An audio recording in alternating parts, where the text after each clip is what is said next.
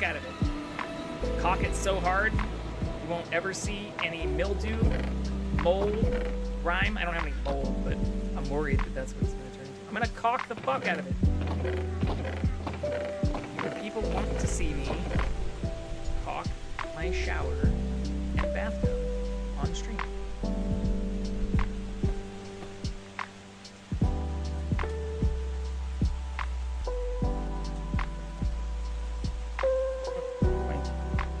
My diamond pickaxe just go.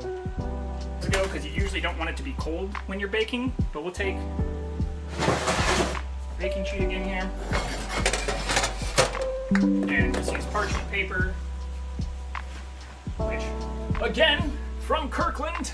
In fact, all of my parchment paper, aluminum foil, all of that shit is from Kirkland, from Costco. Probably a little bit too much parchment paper, but I use spoons. I know some. So that is our peanut butter, chocolate chip, cookie batter, which we'll pull a little bit out of just so we can do a comparison against what I prepped yesterday. And what we're going to actually be baking, which is the exact same recipe, but looks like this after you've refrigerated it. Now I did pull it out a couple hours ago because you usually don't want it to be cold when you're baking, but we'll take baking sheet again here and just use parchment paper, which again from Kirkland.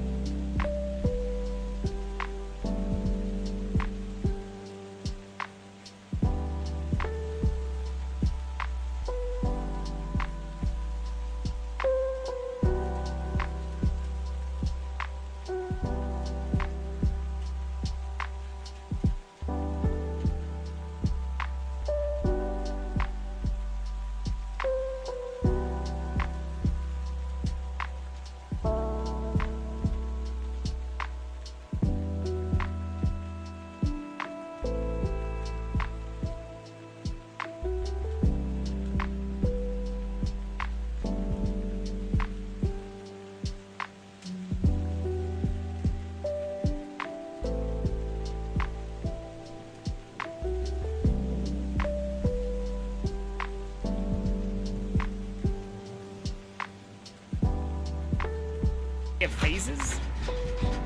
Michael does. What does that mean though? Ah, fucking bullshit! What's a phase? So it's like his strength level, essentially, like, I don't want to say he's leveling up, but... And he gains... like, points or whatever by watching you? By stalking you is what it's called. Don't what? Don't let him look at me? He's standing right in front of me, okay? How the fuck do I stop him? You gotta break his... I hear bad sounds. What are those sounds?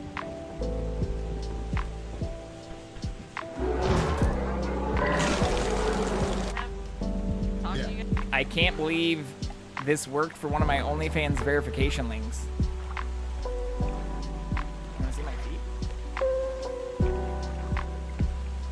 We can get them both in here. We're pretty flexible.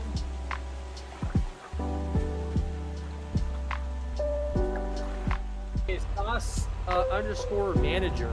How do I drop the seed? But we all have farm manager now, so everyone can buy things. How do I don't know how I access the purchase menu. How do I drop my seed?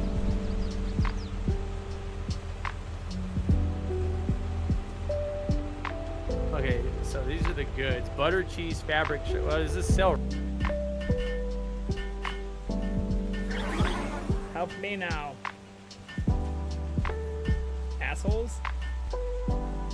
Fuck.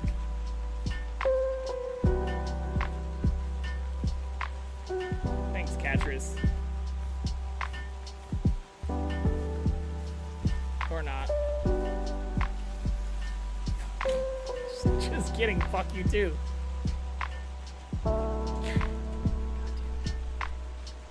You even had the building thing hovering over me.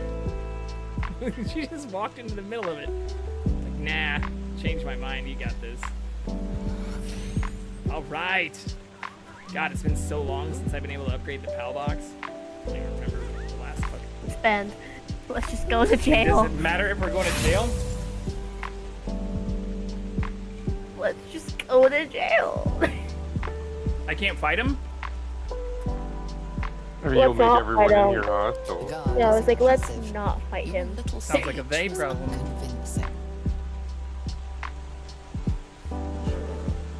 You can try to convince him.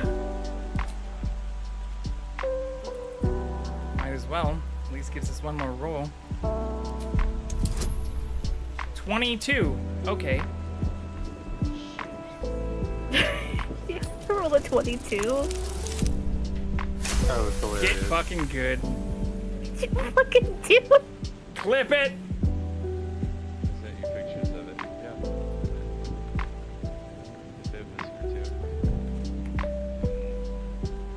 These are things I normally buy. But yeah, actually, you probably did, and I was like, I'm poor now. This makes me sad. But no, I have the first two, but I don't have any in the library edition. Or it just has the flimsy hardcover stuff. Yeah, the trade paperback set. Yeah. Yeah, really cool.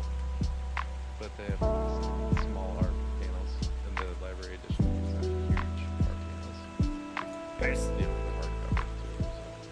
Got an S class. Nice. What number was it? 32? 33? This would be here. I'll actually just count because I definitely fucking. I figured there's at least be an oxygen plant.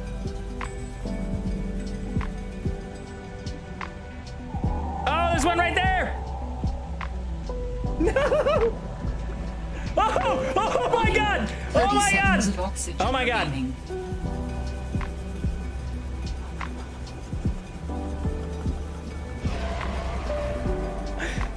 Get good, motherfuckers.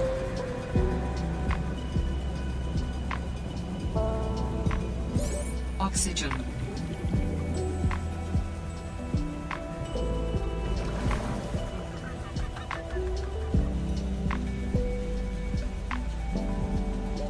Warning. 30 seconds of oxygen remaining. Clip it. Clip it anyways. You said I was dead. You had no faith.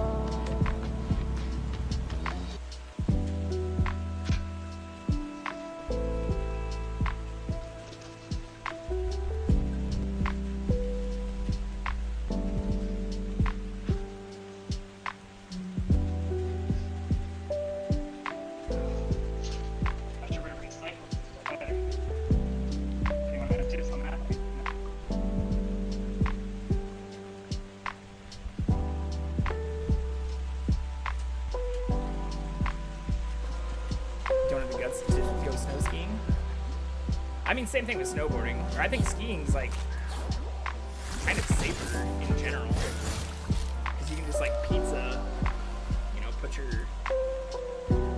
skis together and just kind of like, as long as you're not going through like forest trails. Like I feel like the only people I know who've also really gotten hurt skiing were doing some dumb shit, like trying to go through like forest passes and like off trail.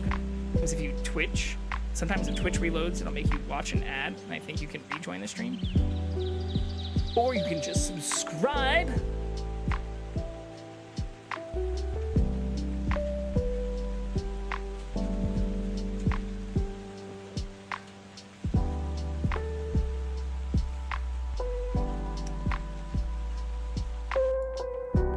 Hello. Happy Friday.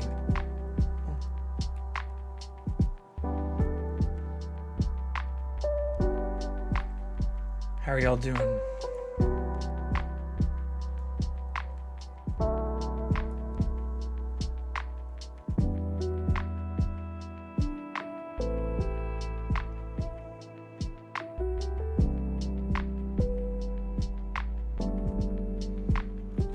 Me too. It's about the way I feel.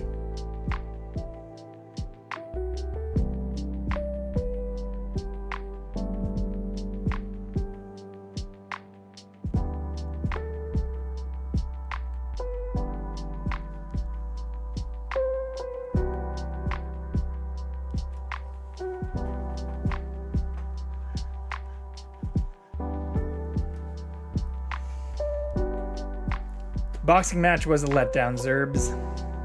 Good to see him. It was not only a letdown, it was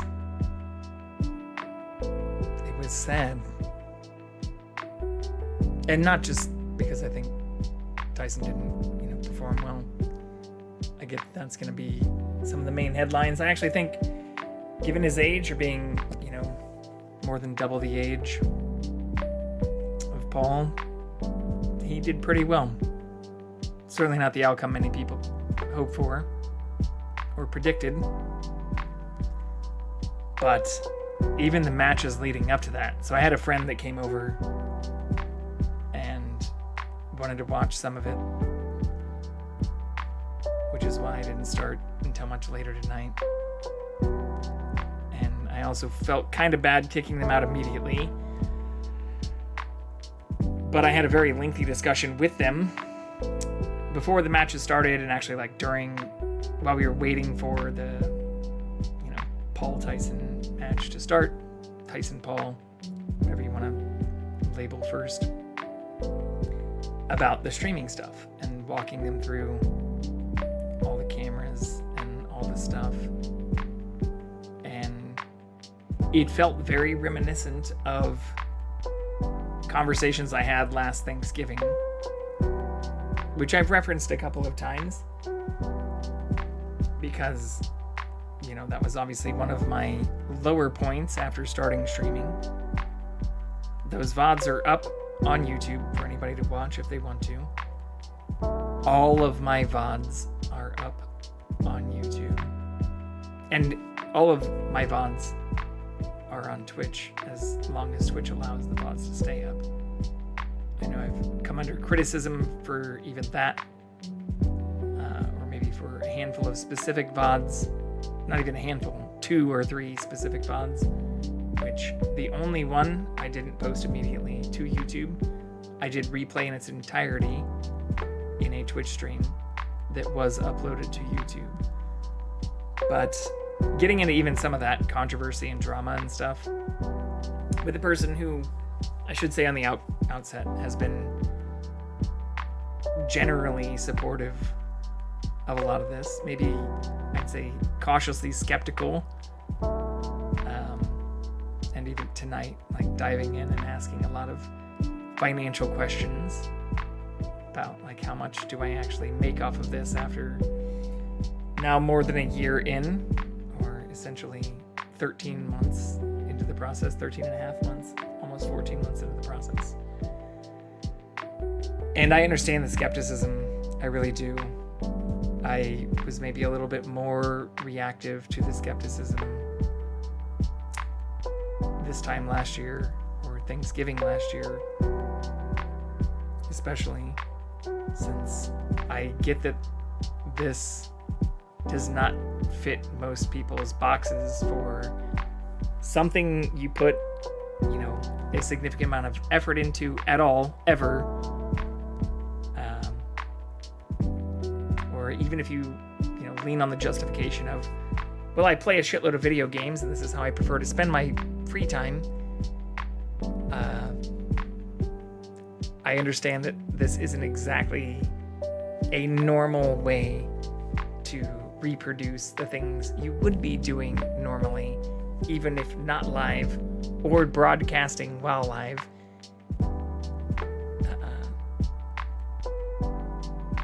Even if you're spending 40 plus hours while not streaming, playing video games or chatting with people in Discord or some of those other things outside of a full-time work schedule. So I don't really know where I'm going with this, to be honest. My goal for today was really just to finish Alan Wake.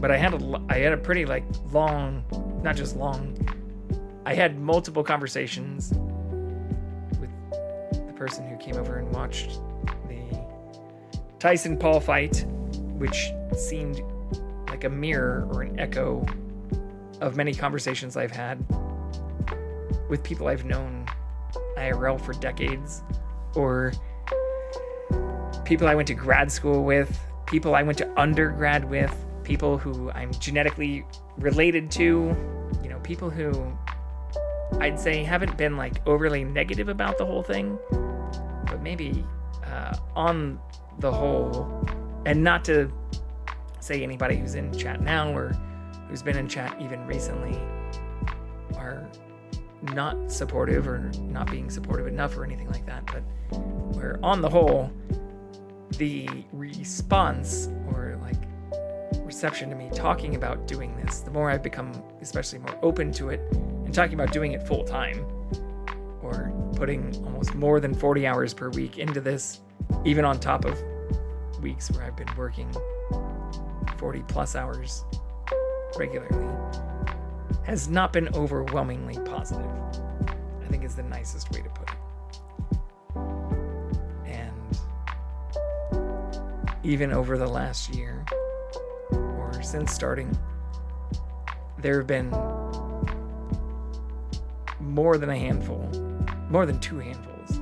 I'd say more than a dozen. And that's also still, I think, an underestimate if I count individual people, not just individual incidents, where people have been extremely negative about it.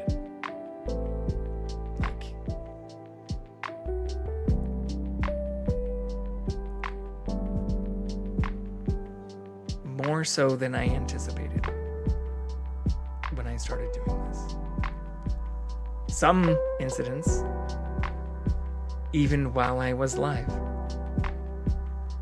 which, even going back to last Thanksgiving, which we're getting close to celebrating, our second Thanksgiving while live. Are people judging you for wanting to stream? Not for wanting to. More so for thinking, or for it almost, I don't want to put word, well, I mean, even just outright verbatim quotes have included from both kin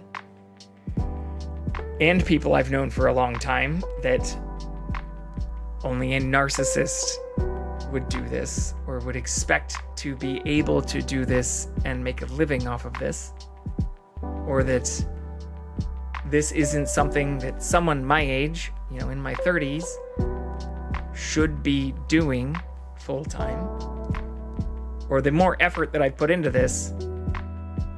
I've had people outright say they think that I'm becoming self-absorbed or only interested in getting support from people, from specific people who I've known for a very long time. If they support me in this endeavor, even if I never really asked them to support me in any other professional endeavor or personal endeavor outside of this. So that's more of where this is coming from. It's one of those weird things where I think throughout the majority of my personal and professional career, I never really did ask people to say like, hey, support me in grad school, support me in my grad school research interests, support me in X, Y, or Z ways that I might want to pursue a career. Or even after deviating from the path that I've had many long conversations with people who I never relied on or asked for extensive support for or from while pursuing or choosing not to continue pursuing some of those interests. I, had people who were maybe a little worried about me when I chose not to pursue the PhD path or chose not to continue on with the academia path that I was previously set on, and asked like, will I be okay? Will I be able to continue paying rent? Will I be able to continue, living in Southern California while not pursuing some of the things that almost a decade ago were what I'd very much told a lot of people, especially those I grew up with, and especially those related to me and stuff, were my dreams. People throw around a lot of diagnoses of narcissism too quickly these days. I guess my bigger concern is you do have to be a tiny bit narcissistic to do this.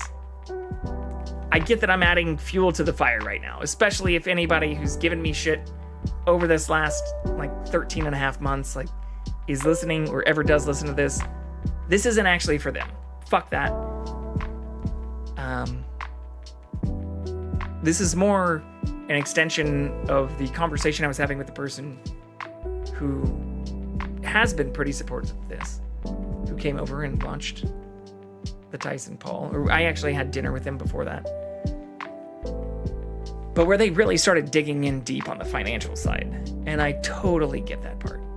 I get that that's where it usually goes, and it has, even with people I'm related to and other friends, even some who've really dug the knife in deep and have not only called out how little the average person who does stream makes, but who've asked explicitly how much I make, and after disclosing some of that, have laughed or have even outright thrown it back in my face and said things even, again, as verbatim as I hope support I have provided can help you while looking for another job and shit like that, which sucks, man.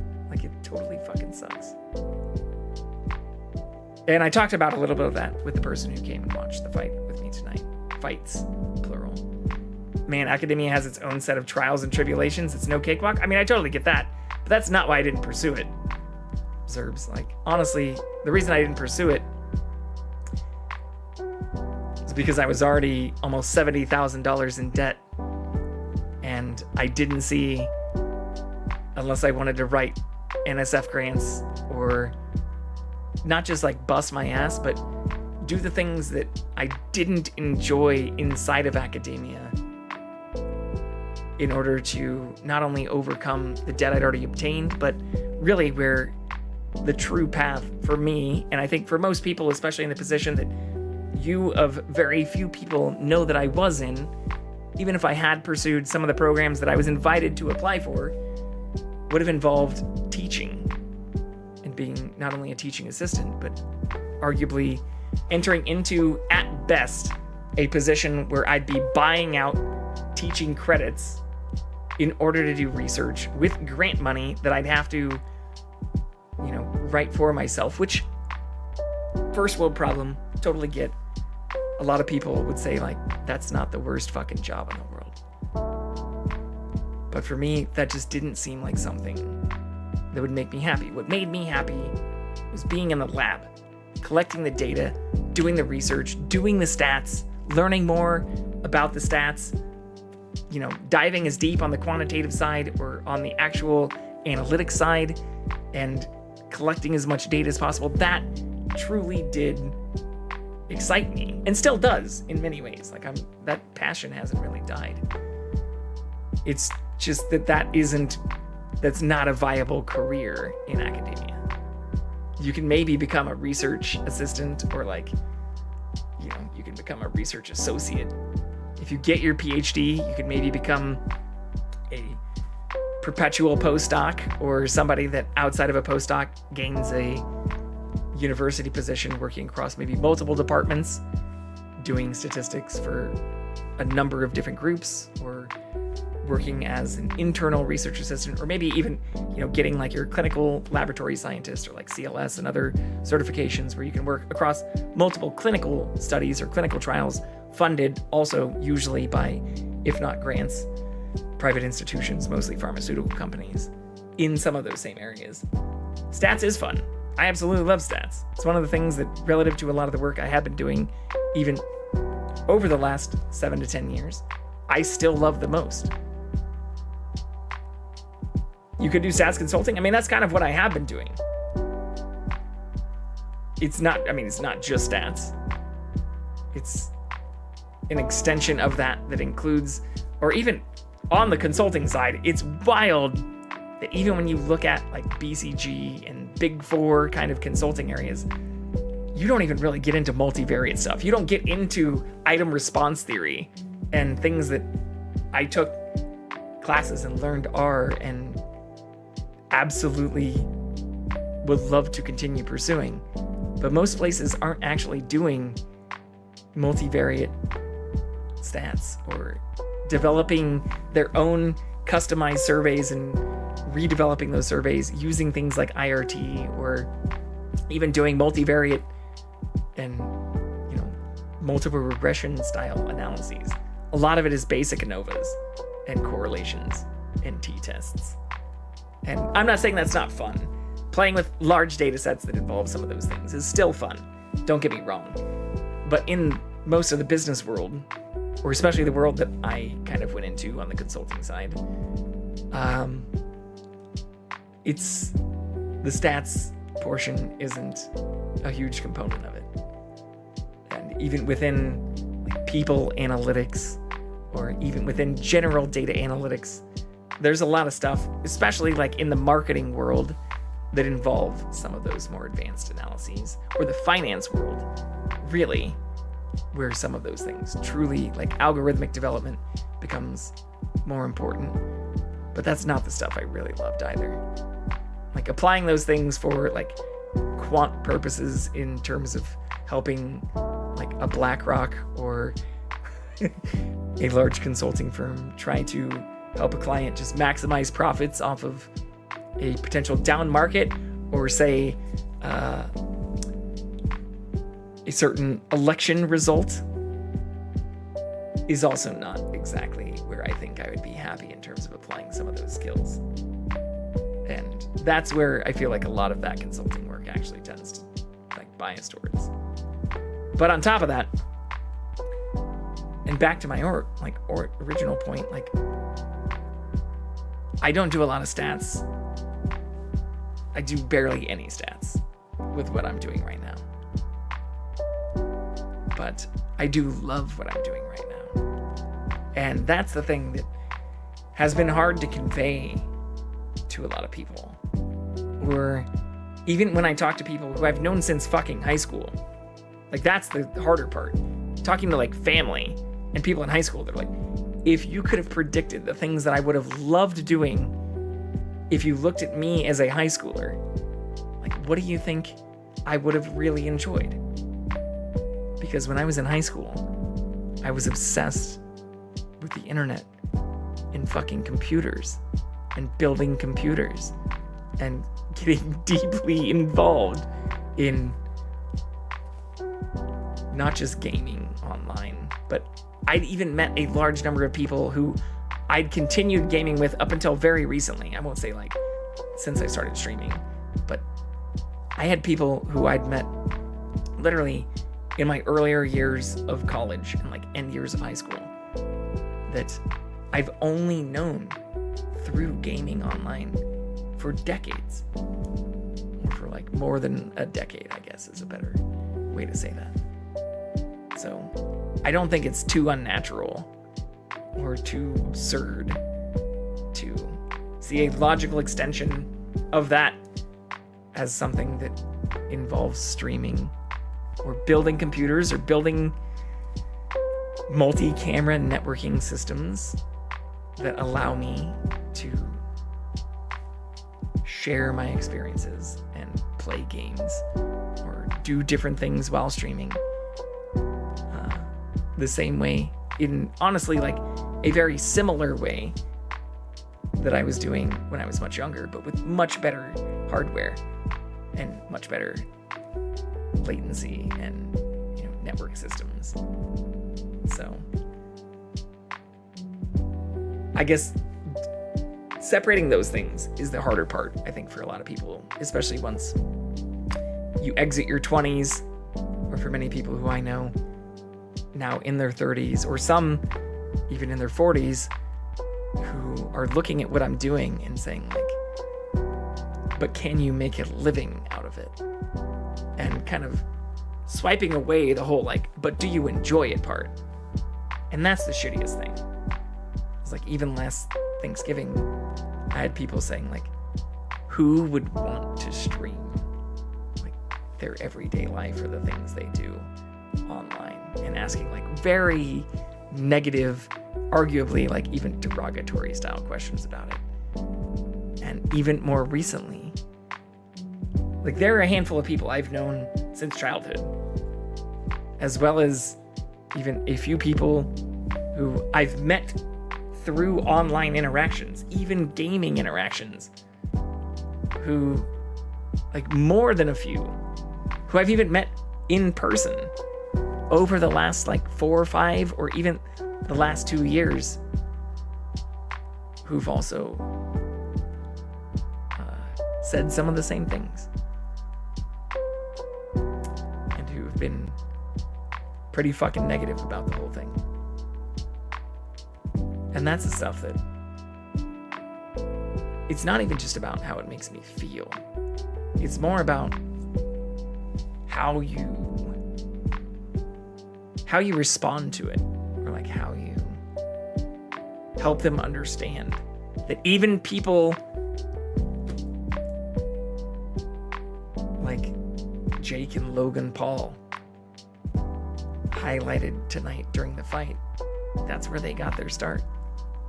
I'd say they don't get it, but also some envy if you can support yourself just talking on the internet. Well, but kid, I'd be lying if I said I'm supporting myself talking on the internet. And that's the bigger crux of it, is I've been honest with a large number of these people. I've been honest even on my stream before. I have, 6 people watching me right now. Not going to generate a large amount of ad revenue. The largest ad payout that I've had has been like a couple $100. The largest donation I've had has been slightly larger. I've had a pretty large number of gift subs that have led to larger numbers of payouts overall, but those are also from people who have been generally somewhat supportive of me from the beginning.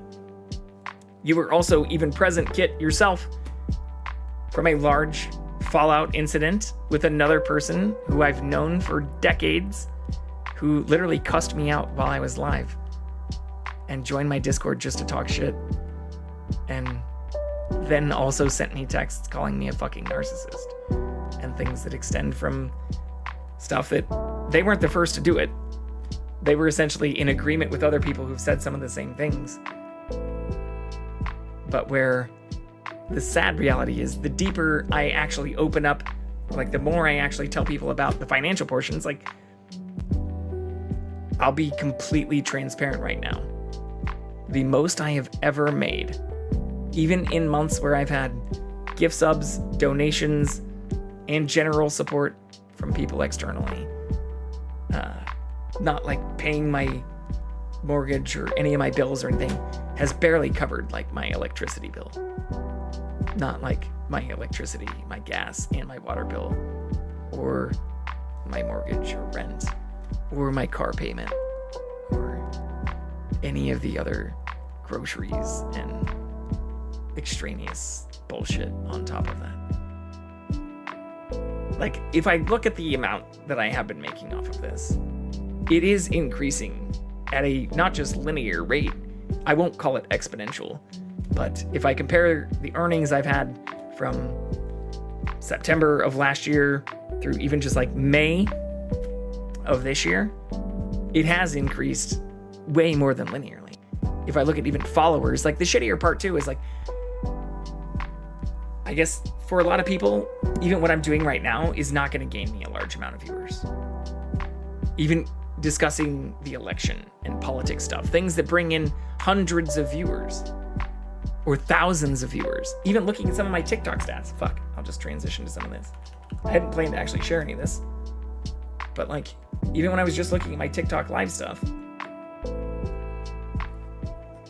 I pull this up while I'm here?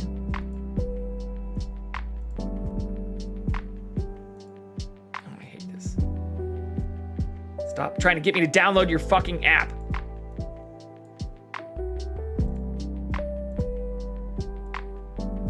Like, I've had 1,300 views on TikTok in just the last week.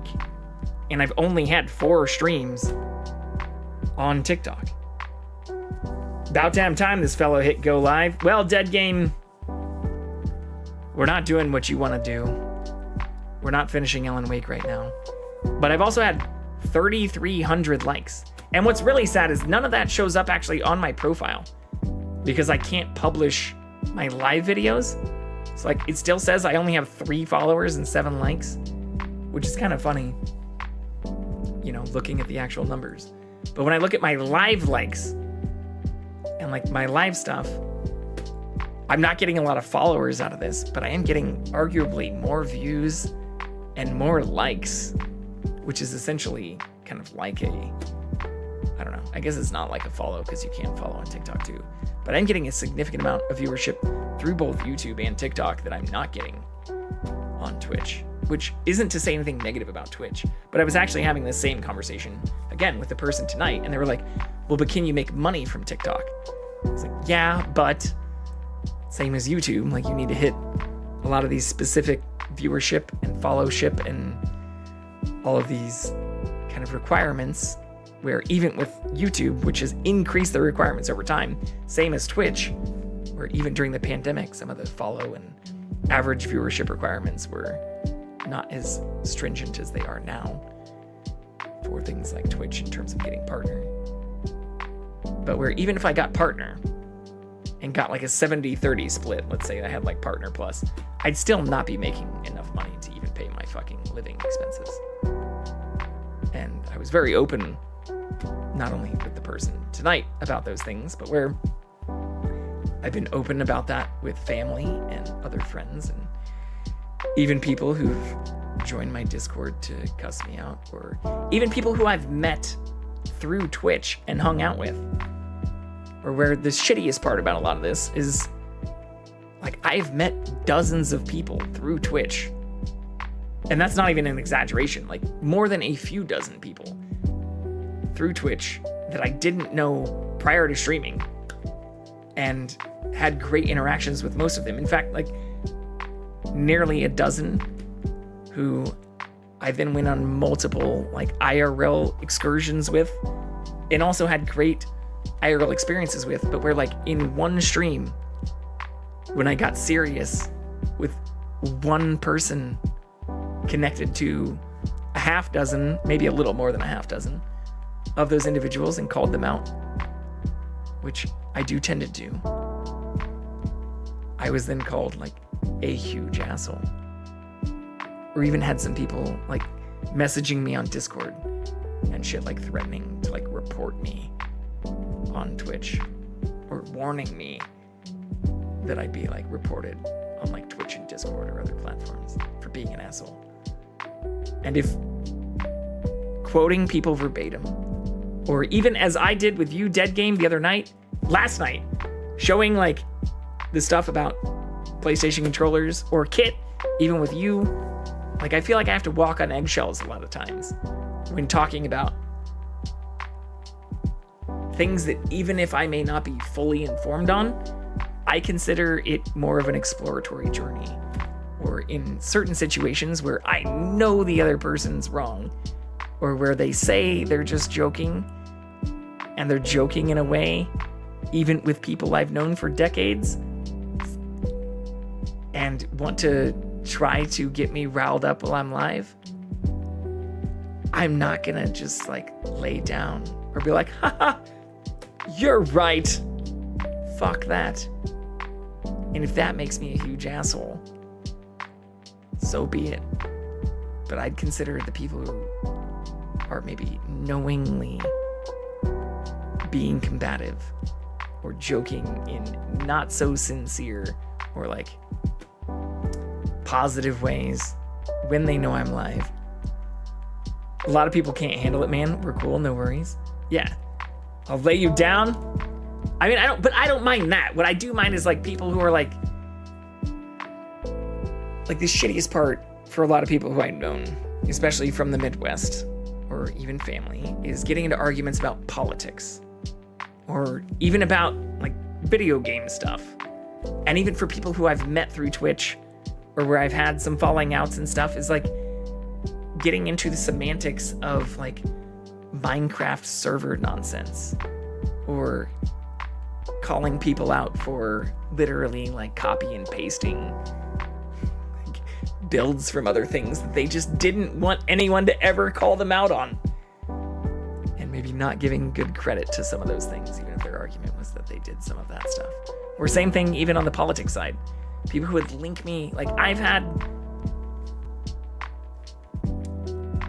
so many messages and texts of just like local news bullshit, or even related to the Minecraft stuff, people saying like I was totally out of line for screenshotting verbatim chat logs or like conversations and comparing that, or even in recent falling outs, like with people saying like the majority of people who play competitive Minecraft are like 15 or whatever, and then finding that like the majority of the core FaZe Clan members are not only over 21, but are actually like in their fucking like not only upper 20s, but like mid 30s and shit like that. And instead, like having to combat that with like esports.gg and like Minecraft fun server whatever articles, and like there's a reason I start most of my streams within PR and Associated Press, and I feel like I'm feeling a fucking like horse to death with citing articles that actually have journalistic integrity matters. But a lot of that comes down to, even outside of the gaming stuff or the Twitch people, so many people who I've known for decades have had big issues with things I've had to say about politics. Or even recently, when we were talking about even the election stuff, like getting into an argument with somebody about like Reaganomics, and them just eventually like saying like, well, but they were popular, which makes them a good leader and shit. And it's like, fuck my life. Fuck my life. And yeah, I think a lot of people just can't fucking handle it. They can't handle somebody being like, I'm going to Google what you're sending me and actual counterfactual or like real primary sources while we're live. And even in recent disagreements, people being like, well, but it wasn't like a conversation because I didn't really have the true opportunity to respond or to engage with you. It wasn't like a real conversation. You were just like ranting and showing your side of the facts. Yeah, well, if your side of the facts are like local fucking news articles or like Fox News 11 pieces of shit or like esports.gg kind of nonsense, and my side is like actual real data or Associated Press articles or primary sources, I'm not going to empathize with you for getting butthurt about the fact that your sources suck in comparison. And that pisses a lot of people off. But I see like the trend of this in terms of making this more positive. Everyone knows Google is liberal. Well, DuckDuckGo is what I use primarily. But on top of that too, like I say, it's been shitty because I've even had people cuss me out and join my fucking Discord channels to cuss me out in the last month while I was live. But that's the risk I've also run. And part of that is being able to say to many people who are like, I wasn't able to have a real conversation with you or whatever. It's like, you could have. Like, there are very few streams I've had over this last year where I haven't been in a public Discord channel for the entirety of my stream. Not a private channel, not in some other person's Discord, not in some, unopened voice chat, which no one could join. I've had a few trolls, a handful of trolls across a number of streams join in. I even just had a voice chat raid while I was playing Phasmophobia with Hello Sweetie the other night. We're used to finding data and good sources from our researching skill set. Other people, not so much. Well, it's not even that. It's that they just shut down. Even in the conversation I had with a close friend, or I guess, I don't know, a person who previously just resorted to but I was just joking about, the data that I was saying, and then you decided to send me a bunch of stuff that was like actual data. It's like they just shut down, and it's not even that they cared about the data. They just wanted to poke fun, even if they were doing so in a way that didn't seem genuine or positive while I was live, or because they wanted to flex their importance for a few minutes or a few seconds, and instead got shut the fuck down and then took that as a huge personal attack. I'm cussing you out internally because I want Alan Wake. Well, I am again, as just mentioned, in a public voice chat in my own Discord that anyone can join. And I don't say that also as a dig. I've had some people also assume that I'm saying some of these things as digs, and even get combative and say well, I've had all these negative people join in and say all this horrible shit on my Discord. I had to lock all that shit down. Okay, great for you.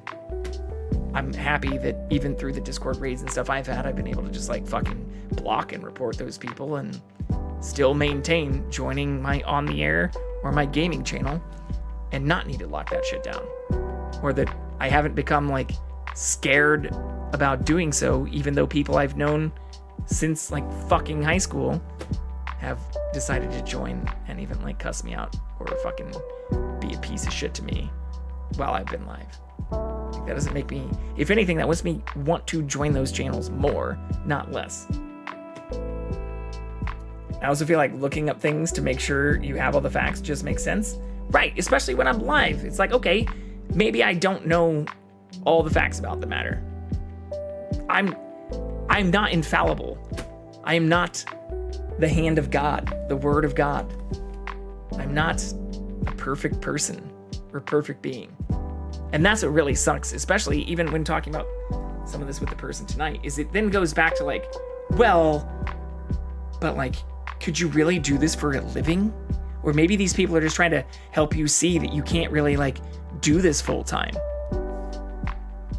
And then the argument devolves into finances. And I do not know how many times I've been asked about how much money I make off of doing this, where the people asking me these questions, I have literally never asked how much money they make. And it's weird because I want to flip it around and say how much money do you make? What's your mortgage payment? How much do you pay in utilities? What's your income? What's your spouse's income? Do you have a spouse? I obviously know many of these things with especially a lot of the people who've called some of this stuff out, but never have I ever felt inclined to start digging into their deep personal financials. But many people seem to think it's okay to just start asking me, especially people I've known for a very long time. And I get that maybe some of it comes from a place of concern or true genuine care, because they want to make sure I'm not going to end up homeless or, unhoused or whatever.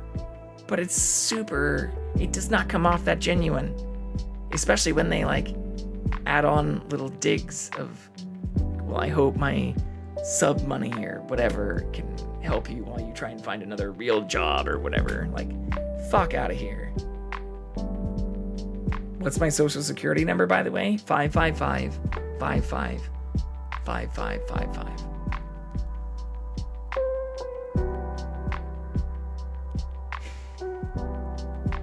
But extending from this,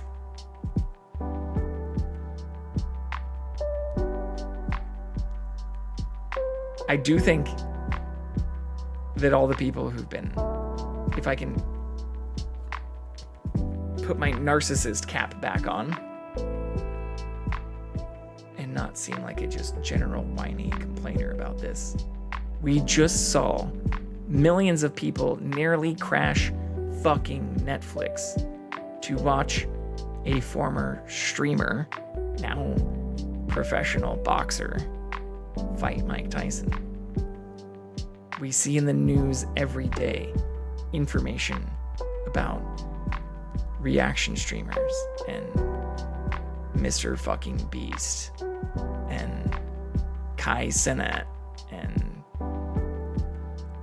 Marcus Brownlee and all kinds of bullshit. Like, I literally saw an article today on NPR talking about the controversy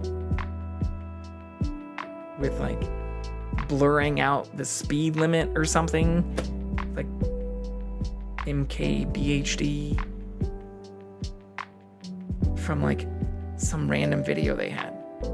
And obviously all over the news today and tomorrow is gonna be information about fucking Jake Paul.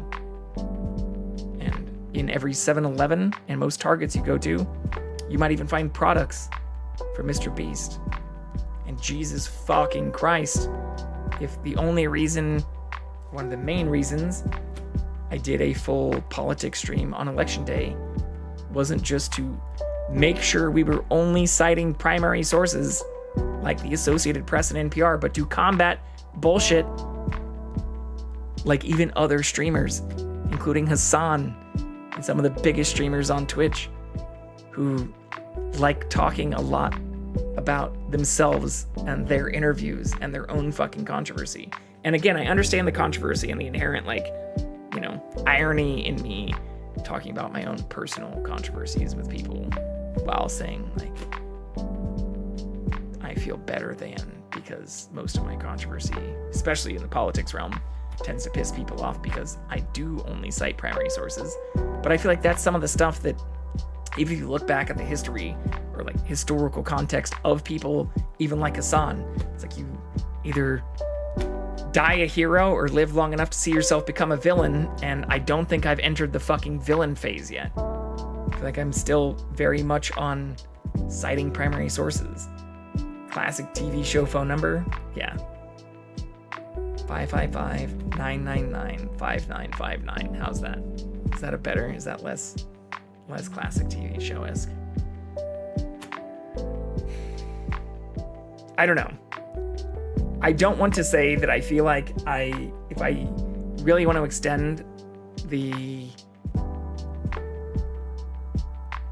narcissism, like what I wanted to say to the person who was even hanging out with me tonight, was like, I do think I'm in the right intersection of the Venn diagram of people who are internet savvy, tech savvy, and also like capable, as you mentioned, Zerbs, of being able to find good sources of information and discuss them in fairly reasonable, logical manners.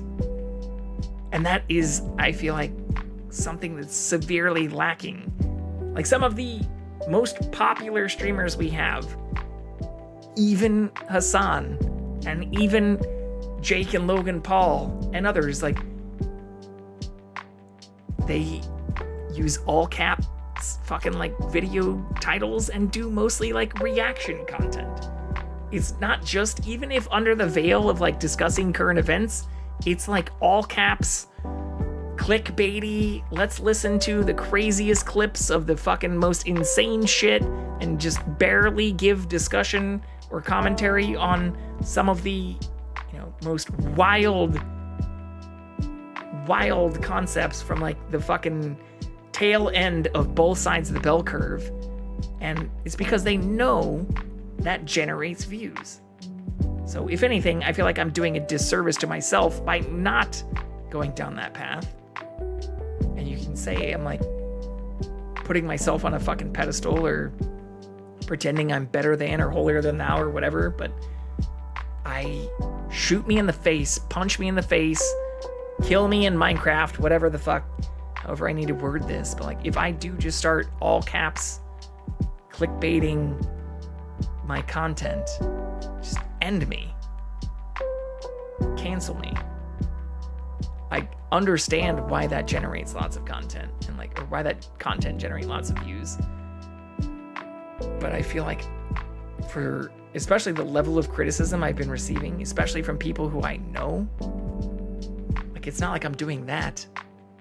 It's not like every video I put out, I'm making a fool of myself or trying to make a fool of others and all capsing, all yellow thumbnail fucking whatever bullshit, reaction content, nonsense, whatever. Like, I don't know, the more I'm talking, the more I realize the irony in what I'm saying right now. But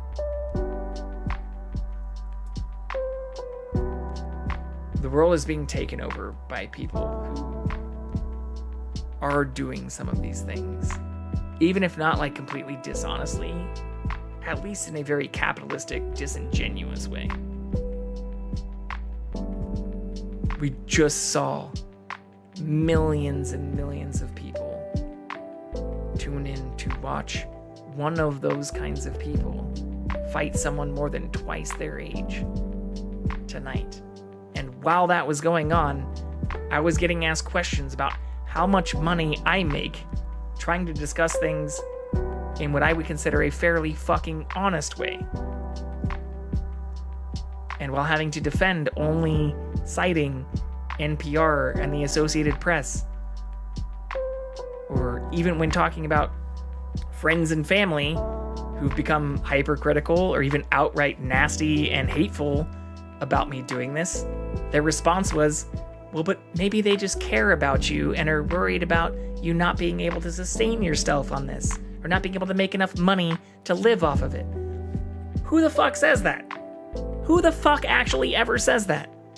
Just like, I don't know why both people I'm related to and friends who I've known for many years have felt the need to ask me how much money I'm making off this, or make like side jabs and stuff, talking about like, well, I hope you can find a better job and do that while doing this, like, or I hope my support during your streams can help you while you find a job and shit. Like, I've literally had multiple comments like that from even a variety of different people. And in no other area of life do I feel like, or in no other like full-time dedication, would it be anywhere near acceptable to say some of that kind of shit. And to especially have it come from people who I know haven't had to work very hard for a lot of what they have, makes it even worse. But especially even when it comes from like close family and others who, even if it is generated or like generally coming from a place of concern, it's still non-supportive. Or even if it's like I'll give you my free Amazon Prime subscription, but then ask you to not only be grateful, but to essentially still express concern about how many other people might be giving you their free Amazon Prime subscription kind of shit. Like, fuck out of here. I don't know where else that's ever acceptable. Or again, where for the majority of those people, I'm not asking them like, how much is your bi-weekly paycheck? Do you get paid weekly, bi-weekly, monthly? How much is it? How much is that relative to your expenses? What are your utilities? And maybe I've just also been too open and honest in mentioning that, you know, the revenue I have been generating off of this, like, doesn't even, well, has for multiple months now more than covered the electricity bill. but not much more than that. And for the first year, barely covered that. First 8 months, I guess, to be honest. So maybe I've been too open about how little I have made off of this, but I still don't see that as a reason for people to want to like dive and dig, or especially make like openly negative, derogatory, or hateful comments about this.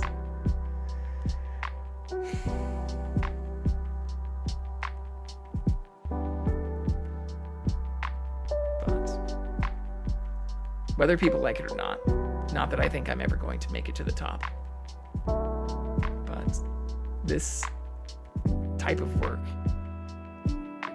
does help a large number of people be extremely successful and even influential enough to have interviews with major news organizations during things like the presidential election, or to even rise large enough to buy property in multiple states and even start training on the side to start fighting some of the most legendary people in sports history as evidence today.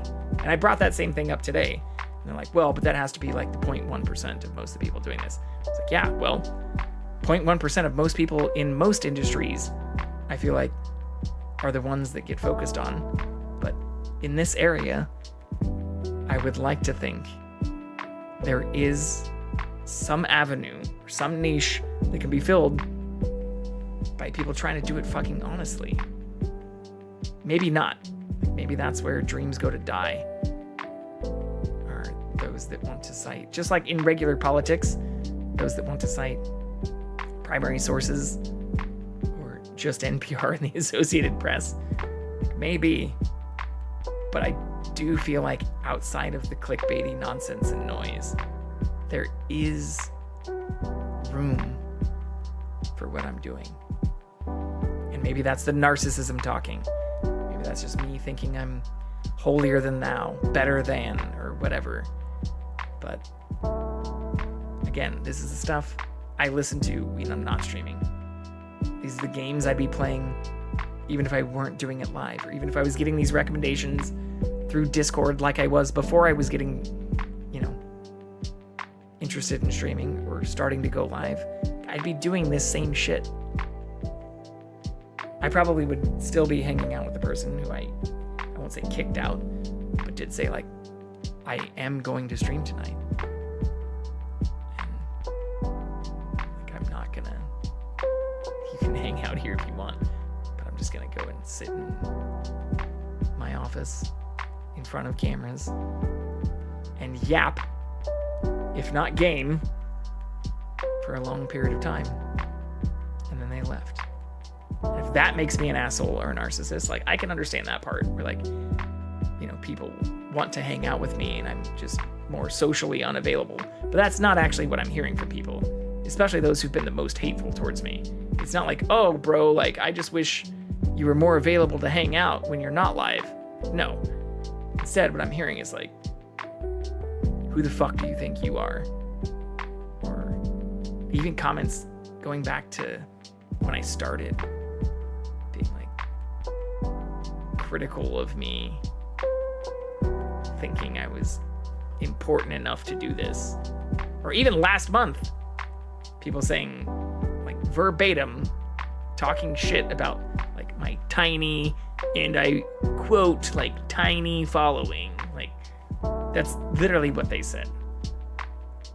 And to hear that from family and friends and stuff doesn't actually hurt very much, because I could always flip around the same question and say, like, how big is your following? Or especially when they ask questions about like my work and how much money I'm making, I could ask how much they're making, which I don't, again. Or even if they make comments about like me finding work outside of streaming. The shittiest part is that many of those comments from both family and friends have come from people who have been lucky enough to have other family or friends, or I won't outright call it nepotism, but many opportunities that have been afforded them that have given them great comfort that I almost feel like it's a matter of projection when they spew some of that hatred, even if it's projected as like a type of concern. And I don't get that, to be honest. I really don't. I don't know why people who might be more comfortable in their lifestyle or have had even whole jobs handed to them like, are the ones who've given me some of the most shit about wanting to pursue something more risky like this as a full-time endeavor. Or even while I have been working full-time, I've like criticized me putting as much time into this as I have been putting while working full-time, or even more than full-time on the side.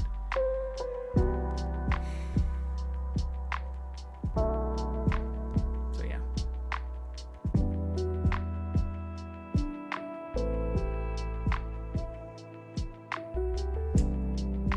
I don't know. When my friend tonight left, though, it left like a serious sour taste in my mouth. And I felt, honestly, like canceling streaming tonight. Honestly, just like I did when I had a friend talking shit to me when I was live 2 weeks ago.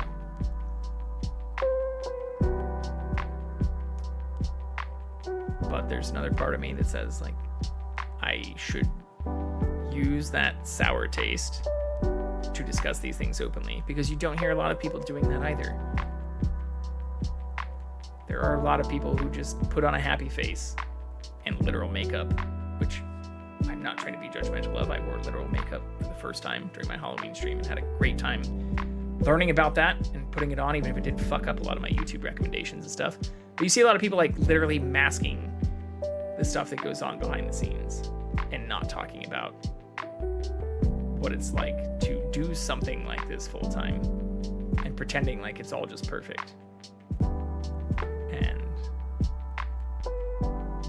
I think that's also dishonest, disingenuous. So I know this isn't what many people come to Twitch for. I know listening to some dude just yap about their personal struggles, or the friends, the family, the even fellow Twitch streamers and people who they've made connections with and had disagreements about, disagreements with. That's not what people come to this platform for. They come here to watch people play the games they want to see, or to show the clickbaity content and yap about the all caps articles and things that even if they have seen, they want to get some type of internal or personal validation from.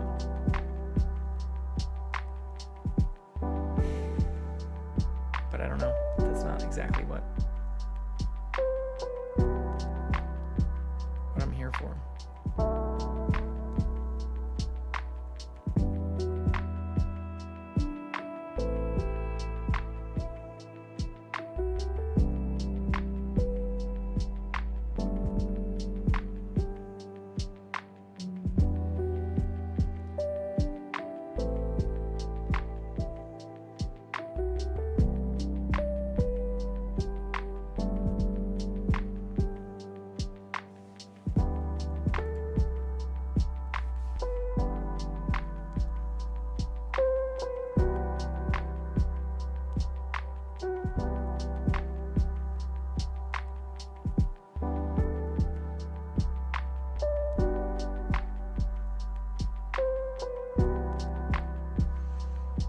I don't know.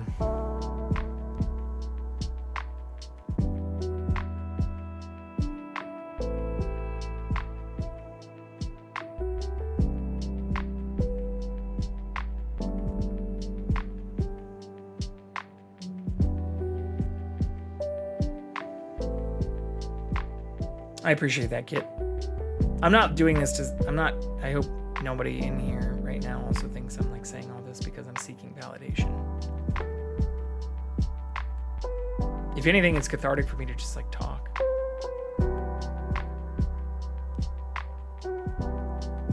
And I'm not trying to apply some type of like judgmental or psychotherapy lens to the people who have given me a lot of shit for a lot of this. But even in the conversations, again, like tonight, like, I don't know in any other like area of personal pursuits or even just like passions. Like if somebody told me they were wanting to start, you know, like painting or drawing or putting 20 or 30 hours a week, or I guess in my case, like more than 40 hours a week, into something they absolutely just loved doing, I don't know if my first response would be like, well, but what's the ROI on that? How much are you making off of it? How much do you know, spend on it versus make off of it? Had a bad day, this helps. It wasn't really a bad day until like, 5 hours ago. And it honestly wasn't even that bad of a conversation. If the person I was hanging out with tonight does watch this, like, please know I had a good conversation. I just, it's a conversation I've had so many times. And yeah, on the order of like positive versus negative, the majority of the times I have had conversations like this have been negative. Even with people I've known for a really long time. Longer than the person I was hanging out with tonight. And even some who, again, have like, screamed at me. Or like even joined my Discord while I've been live and like cussed me out.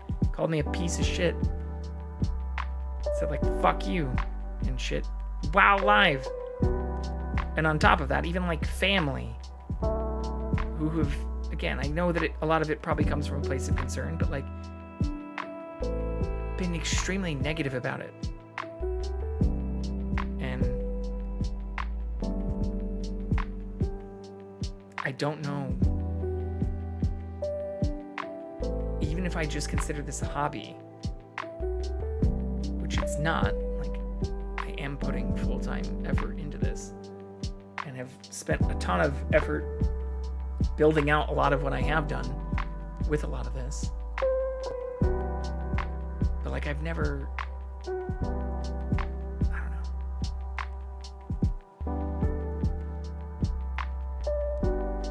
I don't know why this in particular seems to trigger so many people.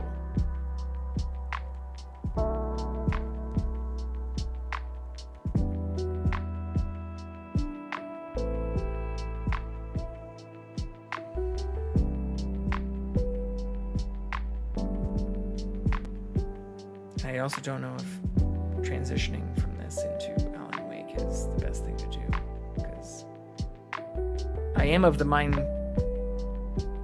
or like, I agree with the idea that you shouldn't just like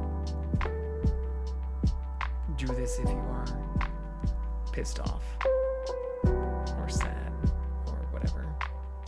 I do very much want to finish Alan Wake. But I don't just want to be like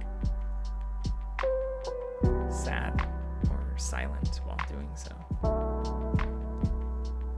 And the shittiest part to your comment, kid, is like, it's not just a bad day. Like this shit has happened for a long time. Like I even had a huge falling out with somebody who I've known for literally like a decade last October. Only like a couple of months after I started streaming. Who said some of the same shit. So that like called me a fucking narcissist. Said that I was self-absorbed. And even last November, which we're in now, the VOD is on YouTube. I literally like got teary while talking about it, but had a family member like ask me like what made me feel like I was special enough to do this. I've had multiple people even outside of family and friends say similar things. You were here last month when I had a very close friend say some of those same things, like even while I was live. And even after that, follow up and text me some of the same shit.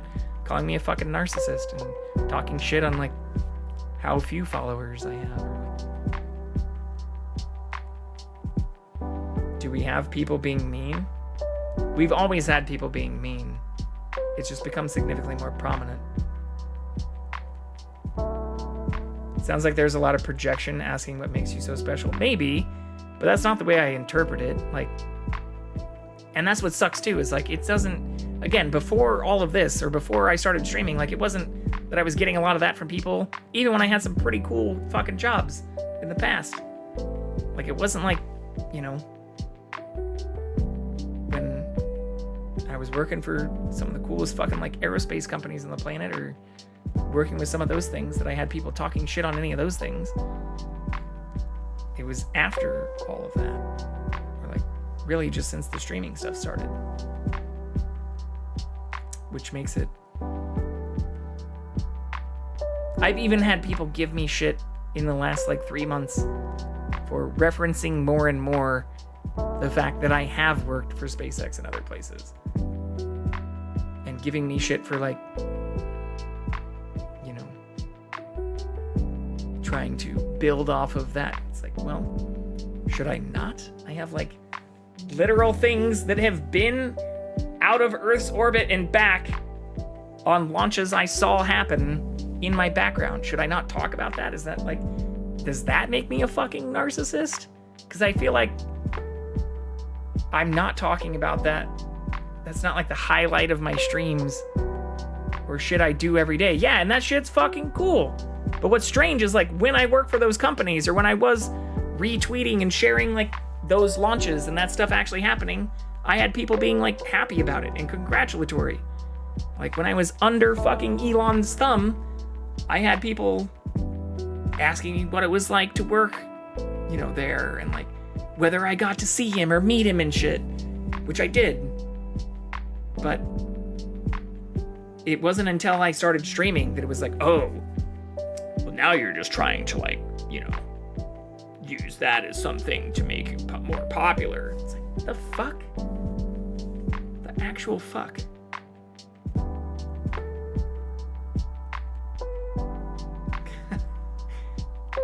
I don't know.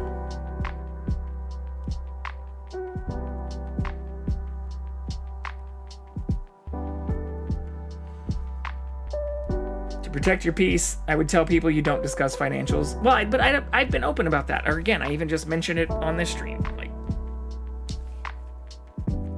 if I say I don't want to discuss financials, I worry that it would almost make some of the conversations worse. Or, I don't know, maybe it wouldn't. Maybe if people like knew that I was able to pay bills and stuff off of it, they'd feel better about it, maybe? I don't know. But that doesn't seem like the way that it is interpreted. And the honest answer is I don't pay my bills with this. I pay, the way I justify it is I would be doing this shit again, even if I wasn't streaming. Maybe I wouldn't have as many lights, or I wouldn't be getting like, I even got some of this shit a few days ago, which I haven't shown off because nobody has gotten to the point to redeem this or not, but I got this like, there's like a cute kitten and a cute owl and another cute kitten. I got some cool ornaments in addition to the ornaments I've already pointed out that are behind me.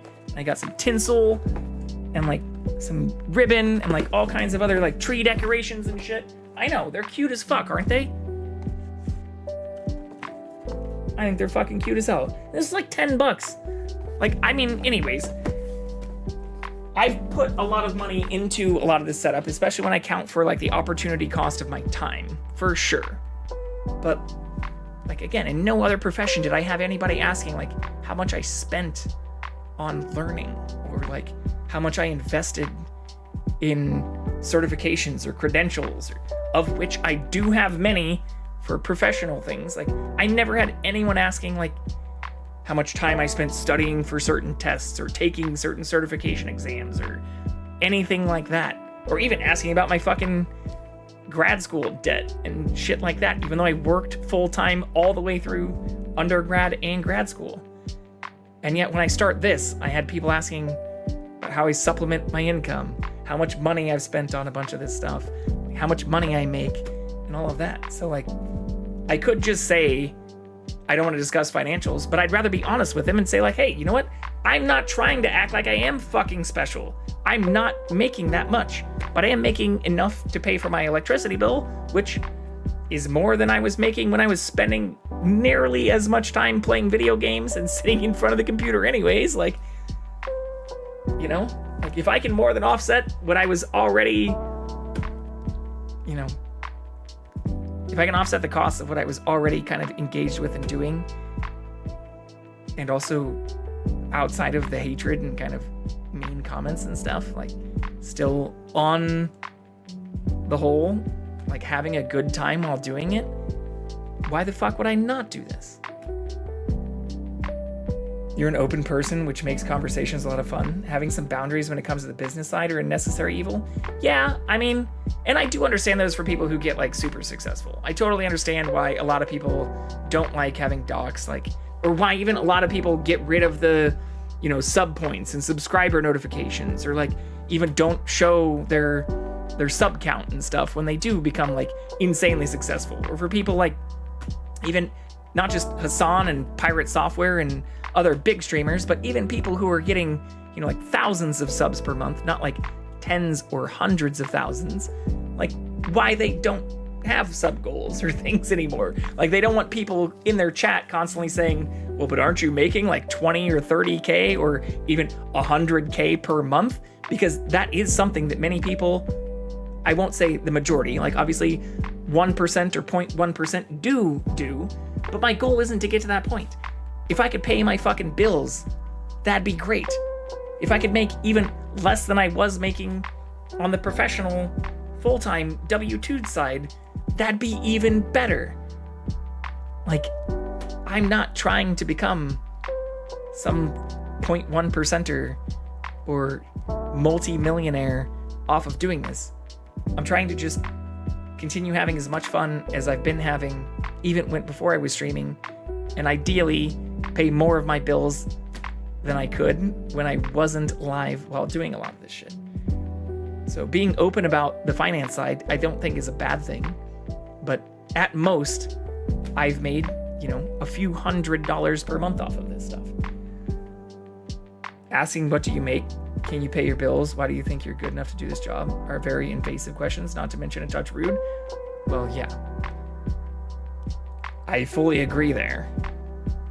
100%. But those questions have not only come in from many people, but here. I mean, I don't need to go very far back in my conversation history for either friends or family to find like verbatim quotes that say pretty horrible shit.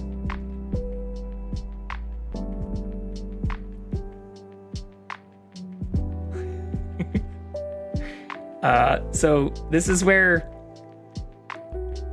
a recent comment was saying, if a single incident of you being a condescending prick while flexing your dick in front of your little, and I do mean little coat, was one thing, or on top of that, and even prior to this, in the exact same kind of conversation, had people calling out, well, a specific person calling out, followed by a family member who said some of the exact same shit. Yeah, you've becoming narcissist since you've started streaming. I don't even want to read the rest of this. I don't know where it comes from. And maybe I am, you know, again, I agree, even if it gives them a little bit of fuel to the fire, that you do have to be somewhat narcissistic to want to put yourself in front of a camera and go live regularly. But when I look at like on the order of things, I don't know if some of that commentary is actually justifiable, or if I really have been a huge piece of shit while I've been lived. Or even for some of the people who I've met through Twitch, who again have like blocked or banned me or called for me to be banned by others. Like they've called me a huge asshole. Said that my conduct was completely out of line for literally just quoting people verbatim while I was live. And then when they tried to say I wasn't quoting them verbatim and that I should post a VOD of the interactions I had with that person, I did that, and they got even more pissed because I proved that I was just quoting them verbatim. Make that make sense. It's like, oh shit, now we're really proven to be wrong. Fuck. Ban. Fuck out of here. I do think it's because your streaming people ask such invasive questions as well. It's because your streaming people ask such invasive questions as well. Yeah, well, I mean, some of the people who've been, that's what I was saying earlier, Enigmagi, is that it's not just streaming people. It's like friends who I've known for decades and family who I'm like genetically related to, who've known me since I was a child. If you're not feeding me, fucking me, or financing me, then certain things are not your business no matter how well-meaning they are. Yeah. Well, yeah. But if I assume that some of this stuff is coming from a place of concern or care, or even in the situation of talking about like other streamers and stuff who even just like less than 6 months ago, I was going on like, you know, Airbnb trips and jumping into lakes and like having a good time with. Like I never had a negative in-person interaction with those people, but the minute I started like calling them out on shit while I was live, they got super fucking butthurt and turned into like goddamn snowflakes about the issues. And I don't like making some of those, I'm not trying to just, you know, attack them as people, but where they got very hurt about the fact that I was like broadcasting our disagreement. It's like, if you're gonna try and call me out on shit, I'm gonna back this shit up with facts. Or if you're gonna get mad about me, maybe even not even wanting to publish our disagreements and then asking me explicitly to like publish our disagreement, I'll fucking publish it and cite those sources. Which I do understand only piss them off more, but like, fuck out of here. Like, don't ask for something and then get even more pissed when the cited sources don't match your side of the butthurt story. I don't know how that makes people feel better about themselves. I think I may be a touch defensive over having lived it too. I hate you're dealing with it and it's getting you down. It's not necessarily getting me down. I mean, I'm live right now talking about this shit. Arguably probably pissing off not only the person who, again, if the person who I was hanging out with tonight does listen to this, I'm not angry with them. I do agree that it's, you know, wild relative to like any other profession I've not only had, which they've known me through multiple other jobs, and in no other job did they ever ask me how much money I was making or like how I was paying my bills and shit prior to that. But like, it's happened with lots of people. So I don't think it's just exclusive to them. And what's strange is it seems to be, I don't know, the fact that I'm not just like a constantly happy-go-lucky, I'm gonna put on a happy face and like pretend everything's fucking chill and cool and not talk about the news or politics or my own personal life situation, and like, or when I am talking about my own personal life situation, I'm not doing it in like a fucking like posting paragraphs on fucking Twitter or trying to like make myself seem like the victim of something. I do understand the irony of what, you know, the paragraphs at this point, pages of things I have been saying can seem like with me, you know, acting a little bit victimized right here. But even when it comes from other streamers, I guess if I can take it back to that, I think what really pisses them off is that I don't just like, you know, brush any criticism or controversy off and instead address it head on. And as many people in chat right here can attest, like, I've been willing to admit when I'm wrong on things that I might address headstrong and be incorrect about.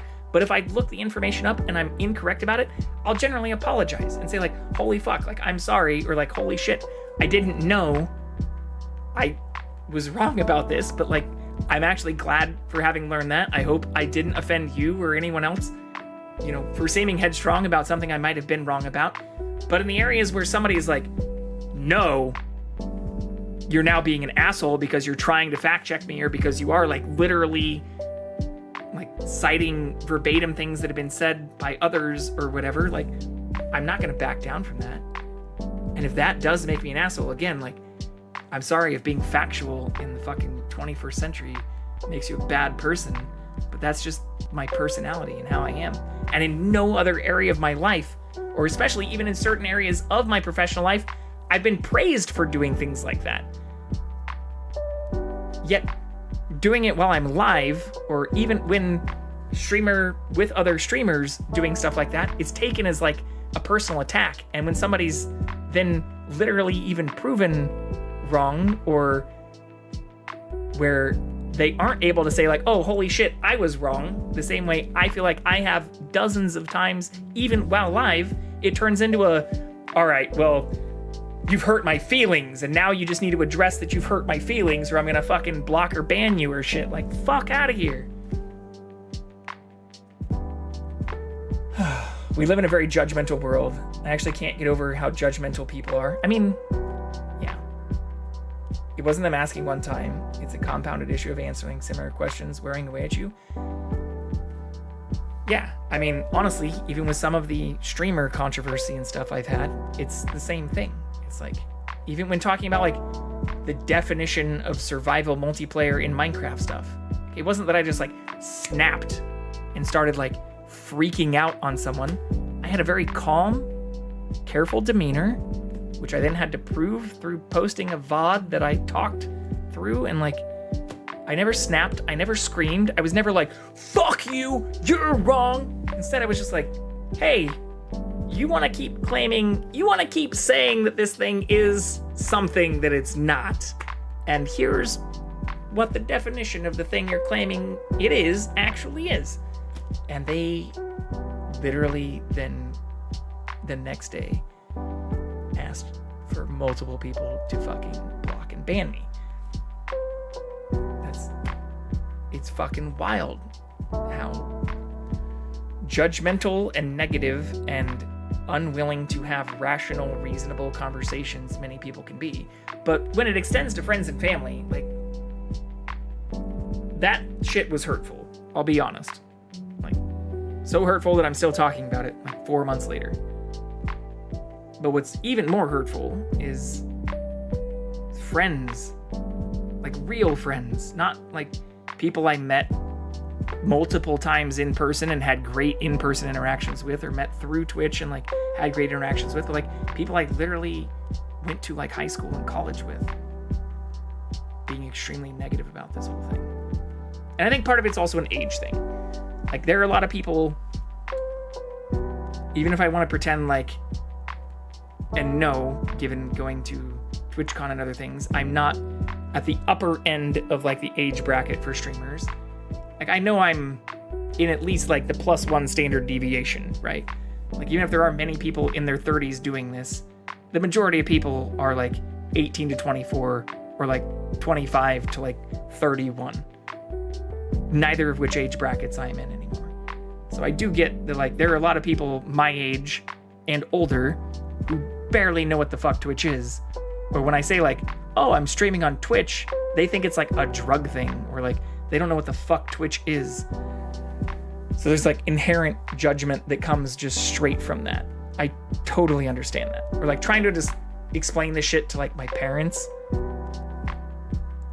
Thankfully, they've been generally supportive, or like those aren't the people I'm talking about throughout a lot of this. I mean, Twitch, like, I jokingly mentioned to a lot of people I called myself like a Twitcher, and they were like, is that like tweaking? Like, some people just don't know what the fuck Twitch is, and if you call yourself a Twitcher, I think they associate it with like, I don't know, some kind of weird shit. I get things wrong all the time. If I blocked everyone who saw me mess up, I'd be alone. Well, but that's my whole point too, is like, even with a lot of the streamer controversy shit I had, I haven't blocked those people. I blocked one person after I was warned that they were calling for me to be banned. Literally one person.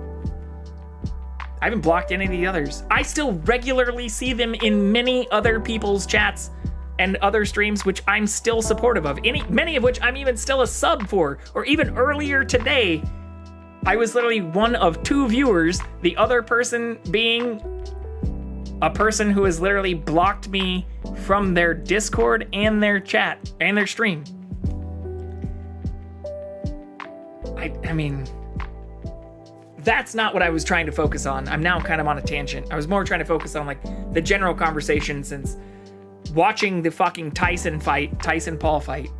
I was talking with a person IRL at my home in my living room right across from where I am right now about all of this, and they seem to like still be not, I don't want to say they seemed unsupportive, but they, you know, like many others, I think just seemed, I don't know, concerned.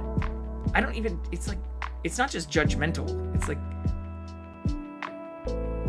they didn't see me doing this or even wanting to do this as something that would be even just in the realm of positive possibility. I mean, it does sound like a drug thing, man. I'm twitching, man. I'm just a twitcher. I mean, I am a twitcher. I've been twitching for over a year now. I've literally been twitching full time. When I look at my Twitch timing, how long I've been twitching for, it's wild. Let's just look at my actual, like, the craziest part is even within my first 4 months on Twitch, I nailed most of the Twitch things that would be required to hit partner, minus the average viewers. Like, when I look at my fucking analytics, it's kind of fucking wild. Not in like a I'm so good or I'm so great kind of thing, but even my recent, can you see any of this? Oh no.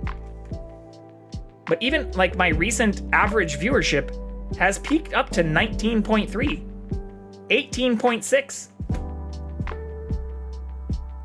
So like when I look at this linearly, like I was at like 7 this time last year.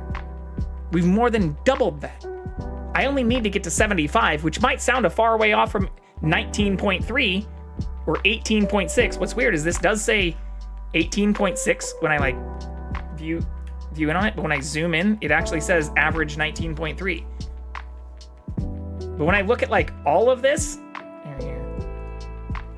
So I don't dox, or I know that the finances are something that some people might care a little bit about. But here, let's do this. I'll block out that part.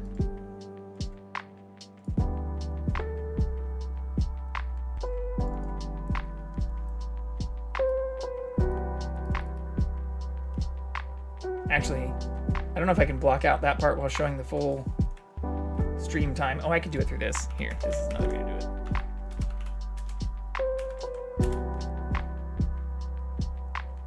We'll just look at it through here. Do I have to sign in?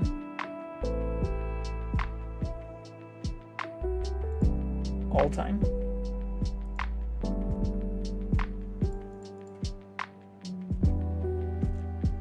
Yeah, I mean, even just the hours I've streamed over the last year.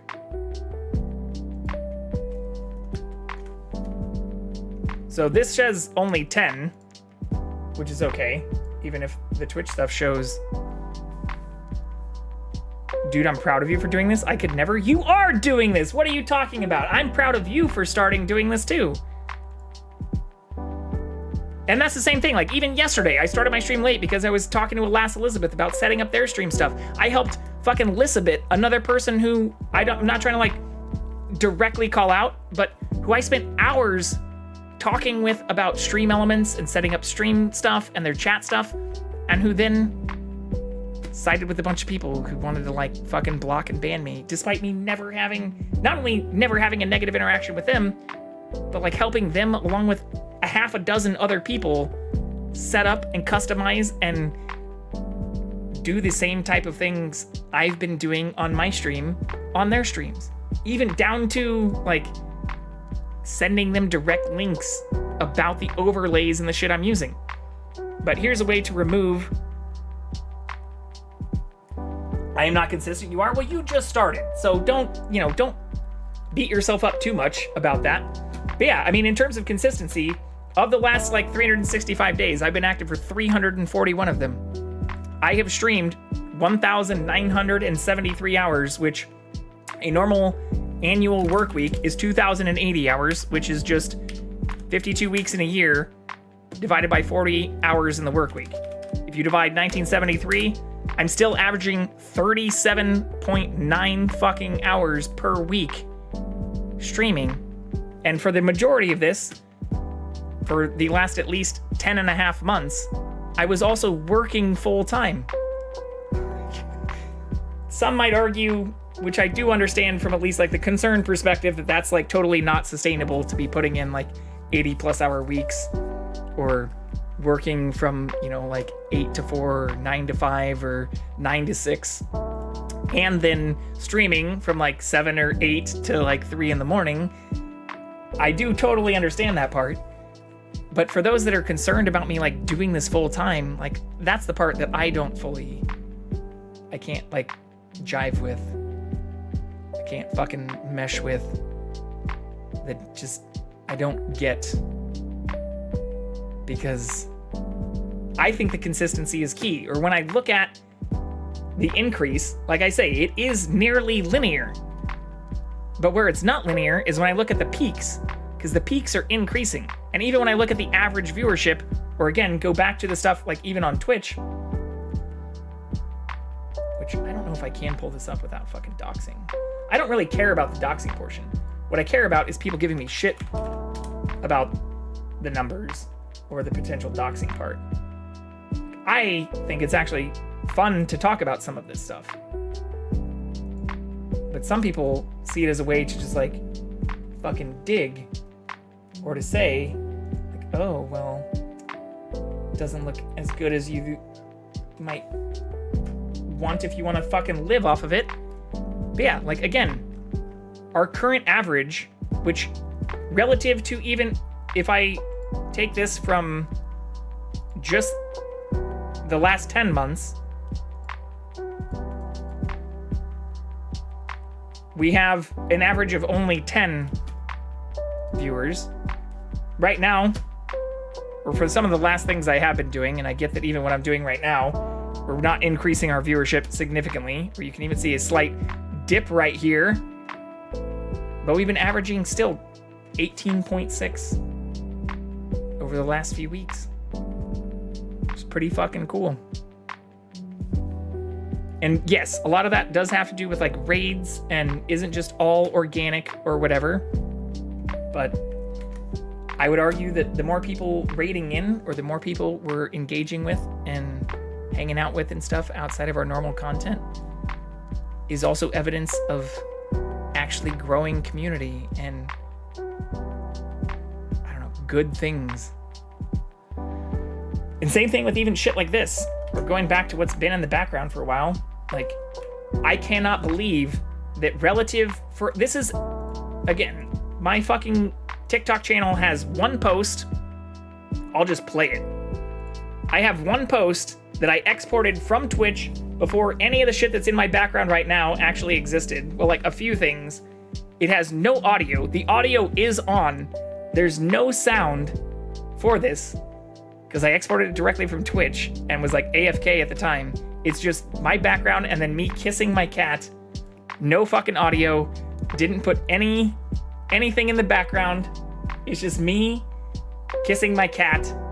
And that itself, my very first and only post, has like 235 likes. But what's insane is that I have a TikTok channel with 3 followers and 3 following with, 235 views and 7 likes.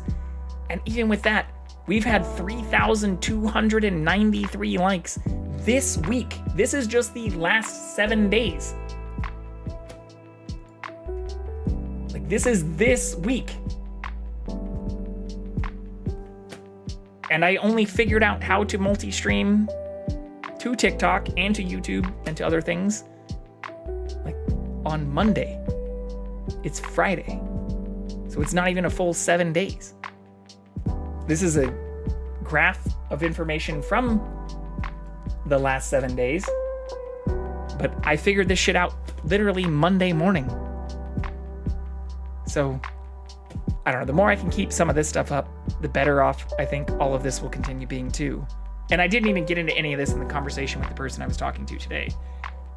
I didn't even want to start talking about TikTok because I figured that would have just made things even worse.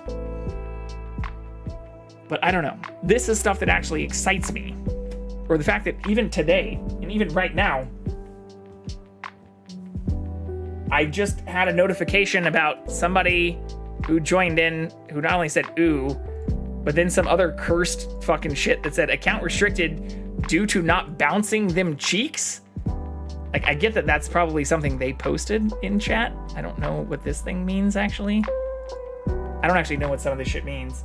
I still have a lot to learn, but like, we had like 18 viewers 2 nights ago on fucking TikTok. Like, I beat my viewership on Twitch, multi-streaming from Twitch to TikTok, which is wild. It's like actively wild. And I'm not engaging in that chat at all. I did figure out how to make the YouTube chat play into my regular chat and to show up also through stream elements on like my posted stuff. But like, the cool part about some of this too is if I look at this day in particular, which was 4 days ago,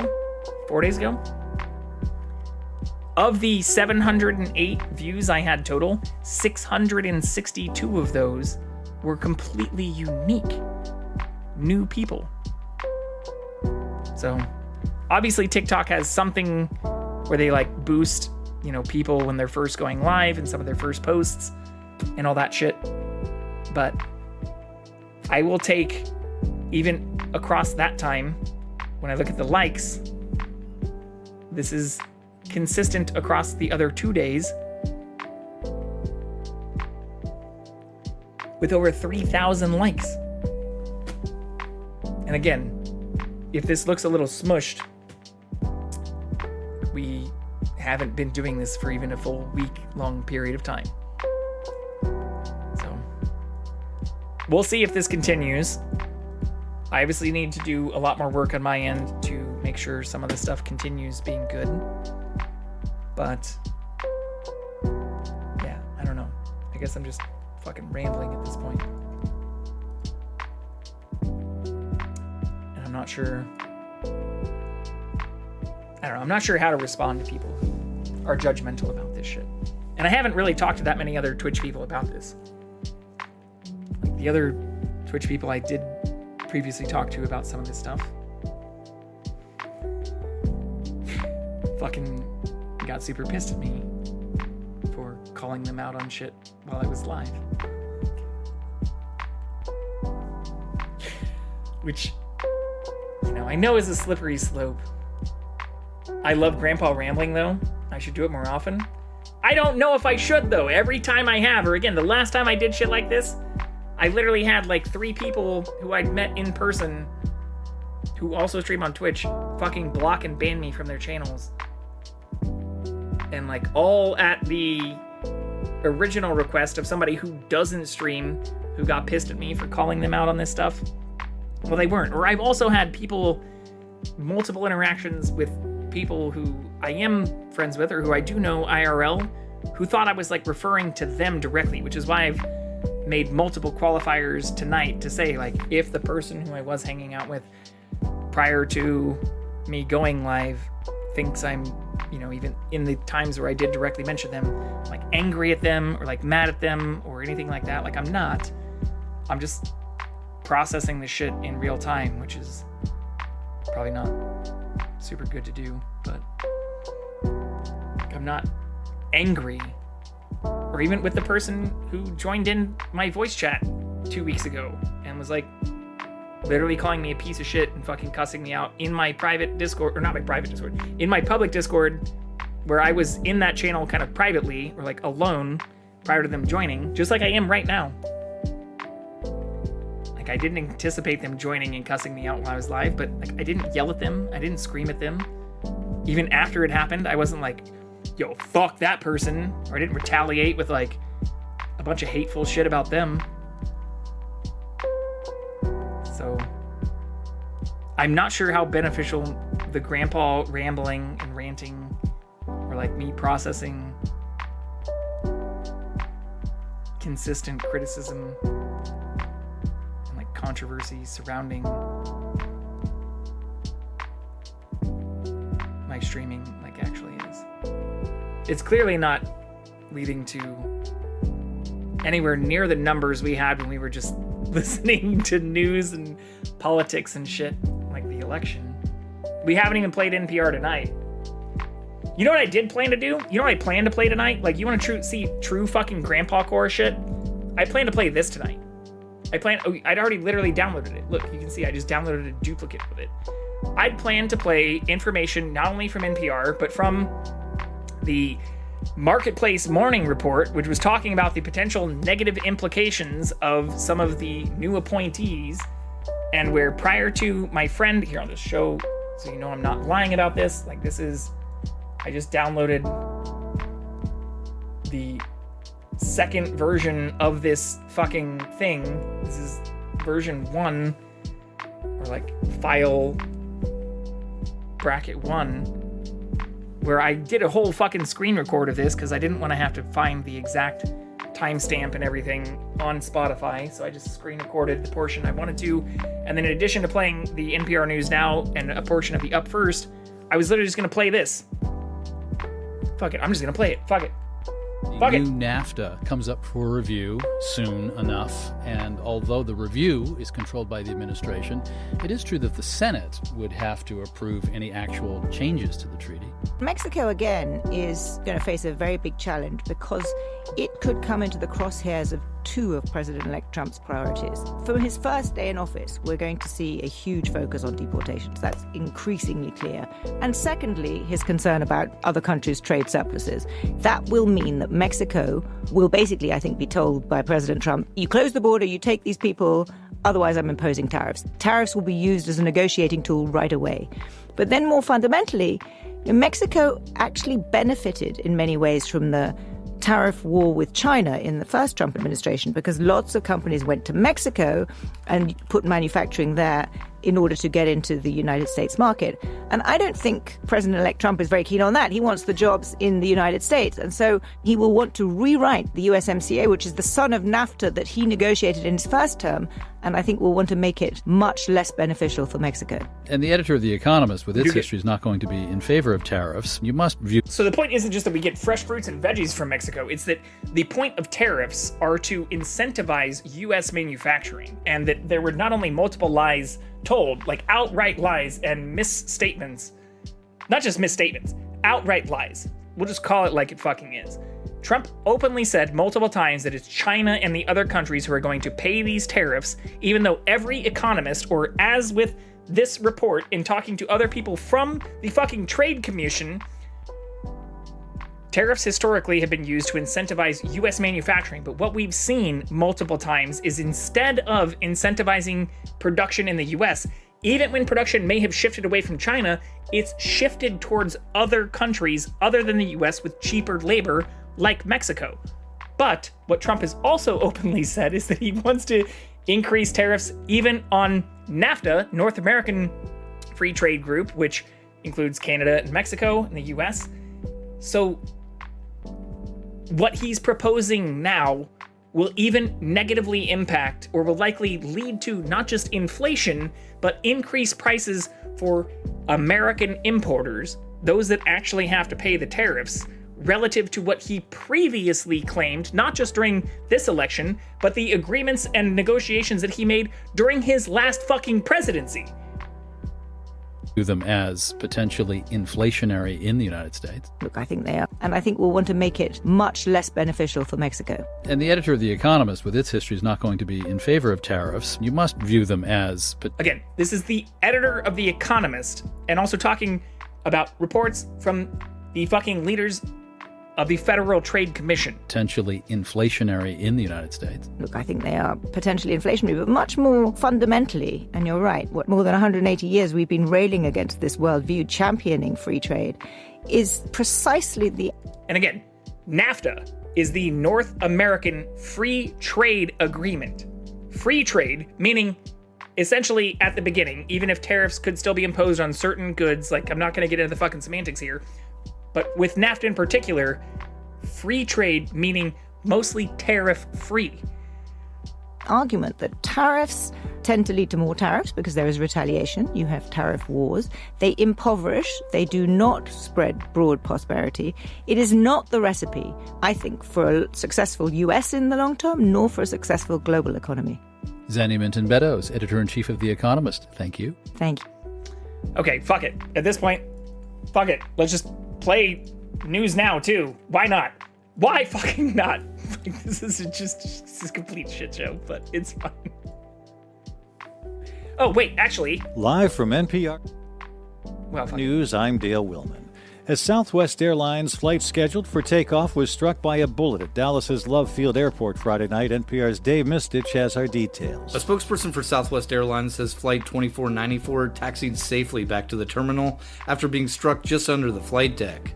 The company says the crew was preparing the flight for departure for Indianapolis. Southwest says law enforcement authorities have been informed and the plane has been removed from service. In a post on social media, Love Field says the runway was temporarily closed, but has since reopened, leaving minimal impact on airport operations. They also say no injuries were reported. That's NPR's Dave Mistich. House Democratic leader Hakeem Jeffries said Friday that the will of the American people was heard on Election Day, but he said that does not mean Democrats will give up. He pledged to push back on any far-right plans, and the New York congressman said he was most concerned with the announced Trump cabinets. Are some of these nominations a real path forward to solving problems for everyday Americans?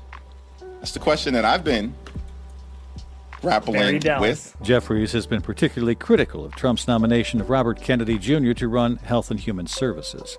Immigration advocacy groups are organizing in response to potential mass deportations expected under President-elect Donald Trump's second term. The Mountain West News Bureau's Yvette Fernandez has more. Trump has vowed to carry out, quote, the largest mass deportation in history. Leo Murrieta with Make the Road Action Nevada recalled the 1954 military-style operation to remove thousands of Mexicans who had crossed into the U.S. in search of work. Our communities have seen the failure of state agencies, the failure of municipalities, of institutions of learning, hospitals, and others in law enforcement when they have betrayed immigrant communities in the past and mass deportations have happened. Advocacy groups are calling for local and state agencies not to share information with federal immigration enforcement officers. For NPR News, I'm Yvette Fernandez. President-elect Trump says that North Dakota Governor Doug Burgum will head a newly created National Energy Council. He says the new council will seek to establish U.S. energy dominance around the world. The U.S. is already the world's #1 oil producer, though. Trump had already said he will nominate Burgum to head the Interior Department in his new administration. YouTuber turned boxer Jake Paul has won a unanimous decision over former heavyweight champion Mike Tyson. That happened last night. The match was held at the home of the Dallas Cowboys, and it wasn't close. One judge scoring the fight gave it 80-72 for Paul. The other two judges called it 79-73. Tyson is 58 years old. After the match, he said he may consider another fight. This is NPR News. President Joe Biden is in Peru preparing for an important meeting later today at the Asia-Pacific Economic Cooperation Summit. It's one of his last gatherings with world leaders before President-elect Trump takes office. NPR's Carrie Kahn reports. Peruvian President Dina Boluarte, who is seldom seen in public and is highly unpopular at home, urged dignitaries to work toward more inclusive economic policies. Chinese President Xi Jinping came a day early to Peru to inaugurate one of China's biggest investments in South America, a $1.3 billion megaport north of Lima, the capital. Xi is expected to meet one-on-one with President Biden Saturday. China has passed the U.S. as Peru's largest trading partner. The new port will be a major shipping hub between Asia and South America. China has pledged even more major infrastructure projects in... What did I think of the women's fight? Thought Taylor had too many violations to deserve the win? Absolutely. The fucking headbutting.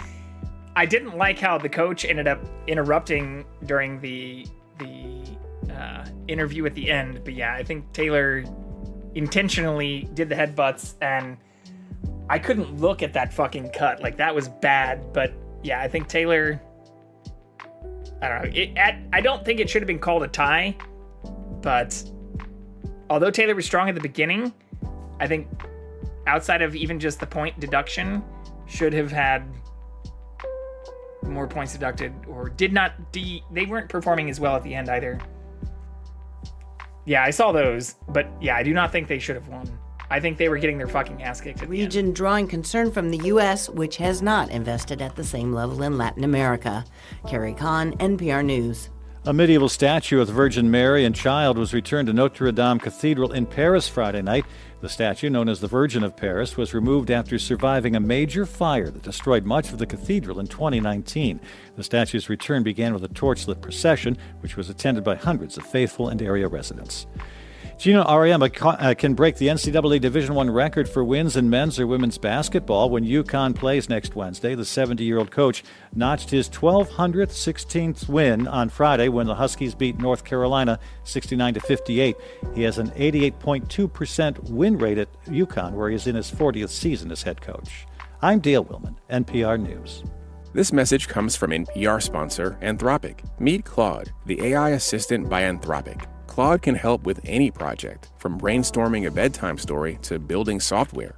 Join people around the world already working with Claude. Learn more at anthropic.com/Claude. All right, this is where we mention we're not directly affiliated with NPR or their sponsors, but I do support NPR and donate to them, so we play as much fact-based journalistic information as we can. But to your point, Kit, I do think Serrano should have won that. I even liked, or what I did go to just to show this, are just my likes. I know they're hidden now on Twitter, X, or whatever the fuck you want to call it. But I liked a few tweets directly related to that fight, including this, which said, Katie Taylor, after getting cooked for 10 rounds by Amanda Serrano and hearing, and still undefeated, with obviously a play from Homelander and The Boys. But yeah, not a boxing expert here at all, but my general impression was that Serrano took that one. Taylor was barely on her feet at the end. Yeah, which, that's how I feel about it. If you want to see how I feel, even if my likes are generally hidden, you might be able to see some of the things that I like or tend to retweet if you do follow me, not just on Twitter, but we've recently joined Blue Sky. Fuck, I probably haven't signed in on it on here. Let's not dox ourselves again. Well, fuck it. Maybe, do I have it saved? To the commentary on this, though, I now do feel compelled to play... Yeah, fuck, I don't. All right. Join Blue Sky Social. Fuck Twitter. Fuck X. Fuck it. Let's see if I can just find it. It's probably like a couple of minutes in. Member SI for large language models. And vaccine skeptic made many claims during President-elect Trump to run the Department of Health. Learn more at supermicro.com/AI. I don't even have Blue Sky. Robert I have F. Kennedy Blue Sky Jr. accounts will already. be nominated. So I want to just play this part about RFK because I was talking about him 2 days ago and yesterday. I also love how we also went from 8 down to 5 here. People really don't like to listen to the news. People like listening to hear me yap about fucking just personal drama and controversy more than they like hearing NPR, which blows my fucking mind. Blows my fucking mind. But we're gonna play it anyways. Again, we're in the shit show period of the stream, so let's fucking do it. Again, this is from NPR's Up First. This is not anything that I think is advocating for a specific policy or politician. So I do not think it falls under the politics and sensitive issues commentary, even if it is a predominantly politics-oriented podcast. But this is really talking about the issues and the people who are being elected to office, which outside of a general politics designator is just truthful, fact-based information about those individuals. By President-elect Trump to run the Department of Health and Human Services. The environmental advocate and vaccine skeptic made many claims during the presidential campaign. He said he will drastically reduce rates of chronic disease in just 2 years. He also spread several conspiracy theories. While chatting with the podcast host Joe Rogan, RFK Jr. said Wi-Fi causes cancer. While talking on X with Elon Musk, he claimed that school shootings are linked to antidepressants. And elsewhere, RFK questioned the link between AIDS and HIV, which is the virus that causes it. Joining us to tell us more about Kennedy's background and what his confirmation could mean for the agency is NPR health policy correspondent Selena Simmons-Duffin. Selena, good morning. Morning, Michelle. So obviously many people have heard of Kennedy. He's part of a very famous Democratic political family that includes the former president, John F. Kennedy. But tell us more about him as a public figure. Well, most recently, he ran for president as an independent before dropping out in August and endorsing Trump, who's been enthusiastically using his Make America Healthy Again line. Kennedy is an attorney. He went to Harvard in the 70s and got his law degree at UVA. He struggled with drug addiction, and it was actually an arrest for heroin possession in the 80s that led to volunteering with the Natural Resources Defense Council to fulfill community service hours. That led to a whole career in environmental advocacy. And around 20 years ago, he got interested in vaccine conspiracy theories, especially in the disproven link between vaccines and autism. That has been a huge focus of his work and life since then. Okay, so what about the agency he would be in charge of? Give us a tour of the Department of Health and Human Services. Again, the person who got a slap on the wrist as a white male from a wealthy family for a heroin arrest, who then did community service, then started dedicating their fucking life or a large portion of their political outreach and advocacy to anti-vaccine skepticism, which they have maintained for over 2 decades. These are not opinions. These are facts. So HHS is enormous. It's got one of the And they're the person being nominated to lead the Department of Healthcare. biggest budgets in the federal government, $1.7 trillion. That's trillion with a T. That's about the GDP of Australia. And within... Yeah, proven links between vaccines and autism. That's what RFK Jr. has claimed, or that's what I was talking about 2 days ago, where in addition to his outrageous claims about vaccines causing autism, he also got COVID, or has also had multiple major health issues, which many people, I'm not going to dive into the, I want to be careful, since given the new content labels, I can't be expressing opinions and have to only state facts. He apparently has opposed things that would have benefited even himself, as well as hundreds of millions of other people, or billions of people around the planet. HHS are a lot of health agencies. Medicare and Medicaid are under HHS. So is the Food and Drug Administration, the National one of the largest Health, administrations next the Centers to for Defense. Disease Control and Prevention. Those are probably the health agencies people hear the most about. But there are all these other agencies, like one that runs community health centers across the country. There's another for mental health. In all, HHS employs about 90,000 people across these agencies. Trump has promised to let Kennedy, quote, go wild on health and dramatically shake things up. Do we have any idea of what Kennedy going wild on health might look like? Well, he recently said he'd like to fire 600 NIH employees. He's talked a lot about rooting out corruption. Some of his ideas are pretty mainstream, like promoting nutritious foods and addressing chronic disease. He said he wants to ban prescription drug advertisements. He rightly points out that American life expectancy is really pretty bad and lags behind other wealthy countries by a lot. But he has some views that are really far out of the mainstream. We've talked about vaccine skepticism. Current CDC Director Mandy Cohen wrote to NPR yesterday, quote, I don't want to go backwards and see children or adults suffer or lose their lives to remind us that vaccines work, and so I'm concerned, unquote. The idea of someone who's actively sowed misinformation about vaccines being in charge of the government's scientific research and public health agencies really horrifies a lot of people in those fields. This is a Senate-confirmed position. Do we have a sense of whether he will have the votes to be confirmed? And this is what we talked about yesterday, where it's cowardly. I do not think that is an opinion. It is fucking cowardly for many people who are in office to currently not express their support or non-support for individuals in these types of nominations and positions, and where, shocker, a large portion of Republicans are the ones who are refusing to comment about the majority of the nominations for Donald Trump. Well, we'll have to see. Some Republican senators have responded enthusiastically to his nomination. Others won't say yet. Interestingly, his campaign website says he supports abortion access. He wrote, quote, "I'm for choice and medical freedom." We'll see how that position plays out among Republicans who are eager to curtail abortion access federally once they take power in Washington. That is NPR's Selena Simmons-Duffin. Selena, thank you. You're welcome. All right. I wanted to play more from this, but I'm just going to get myself fucking riled up. So, anyways. Yeah, basically, Trump lied about tariffs. Not just lied, and not basically. Lied multiple times in the campaign trail.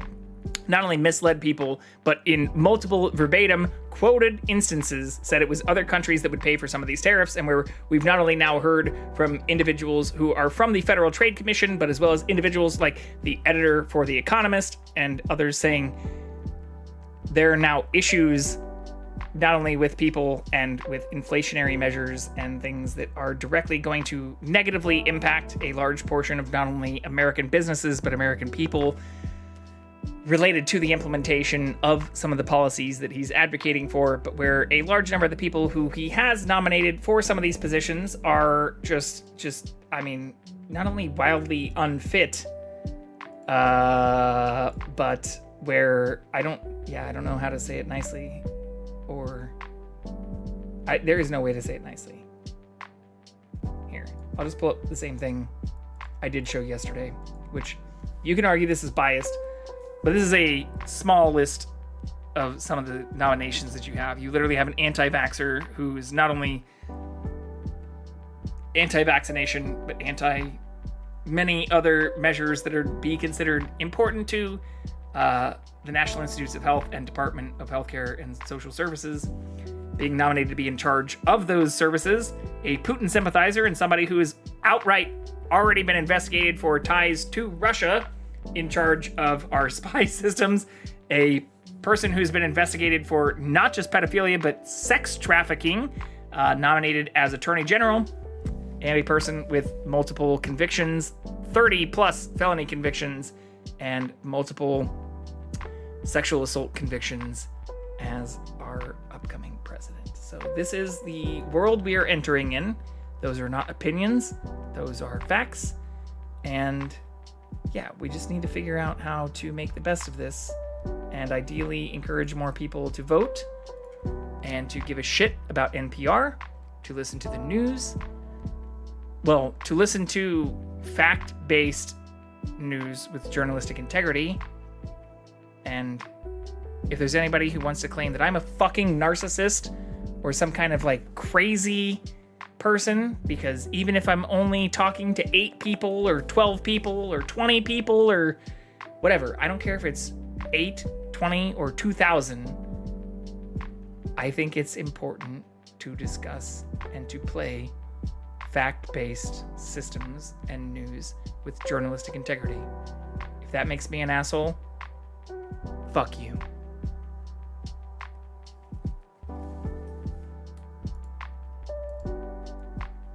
All right.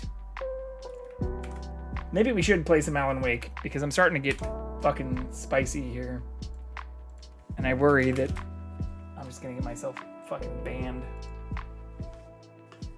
if I continue on with this nonsense. Oh shit! Hello, Evie. There's apparently other people in... I need to pay more attention to TikTok, apparently. Hello, TikTokers. Thank you for joining. I mean, I did have almost a full glass of wine for anybody who wants to judge me for my wine or alcohol intake. I also had 2 beers during the pre-Tyson fights. So if you want to fucking get at me for my alcohol intake on a Friday night, even if you barely saw me drink it all during the entire goddamn week, come at me, fucking bros. Sorry, that's sexist. Come at me, y'all. Sir, I don't invite people to judge you. I'm inviting people to judge me because they're gonna fucking do it anyways. They do. I mean, I understand. Like, you judge people. You judge people. I judge people all the fucking time. What I don't do is join their Discord, yell at them, call for other people to ban them, get super butthurt about like, single streams and call for complete canceling of them, or especially if I've known them for decades, or even for people like I was hanging out with earlier, like start trying to dig into their financials based on their personal fucking interests. Again, this doesn't mean I dislike, hate, or am trying to cast all of those individuals who have even done some of these things in a negative light, and I'm not trying to be Zen or Buddhist or like fucking perfect about this. But in all of those situations, I have never raised my voice. I have never yelled. I have never screamed. I have never retaliated in a way that has made me say things that I could definitely say that would be hurtful, derogatory, or hateful towards them. I've never asked about or dug into, or even in the instances where I do know deep and intimate details about their personal finances, tried to criticize them for any of those things. And this is not, again, to try to paint myself as like some fucking saint here for just not doing those things and being a decent human being, but for fuck's sake,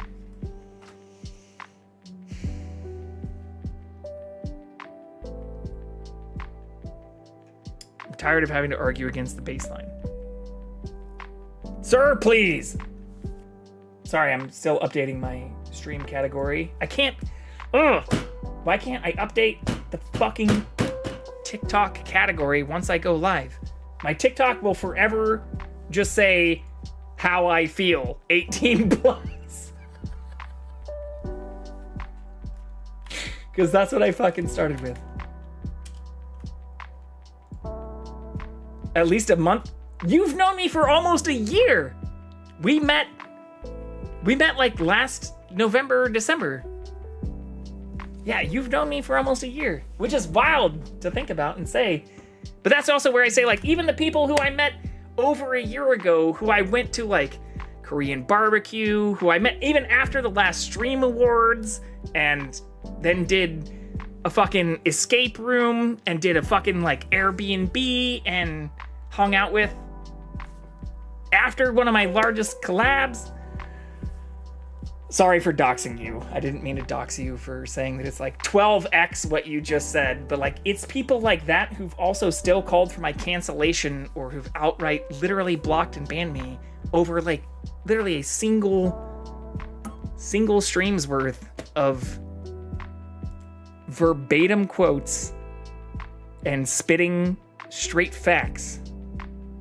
That's the stuff that even relative to the people who I've known for a very long time IRL, like I can take that a lot easier than like people I've met more recently that are like, you're a huge asshole and a piece of shit or a narcissist because like you literally called this one person out for like stuff that like I literally just quoted them verbatim. And then when they told me I was misrepresenting the things they said, posted fucking chat logs in verbatim context. It's like, I'm not only not sorry for that, I do not think that deserves any form of apology. And that's what has gotten me into hot water with people who I have known for a very long time because I've maintained the exact same position. It's like if I'm saying things that are, if you just don't like me spitting hot fire and straight facts, and that shit gets your fucking boxers or panties in a goddamn bunch, fuck out of here. Oh shit, this is the wrong Alan Wake. It's fine, Buckaroo, I just wasn't wrong. You're not wrong, I wasn't trying to say you're wrong. I was just trying to 12x the length of time you stated. Just trying to put a significant modifier on that statement. Oh, this isn't actually plugged in. Fuck, okay, hold on. Gotta plug my controller back in too. I don't think it's even been a year.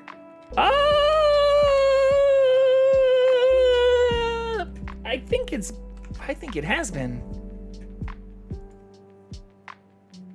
I thought it was pre-holidays last year.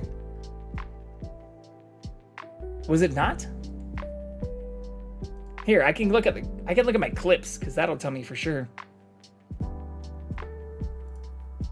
You might be right. Once again, I'm not trying to claim I'm infallible here.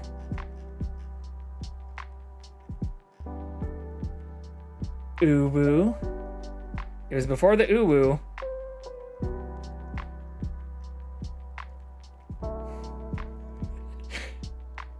It was at least 10 months ago. I'll put it that way. It was at least 10 months ago. But my first co-stream with the person who I think you met me through was literally like last December. Here, I'll just play this. This was clipped by Ephemeral 10 months ago. How do I play this? This is 10 months ago. 10 months ago. Actually, a little over 10 months ago when I look at the actual date.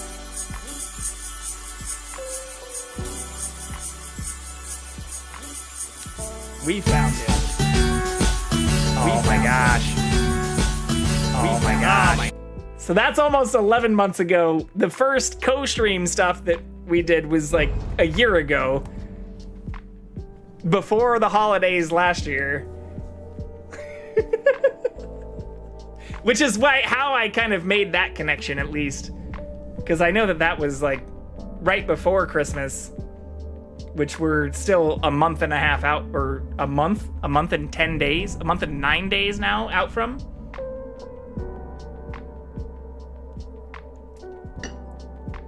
I mean, again, I'm not trying to be like an asshole about like the actual timing, but that's exactly, I feel the same way. Even with the people who like, you know, I've been talking about, or without making my whole stream about harping on some of the shenanigans, it's like some of the shit that I feel like I've been called out for. It's like people who I've literally known outside of friends and family for decades, like for 6+ months, who are like, I saw one stream where you were calling somebody out and spitting straight fucking facts, and that was not fair to the person who didn't accept the facts. It's like, what? What?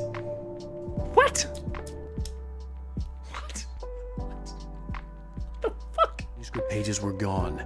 The FBI. Feel like it's only been 4 months? No, I'm pretty sure you and a handful of other people found and followed me on something that was literally like, at the very least 10.5 months ago. At best, during the very first collab stream, was literally a year ago. Was December of last year.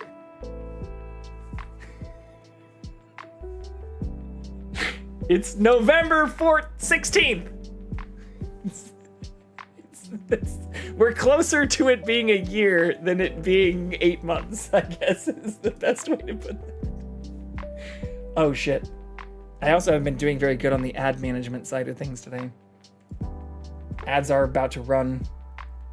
Fuck. Have they only ran once? Oh, I guess that's possible, because I did run them at the beginning, right? Fuck.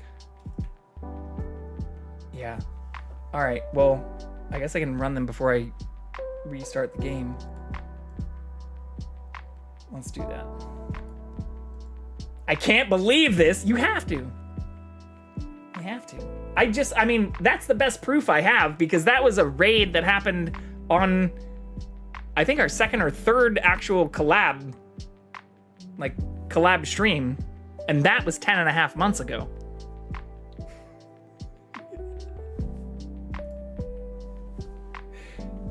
It was more than 10 months ago, because it was in the middle. It was, yeah, well, it was December. Yeah, it was like 10.5 months ago. Or I could say you've also been following me. Like, well, you've been following me for a long time too. I'm not going to call you out in particular. But yeah, I think you met me in like December of last year, which is pretty close to a fucking year ago.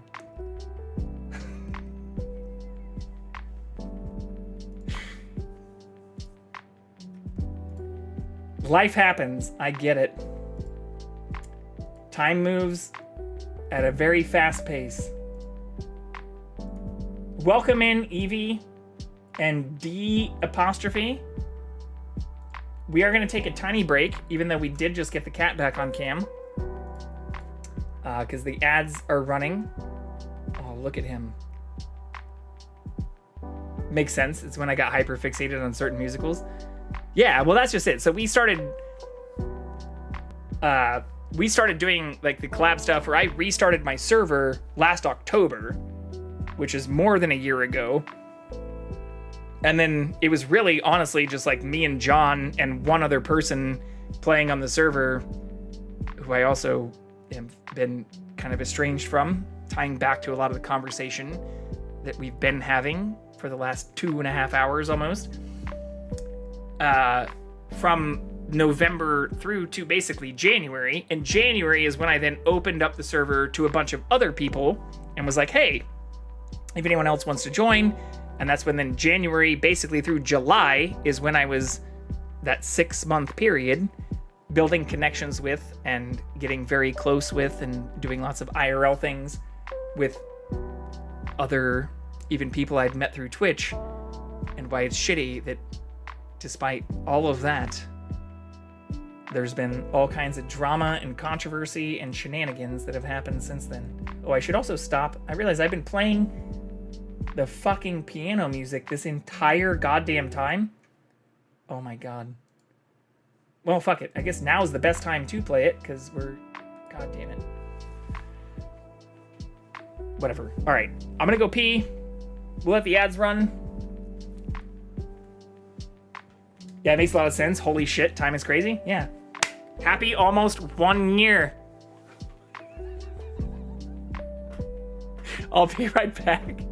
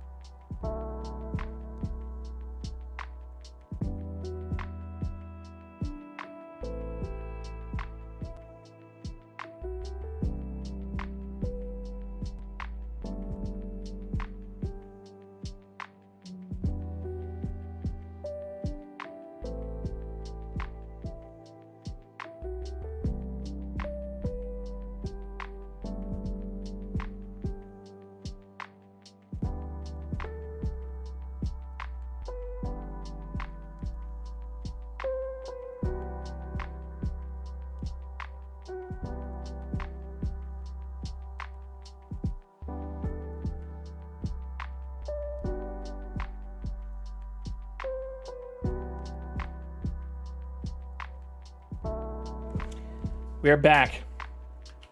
Oh, I also am supposed to...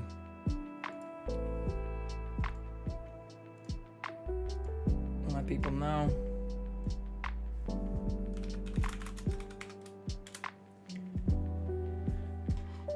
Back to Alan Wake. Thank you all for hanging out with me tonight, though. I really do appreciate it. And honestly, it means the world to have so many people who, over the last year and a half, or I guess not even a year and a half, like since I started streaming last September, even if there are a handful of people who, whether I met you through streaming or not, have been extremely supportive. It's one of my favorite things, and I've loved doing this. And that's the part that, you know, whether I also knew you or not before streaming, like you've questioned my sanity or think I might be just off my fucking rocker for doing this or not. Like, I love doing this stuff. So I love you all. You're the best. We also got more olives from Costco today, so.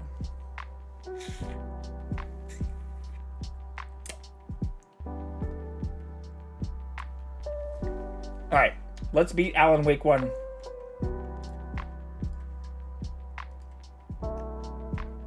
So spicy. Yeah. My agent had taken them. I think my tongue just took a crap in my mouth. Ugh. Oh, I did end all the... No, I didn't. All right. No background sounds. Wait, we're in jail now? Ow. Ow, this is not good. Better than getting That shot in the about face. sums it up. Which almost happened to us, too. Oh, I am never drinking again. I need to talk to Weaver. She's the one in the song. The Lady of the Light. What, the crazy lady? Ugh, whatever you say, Al, but we're stuck here. They're not You haven't gonna... even interviewed Wake. I had some reading to do first, Sheriff, and let me tell you, it was an interesting read.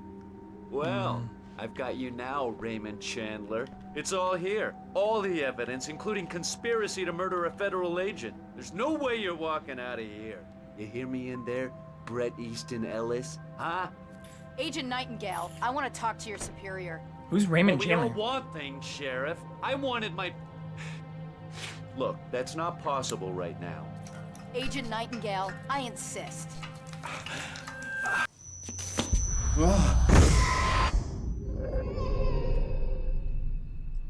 Wake, what's wrong? Lady, are you American stupid? Psycho reference? It's a trick. It's an obvious trick. Okay, I've had enough of this His crap. people just went Wake, fully black, I'm gonna too. trust you with this. You're joking. Agent Nightingale, your opinion would matter more if you were sober and if I actually believed you were here on official business. Ooh. Whoa! Oh, shit! Get back in the cell, Stephen pulls King. his gun every The time only he's way called you're out for how leaving much this he place drinks. is over my dead... Famous classic noir detective novelist. I know. Zerbs, thank you for all of your support, too. Light. We need light. It's the only way to fight this thing. I won't dox how long we've known each other, but you've also been nothing but supportive of me. Oh, man. And I love you Who too, said he dude. ducks with the lights out? Nightingale felt the situation veering out of his control, but the gun at least felt steady in his hands. He was ready to fire, resolved that he would let this happen over his dead body. And yet he hesitated. What if I He had ice seen cream? this moment before, Vanilla ice read cream? it in the page. He was transfixed by the deja vu and the horror that he was a character in a story someone had written. Then the monstrous presence burst in behind him and dragged him into the night. Okay. Zerbs can also attest that I'm still the same person I've been for over a decade. Nightingale tried to make sense of the manuscript. It was disjointed and strange. He didn't understand half of it. That's a She but Loves it Me all rang reference. True. Impossibly true. He took out his hip flask when he reached the page that described how he reached the page that made him take out his hip flask. It wasn't the booze that made his mind reel. Interesting.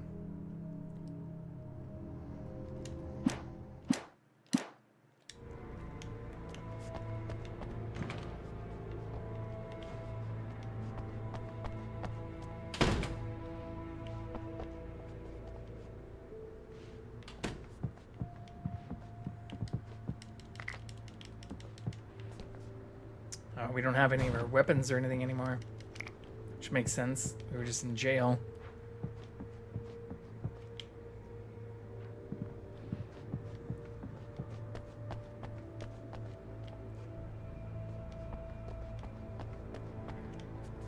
Convenient car. Look, JV, I still need to watch She Loves Me. I signed up for a whole fucking Broadway HD streaming trial that thank God I remembered to cancel because it was like $20 a month after the trial just to watch that. I did like it though. I did enjoy it. And I didn't realize until I watched it that it was a precursor to like She's Got or You've Got Mail. They added more musicals on that. I would go crazy. I'm not going to pretend like I know all the history of a lot of those things. Here are your things. Wait, what do I need But the to more know? I've been exposed to a lot of them, They can be heard I've in the loved them. light, only in the light. And I need to find Cynthia Weaver. She can help me stop this. Light. Check. Cynthia. She lives in the old decommissioned power plant. I can get you there pretty quickly in the rescue chopper. Come on. I like how they also went from like, I'll help you to like, I immediately trust you with a shotgun and a handgun. Wheeler, I need you to stay here. What? No. We're going to fetch our ride. We're just going to give this writer multiple weapons after holding him in a prison cell. Okay. Here's a list of people and phone numbers. You can call them and tell them you're the best. Okay. Night Awful. Springs? Like the TV show? Gotcha. Hey, the radio guy's on the list. Maine. Who's Frank Breaker? He related to you? My dad.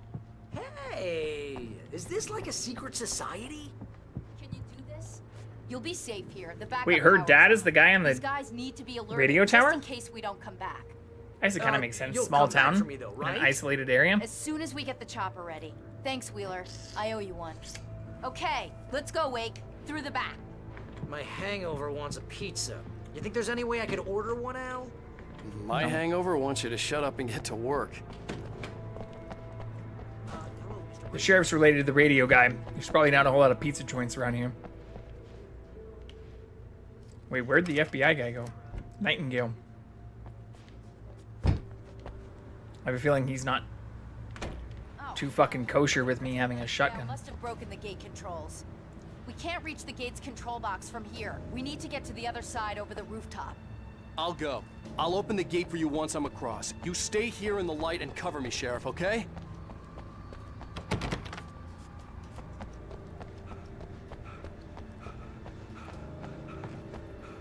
How the fuck do I get to the roof, though?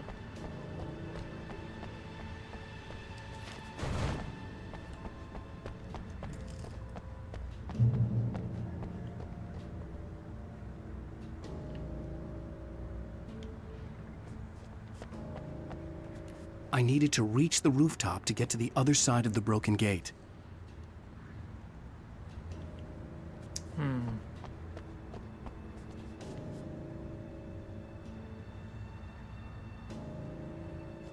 Can I get over the fence?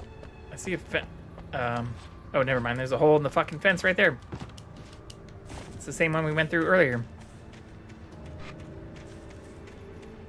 Ah!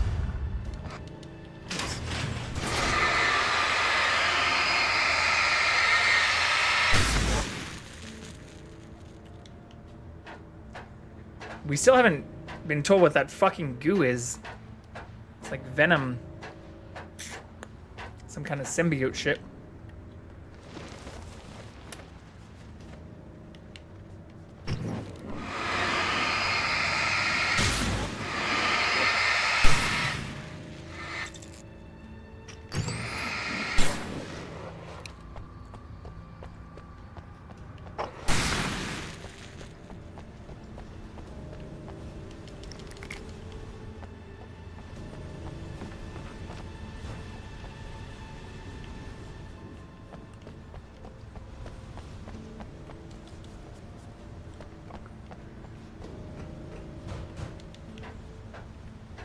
I still don't know why we can't vault up very simple heights.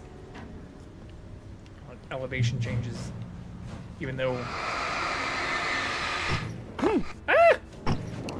There are multiple instances where we've jumped higher distances. Oh, fuck.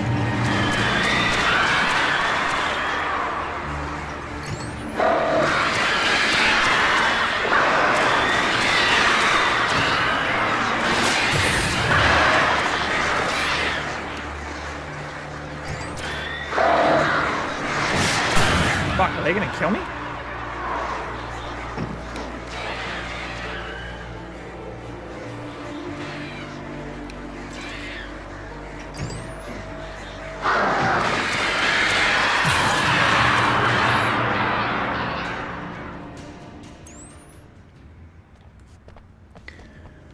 Fucking birds.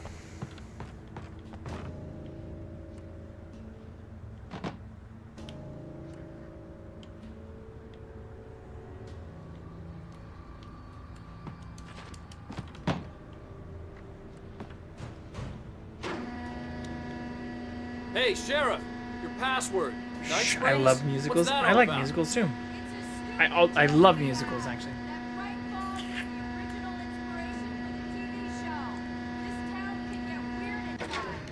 Never this weird, though.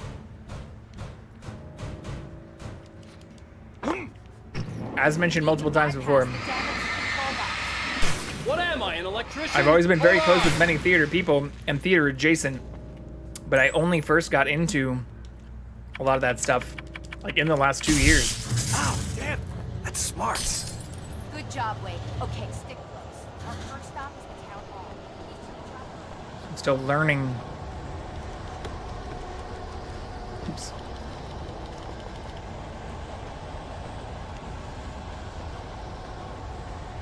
I just heard about a musical in Nova Scotia tonight.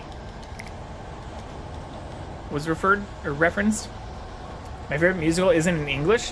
They tried it on Broadway, but it's terrible. I don't mind things in other languages. In fact, I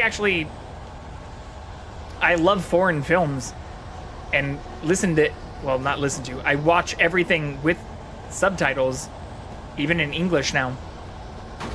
Tons or Vampire? I will check that out. Yeah, I heard of another one tonight called Nova Scotia that I'd never heard of or seen. Get fucked.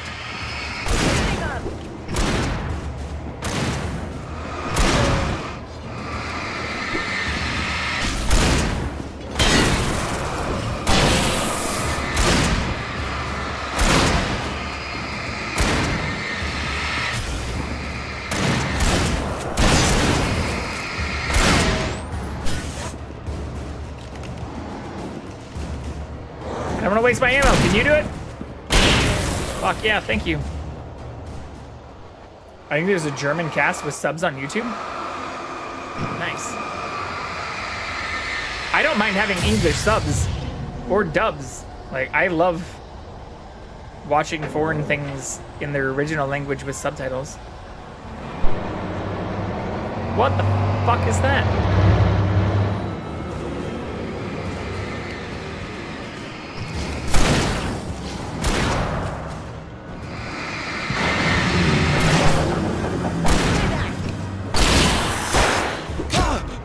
Shit.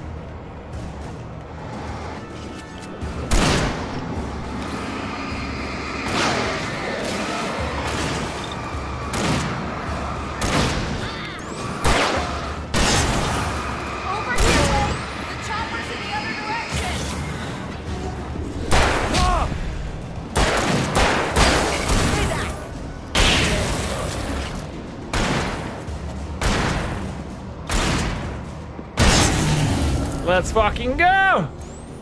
Same. Brotherhood of the Wolf is a French film. English dub is hilariously terrible. Yeah, I mean, I ran into a lot of that, even just watching, like, Initial D, and I wouldn't even consider it, like, a full amount of anime. Like, cartoon shit. When I was younger. Oh, shit! And quickly learned that, like, you need to get good with subtitles. And so now I watch everything with subtitles.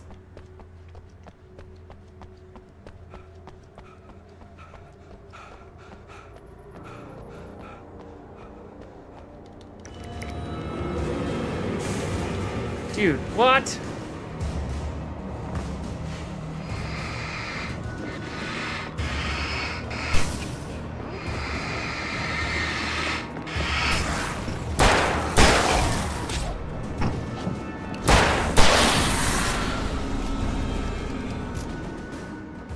But I will add those to my list for sure.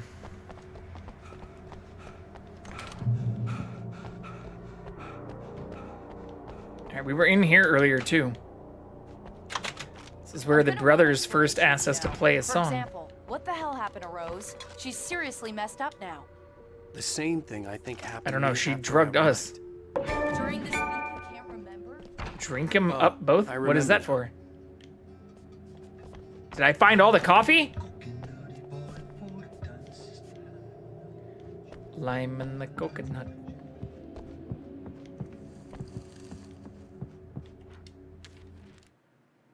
Fuck, did I Barry miss was a in bunch his of pages? element, making calls, making things happen, even if he didn't entirely know what those things were. He wouldn't let the hot sheriff check down. Even if every noise he heard from outside, and he heard plenty, made him jump. He had only paused to text Al a message, told him to hurry up. Suddenly, Barry froze in mid-dial. A window broke somewhere in the building, and then the lights went out. I grew up with closed captions because of mom's hearing impairment. My husband thought they were annoying until he saw how much ambient sound he was. It's not even ambient sound, but there's even things in like the What If series and like a bunch of Marvel shit and like other movies where like there's like whispers or like things that even when the actors like say everything clearly, like you miss certain things too. And I feel like it's also good like brain training, especially for things in another language or like everything everywhere all at once like has like natural subtitles that show up, but when you watch it with subtitles you realize how much of like, you know, Chinese and like other language stuff I don't know, I feel like you pick up on a lot more. I don't know how I'm not phrasing this well, but same thing with like foreign films. I feel like once you train your brain to read the subtitles, you don't miss out on the actual picture, which is a lot of the stuff that people tell me. It's like, oh, I don't want to like be distracted from the main screen. It's like, you don't really, once you like learn how to read it. Children who are exposed to subtitles and captions read faster, better. That's awesome. I didn't know that actually. It makes sense. Oh, Venemoth. I haven't been doing any catching tonight either. But yeah, it's just like children who are exposed to, I feel like, other languages. But especially for foreign things, original language with subtitles. Don't give me some English dub of that shit. And I thought New Yorkers were rude. Give me original language with English subs. You have the right to remain understand these rights. Right there.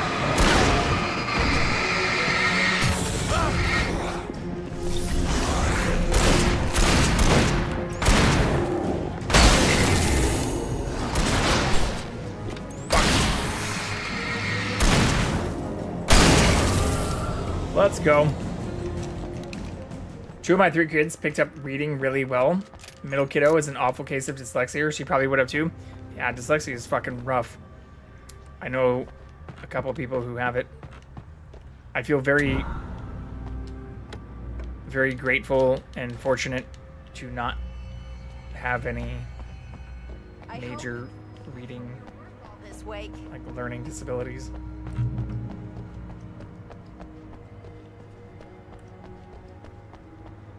Despite being like formally diagnosed with ADHD, I feel like some of that is just being hyperactive and having very active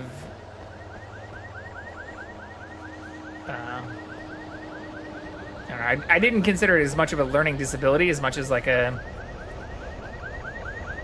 I don't like sitting still kind of thing. As evidenced with streaming and being able to stay engaged with things that are mentally stimulating, not as much of an issue. She has a triple whammy, dyslexia, dyscalculia, and dysgraphia. What's dysgraphia? I know what dyscalculia and dyslexia are. What's dysgraphia? It's an ambush.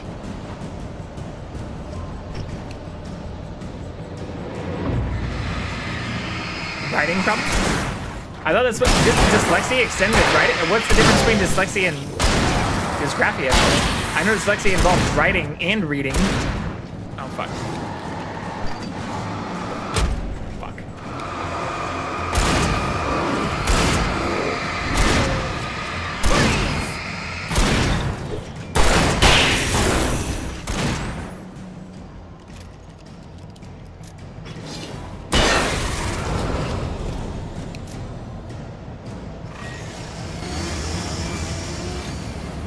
Why do they get chainsaws and we don't?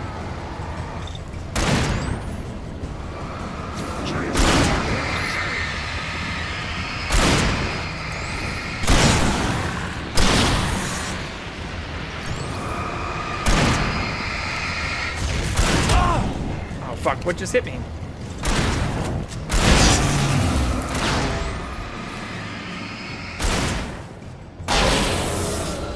Let's go. Overlap, but dyslexia is primarily concerned with reading, and dysgraphia is primarily writing. Oh, I didn't know that. Today I learned.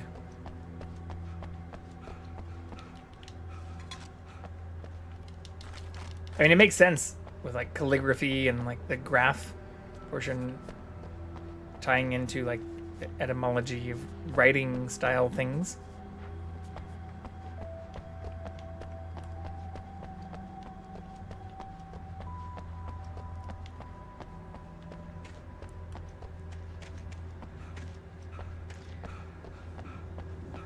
But yeah, I don't want to downplay like the ADHD diagnosis or anything that even I had, but I got that very late in life after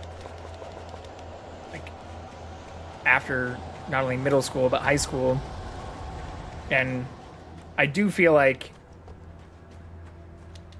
when I'm stimulated with specific types of things, or if I like the way that things are taught to you or the way you're introduced to certain materials does matter a lot.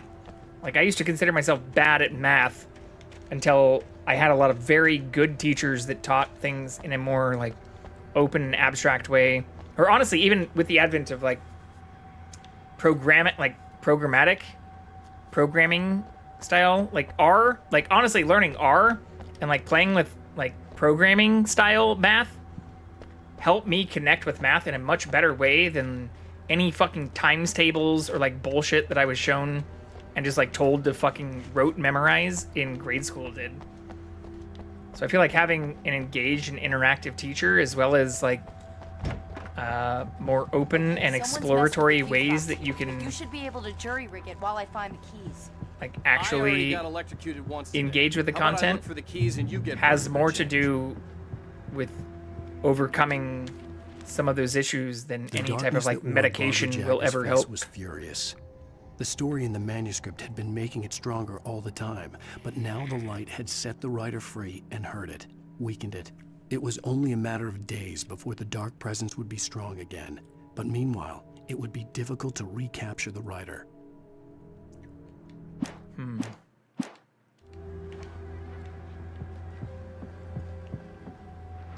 Which again, isn't to say I'm like anti-medication or anything like that, but... The message was from Barry. He was getting worried at the station. He wanted us to hurry. The older I've gotten, the more I've tried to stay medication-free. And have found that the way I approach certain topics seems to matter more than topics themselves.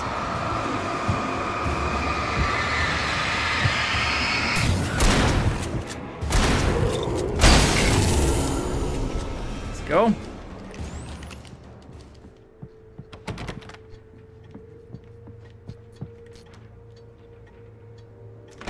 Fuck yeah. Lantern and flares back. I have ADHD meds. I don't take them. I feel like for me, they do enough to be worth. I don't feel like they do enough to be worth the cost. I mean, for me, it's more that I feel like I've learned ways that I've learned how to learn, if that makes sense.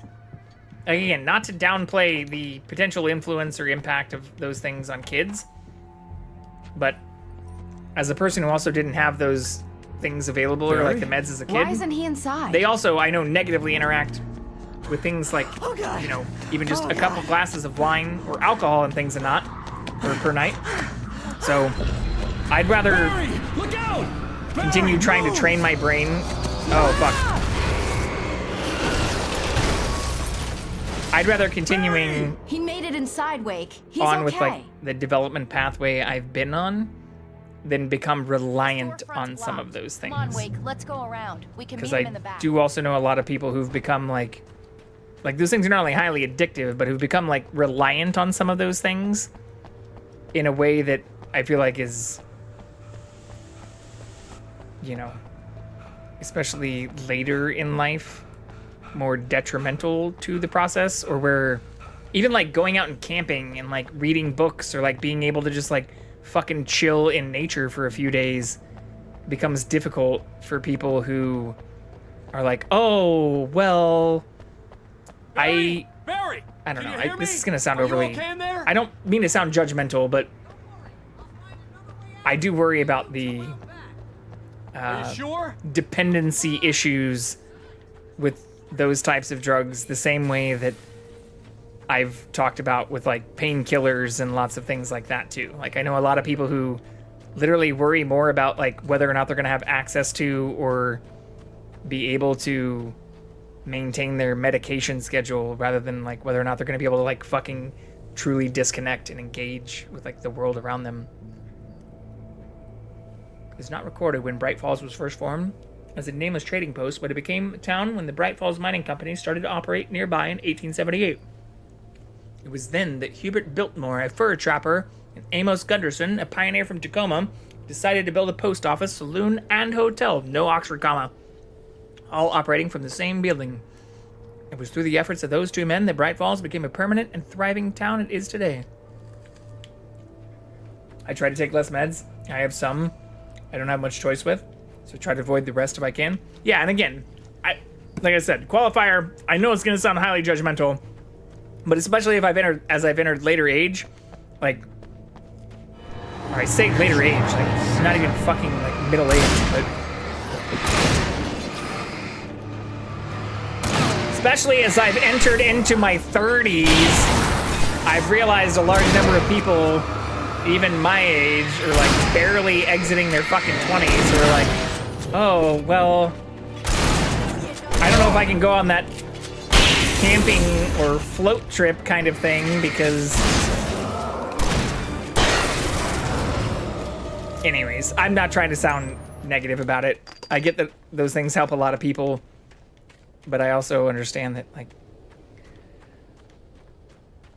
especially for the more addictive and especially opiate or stimulant-driven drug markets that exist in the world, as someone with a more addictive personality, we can make it through the bookstore. pharmaceutical Dealers companies should be waiting for us in the back don't yard. make billions of dollars in profit because those things aren't About time somebody showed up. All the shooting in the air is idiotic. One of these days aren't you'll easily kill baked someone. into And over Deerfest. predilections for people enjoying or like feeling a need and like dependency. I guess drug dependency is the whole thing. There's tons of research even on drug dependency, especially for like opiates and stimulants. And that's more of what I'm referencing. Is it's sad to see a lot of people who I feel like shun or shy away from just basic life experiences because they're more worried about like their fucking prescription schedule. Right now, I'm not a big fan of my own writing. Alex Casey, where have we seen that word before? Or that name before? Oh, those are his books. Cynthia Weaver worked hard, following her obsessive rituals. I'd rather sometimes eat fighting, olives and drink always wine, getting even if into it's them not, in the end. you know, these is She obviously haunted the halls of Bright Falls abandoned argue power plant. She marked her caches with medicative, light-sensitive paint that could only be seen medicational. by eyes that had been touched by darkness and saved by light like she'd been. Maybe not in the most She was healthy manner. preparing defenses and supply lines for the war she knew would come. The war between the forces of light Come here, and buddy. darkness. Come here.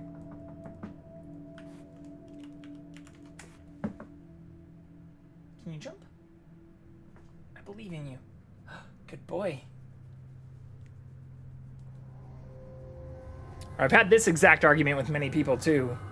Which doesn't tend to go over well.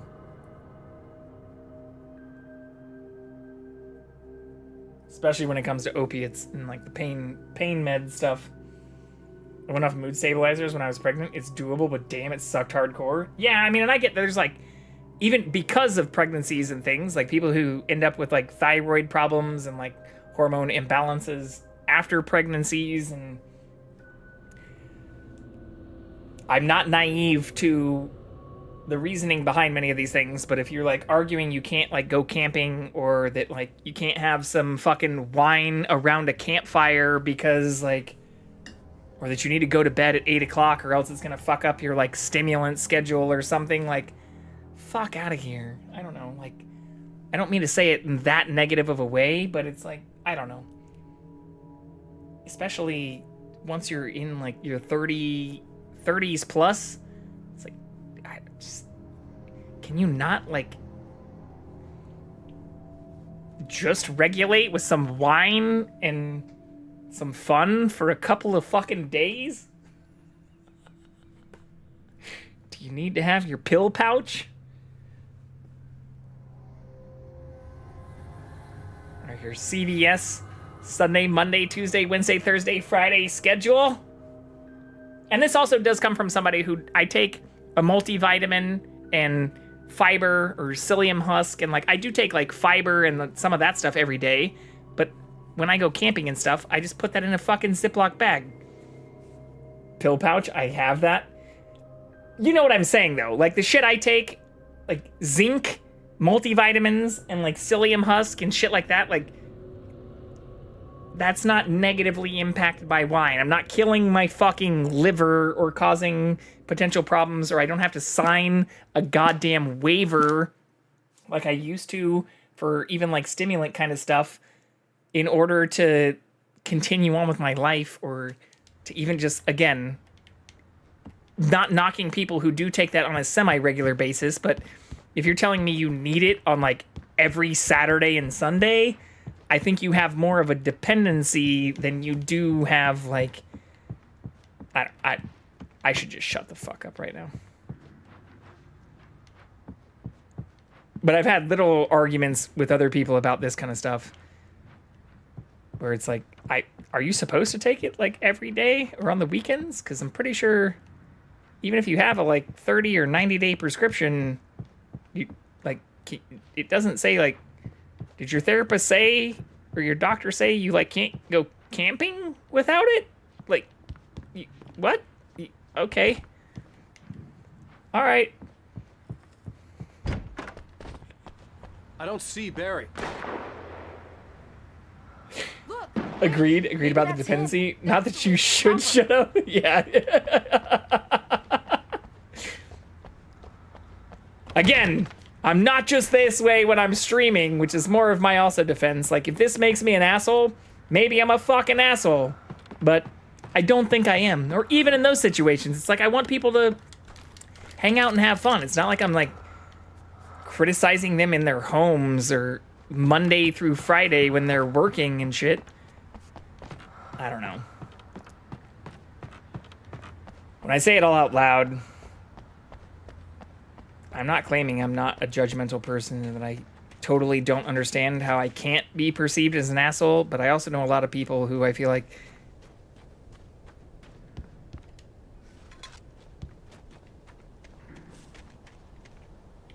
call me out on things that they should be like okay with being called out on themselves.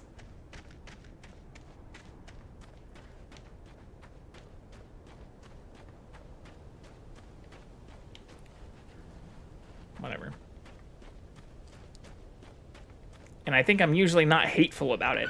I'm usually not like, fuck you, you fucking addict, you piece of shit. I can be hateful. But I'd like to think that the few and far in between times I've been hateful over the last couple of decades have been fairly deserved. Deserved? However you want to pronounce that. You're not hateful? I'm not saying I'm incapable of that. Like, I've definitely had hateful moments. I'm not saying I'm perfect. Or even for other shit I've been called out on, like how many exes I'm still in contact with. Which is hilarious because when that has been brought up, it's like people who are now like literally married with like kids and in like happy other relationships where it's like, why the fuck would I still be in contact with them? But even for people who Barry got back to his I've had fallings out with, like general store a lot of those weren't like hateful separations. Right next to the cans of baked beans was a locked case filled with flare guns, and yet here was a conveniently placed barrel of crowbars. Barry's smile widened as he realized that this was the classic movie scene where the hero had to gear up and arm himself to the teeth. Barry threw himself into the role. Without saying too much, I do still maintain a lot of connections with a large number of people who I've not only dated, but like, I would consider myself still fairly healthily sexually active. But as I've gotten older, I've also become very careful about some of those things and also still get tested. I've even been yelled at by people who I've been active with for a long time for continuing to get tested even after my interactions with them, which I'm sorry if any of them are ever listening to or ever hear this either. I'm not trying to make you feel bad, but it's a goddamn fucking miracle that in my 30 plus years of living, I have not had an STD, given the number of people who I know who have. And if we are not exclusive, I'm going to get tested after we have relations. But I've had people be critical of that shit. Like, I don't know. Hilariously, the only, like, 2 people who've been hypercritical of that are also fucking married, so I also think it's, like, projection, like a tiny bit of jealousy. I'm sorry that you don't sleep with multiple people. Are you mad at me because I do? Omega-3 fatty acids are good for your heart. What the actual fuck do these zombie things say?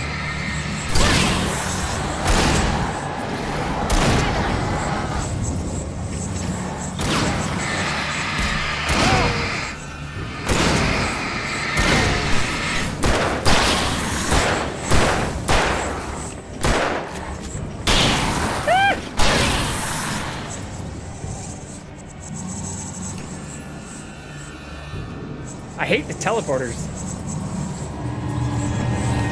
Hold on. I will read that as soon as I kill these fucking teleporting assholes.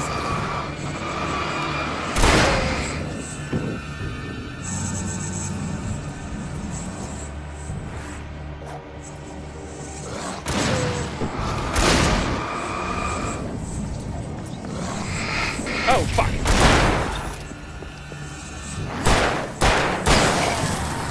One more?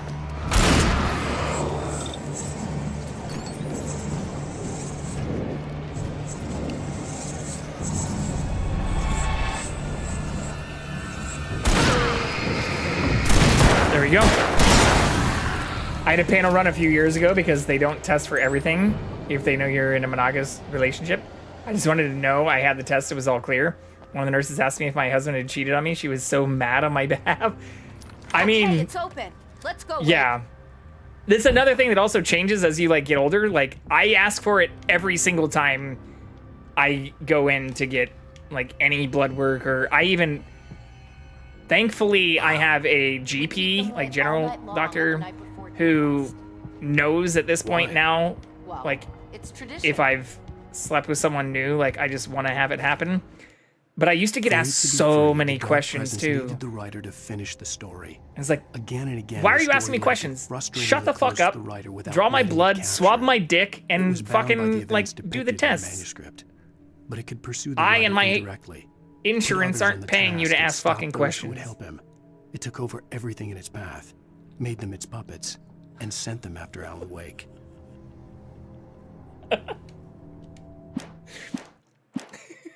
I know that sounds critical too. It's like, why the fuck are you asking me all these questions? Don't ask questions. We'll have to go through the basement to get to the parking lot. Give me the goddamn results. Yeah, Ideally there's no way within going through the less than crypto tab 24 is a hours bad of idea. when I've requested them. Especially if I have to pay extra for some of the labs. Like the healthcare I'm on now, which I don't know, maybe I shouldn't say. I'm on private insurance again. Because I got denied for fucking actual subsidized healthcare for making too much fucking money in the first 11 months of this year. And I'm paying $600 a month for private insurance, so it's like, I should be able to ask whatever the fuck I want that's covered and not have to say a goddamn word. I don't care if I'm wearing noise-canceling fucking headphones during the entire visit. I'm not paying $600 a month to be fucking judged here. Give me my fucking results, upload them to my online profile, and do not speak to me unless spoken to. I told her some of the crap you test for now wasn't even a thing when I first started having sex. Oh, that's wild. I mean, the first time I ever actually had like the actual Q-tip, like the actual dick swab, this is maybe TMI, but this is an 18 plus stream. I was freaked out too, because I was like, what the fuck is this shit? Like, can't you just like, shouldn't it be in my blood or my saliva? And they're like, well, you know, some stuff, herpesiphagonolitis kind of stuff, like, you know, can be inactive or dormant or whatever. So I don't love getting tested for all that shit, but I do love having sex, so. I also actively list this even on my dating profiles, which is also probably TMI. And I'm probably doxing myself a little bit now too, but I've even had people ask about the testing stuff because I've been fortunate enough to have many first date sex encounters, but where I will say, like, here's my most recent test result. When was the last time you were tested? And you would be fucking amazed. Oh, I've not only HPV, yeah, I've also had my HPV shots, and I'm a fucking dude. You know who that benefits? Not me. Not fucking me. I had to have like a series of like 3 shots for that shit. Anyways. But people get offended where I'm like, this is my most recent test result. When's yours? And it'll be like 2 years ago and shit. All right. Did you call 911? That doesn't make me feel super fucking safe. Guess that one, son. The amount of people who don't get tested regularly blows my goddamn mind. A tough audience. Well, I got plenty more. What are the Christmas lights for?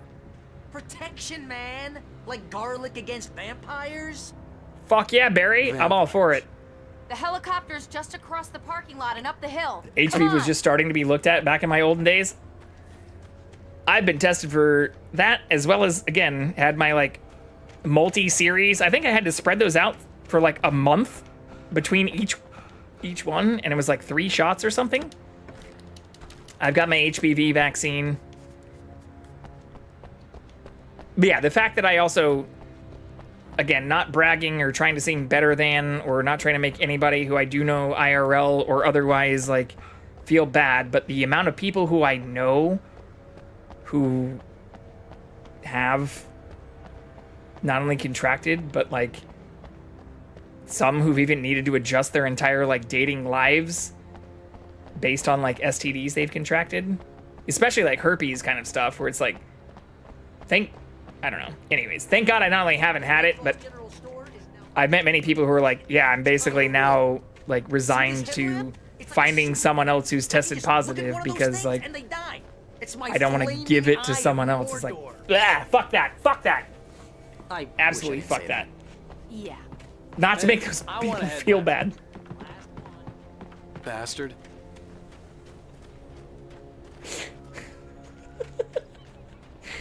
But like, yeah. Especially with the number of partners I've had.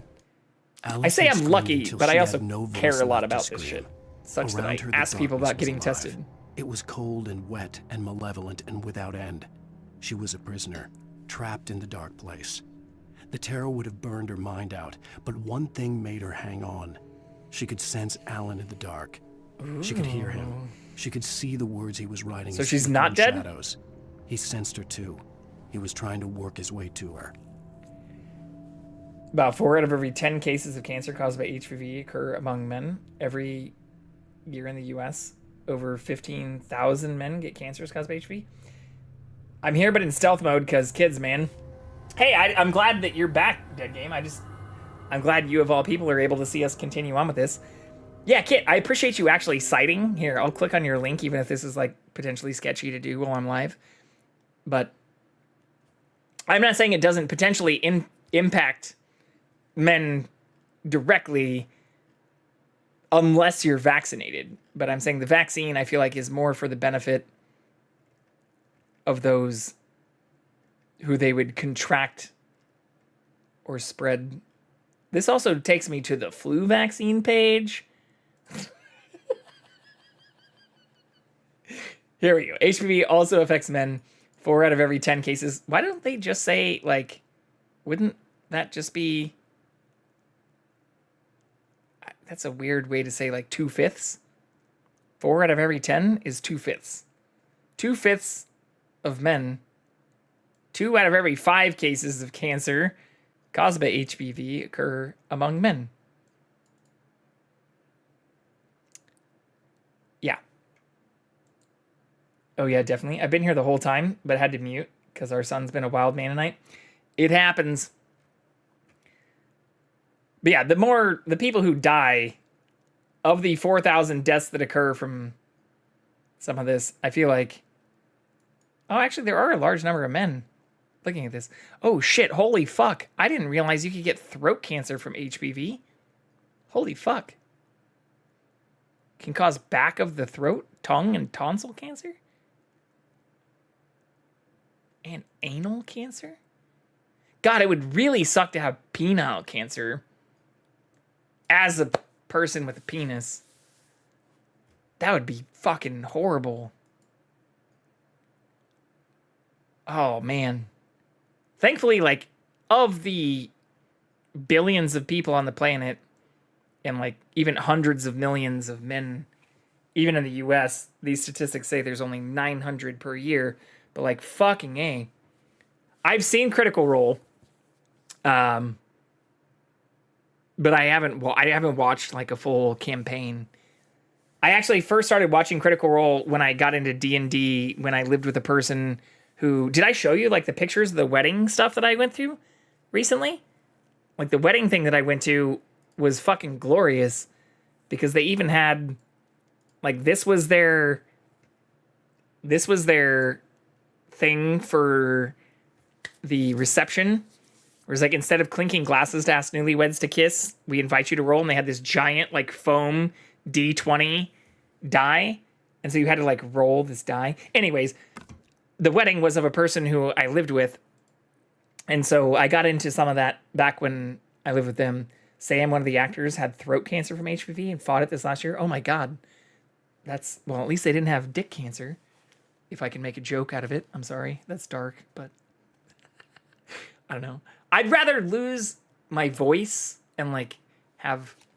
I don't ever want to ever have throat cancer or any cancer ever whatsoever, but I'd much rather have throat cancer than dick cancer or ass cancer.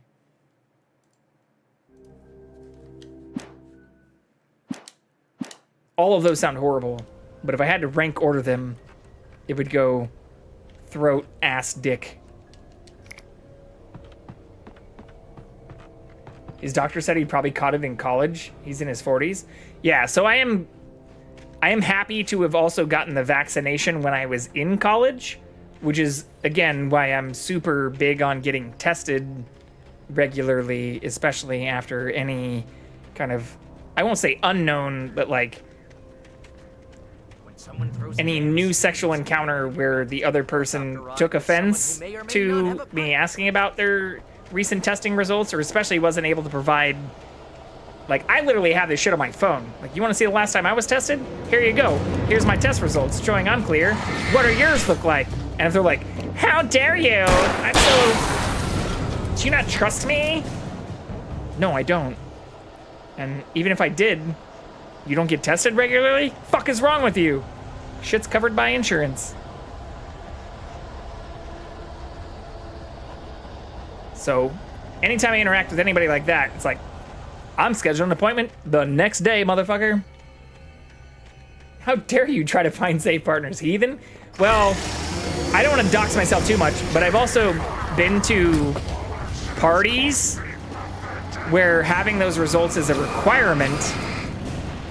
And so to find people like through Tinder or Hinge or Bumble or whatever, Coffee Meets Bagel, where they don't give a fuck about it, is like, it's weird that people on regular dating apps seem to find this more offensive than people on like fucking FetLife or like,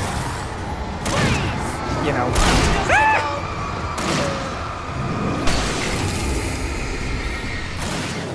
Like some of the best parties I've ever been to have been ones where it was literally a requirement to have that shit within the last like 30 days in order to attend that stuff. Just saying. Call me a heathen if you want, but I'd not only consider that safe, but, you know, it gives you peace of mind. And I would also say that 30 days is a pretty wide window of time. So even that, like, isn't, it's not a guarantee that your shit's not gonna be fucked. But it's better than nothing. Or it's better than people who haven't gone in fucking years. Or I've heard even from people that are like, I don't know, I don't want to be negative, but like, I've gone to a gynecologist, or like, I've had a pap smear. It's like, okay, it's not a fucking STD test. Fuck. There's a reason your gynecologist probably wore fucking gloves and threw them away immediately after touching you. In a biologics containment fucking thing. But anyways, I'm starting to sound like an asshole again.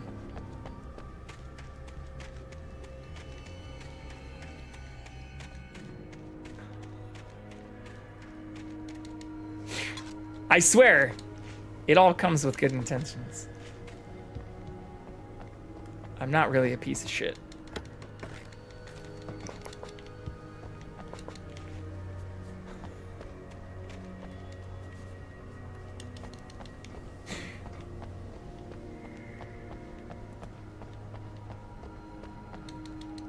Ooh, flashbangs!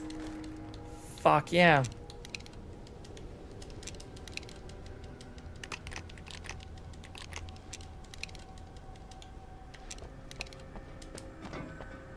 Okay. This means there's gonna be a boss fight soon, though. You don't get 9 flashbangs out of nowhere.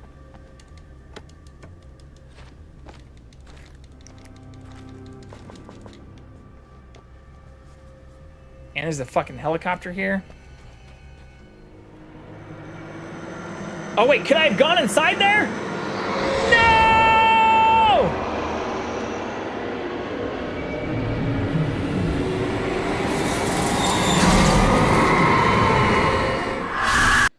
You will never get her back. Why did that cutscene immediately end? Oh no, we can't go inside.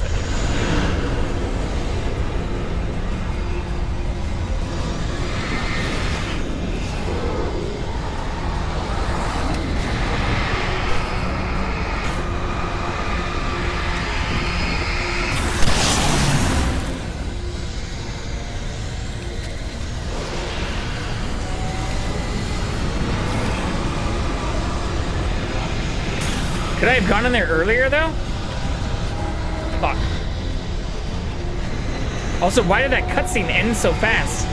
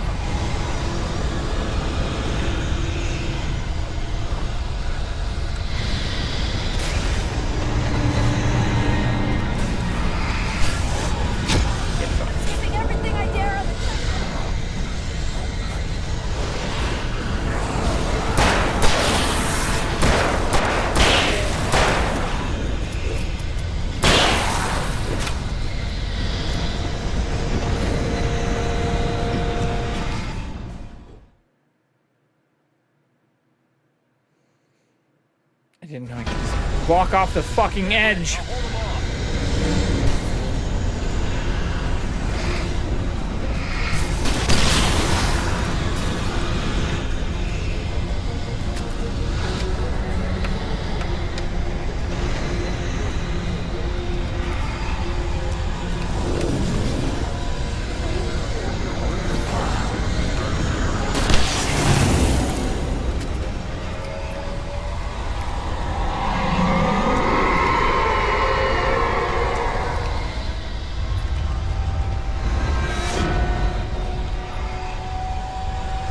I don't remember if you can get in there earlier. I hope not. I also don't know. There's no way to skip cutscenes. As far as I know, I haven't been able to skip them before. But that one just ended immediately, but it looked like Alice. How dare you, sir? Oh, bro. Woo. Sick dodge.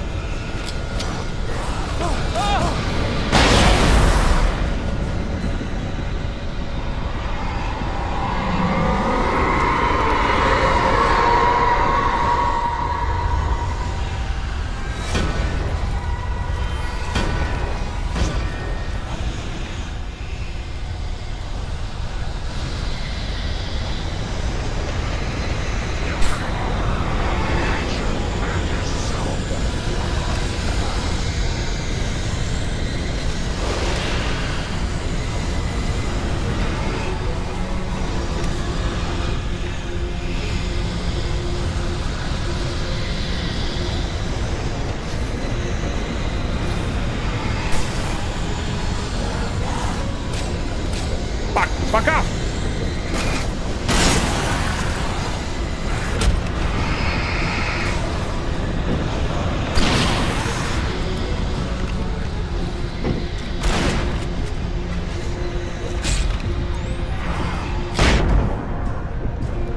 Shit. Got a little too close.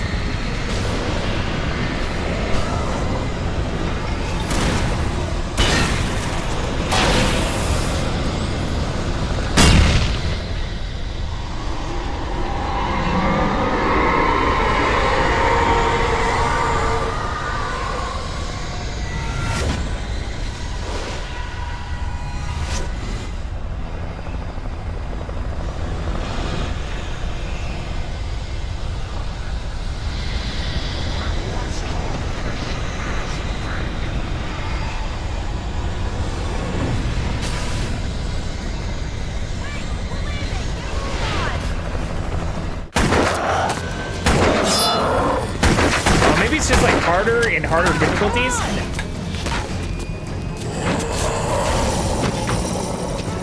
Wake, you better put an end to this. Just get me to Weaver, Sheriff. You're taking a big chance on a local crazy lady, Al. I hope you're right about her, or we can kiss this town goodbye. Take me to the widow. Pew, pew, pew. Yeah, pretty much.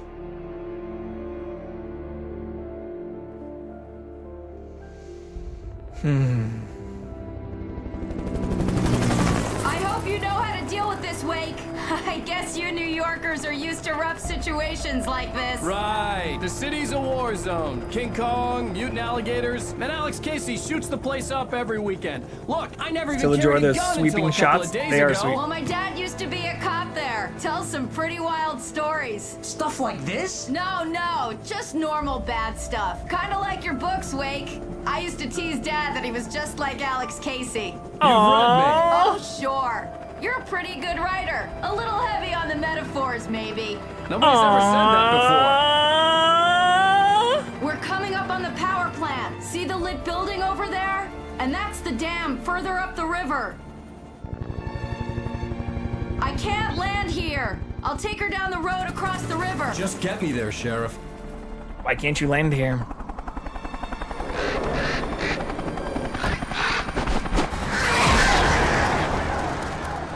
Hold on! Ow! Son of a bitch! Uh-oh.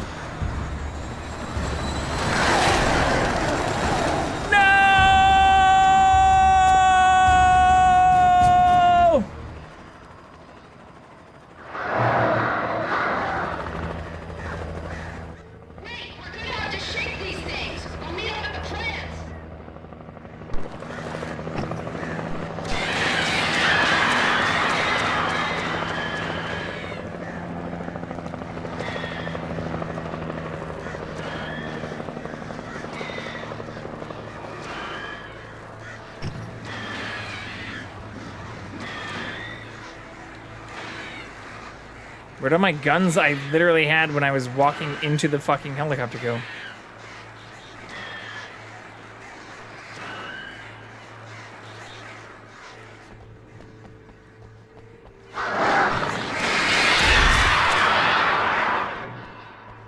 Why do I not have all those guns yet?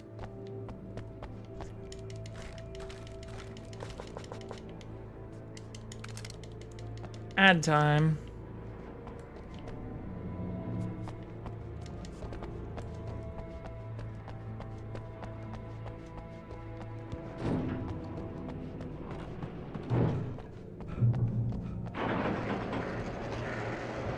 I had to do something about the chain for the door to open. I find bolt cutters.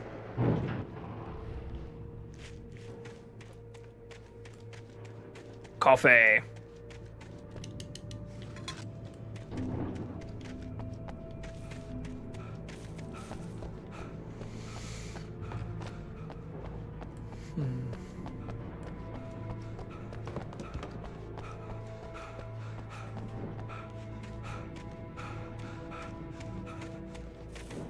Can I just shoot it?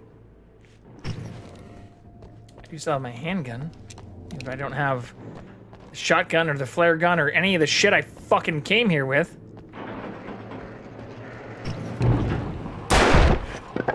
Can shoot it. Hell yeah, dude. You pieces of shit. How dare you? Oh, I don't have flares either. Shit.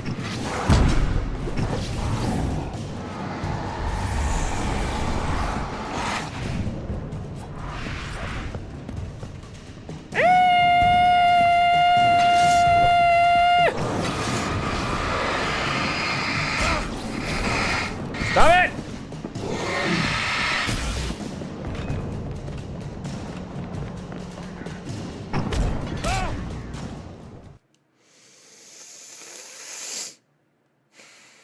Okay.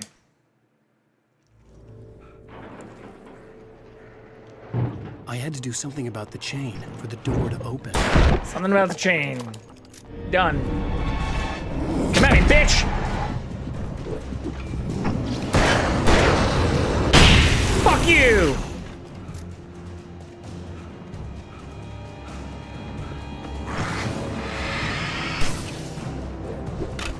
Missed.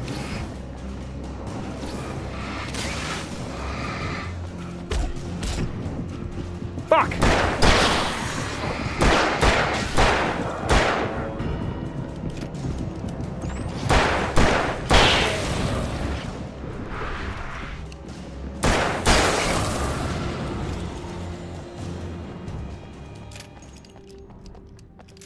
Got him! It was a risk. I dropped pretty low in health there. I'm not gonna say I was proud of that actual performance, but the plan in my head did get executed. Hey, look, there's the gun I literally had when I was in the fucking helicopter before we came here.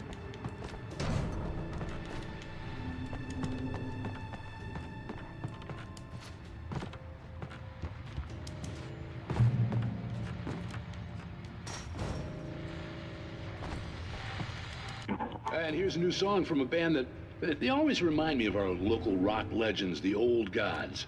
I couldn't tell you why. I guess Tor? it's just, yeah, one of those things. Anyway, here's Poets of the Fall and their latest single, War.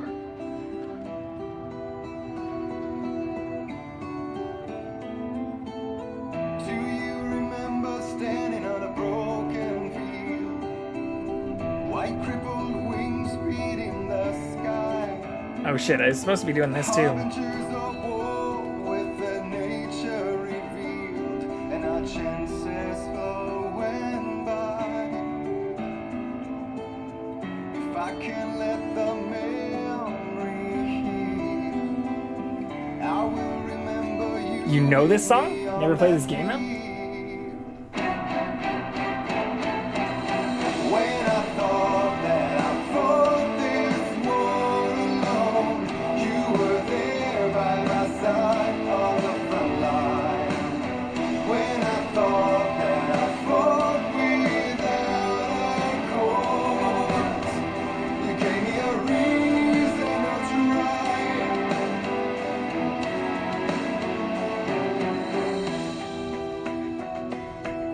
They also have a song called Carnival of Rust that is good too. Interesting. I will have to look into this. Yes! Wait, is this what you were talking about last night, Dead Game? Sorry. What was the song that I wrote down? I'm looking at trying to look at my fucking notes from last night.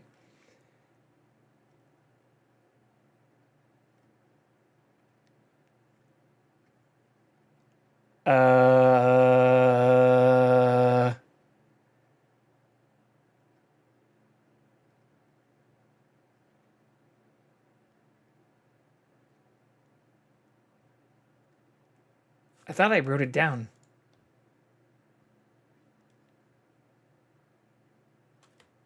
I am pretty good about taking notes. But I don't see... Oh yeah, Carnival of Rust. Poets of the Fall is literally what I wrote down from my notes last night. Yeah, Carnival of Rust, Poets of the Fall is what I have in my playlist. Or not my playlist, in my notes. Is that who it is? I'm looking it up on Spotify right now.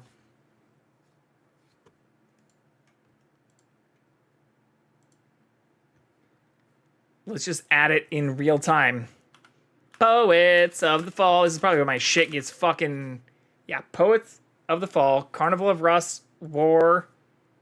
Fuck it. I'll just follow them. Done. I've never seen the video either, but I did get my shit muted. But that's when I made the note. Dead Game and I were talking about this last night.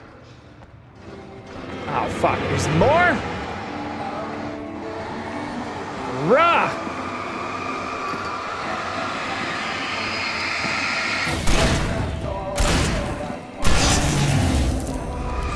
I was saying how my shit got muted 2 streams ago.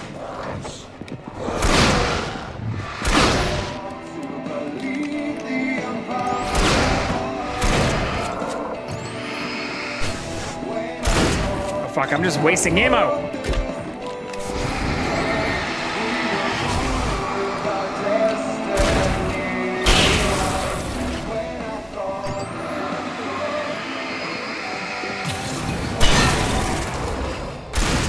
Come at me, bitch.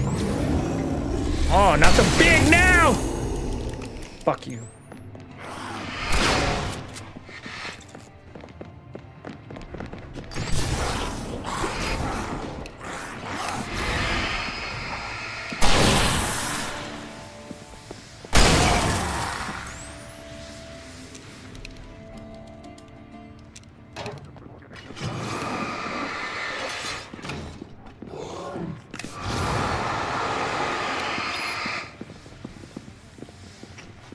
Alan! Hold on, I have to kill all these things. And I want to blow them up with this canister. But first I have to make them light sensitive. Ah!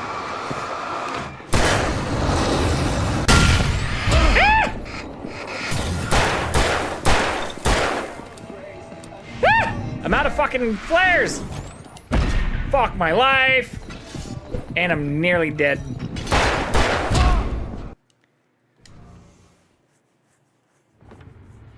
This is wow. Okay. I don't have very much ammo. I have 3 flares. How do I? This has to be brutal on nightmare mode. And here's a new song from a band that's... Can I group them all up immediately? Hello, friends. Hello, darkness, my old friends. This is not working well. Here's my thought, though. I group them up.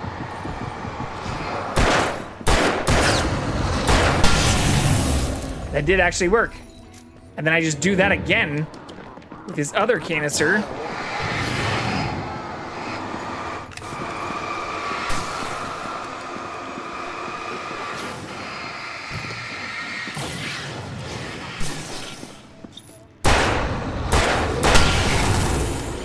That also worked. Significantly more manageable now.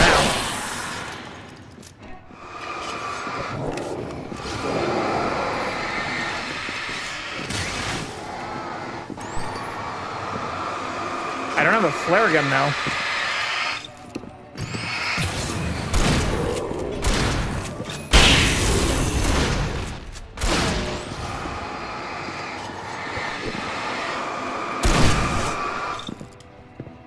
Oh, fuck.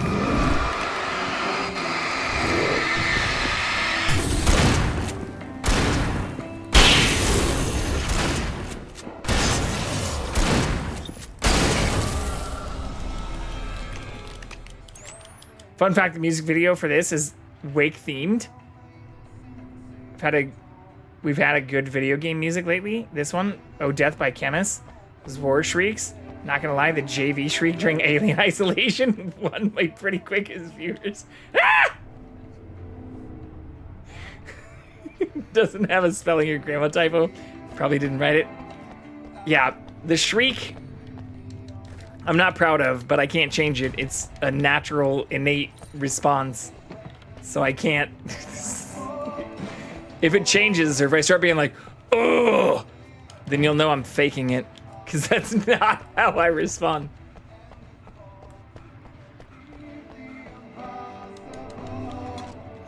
We did play that on fucking Nightmare mode too, though. The only reason we're not playing this on Nightmare mode is because they fucking lock it behind beating it on this mode first.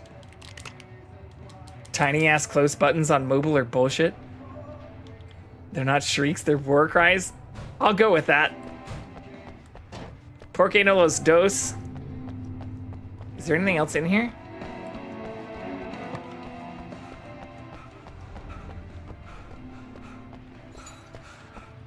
No?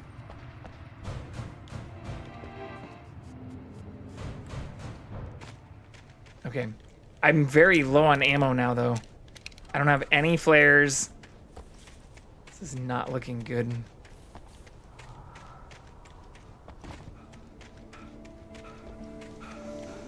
We do need to replay this on Nightmare. If nothing else, just to, like, get all the fucking... Like, we can't get all of these. Like, this is literally only available in Nightmare difficulty mode. Some bullshit. The power plant glowed in the night. It was close. Do I have to swim? But I had Wait, to no, we find a can't way swim. across. Last 2 times I've jumped into the water, we've instantly died. Oh shit. Cat too.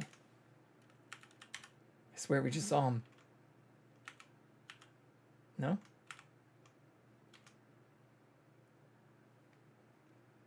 He's not here. I thought I just saw a cattail. He might be underneath the couch.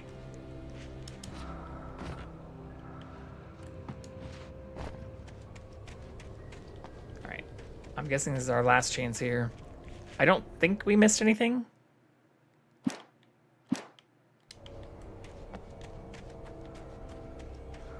Let's fucking go. Ooh, flare gun. Hell yeah, dude. Let's fucking go.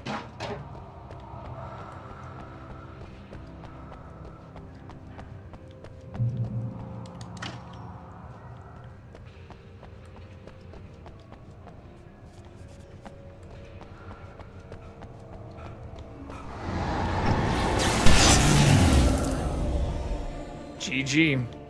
Ooh, I need to go over there, though. There's a journal page.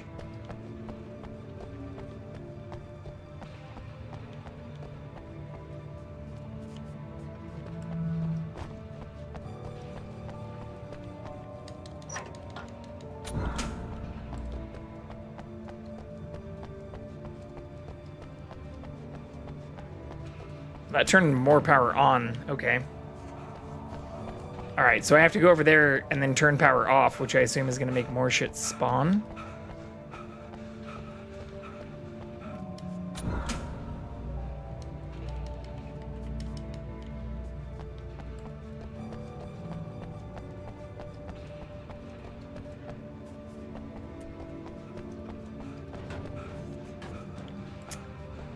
Shit, maybe I shouldn't have hit that again so soon.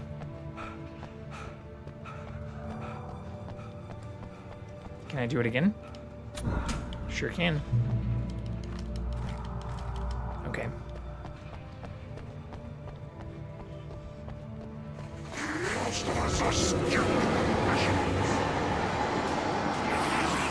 Fuck.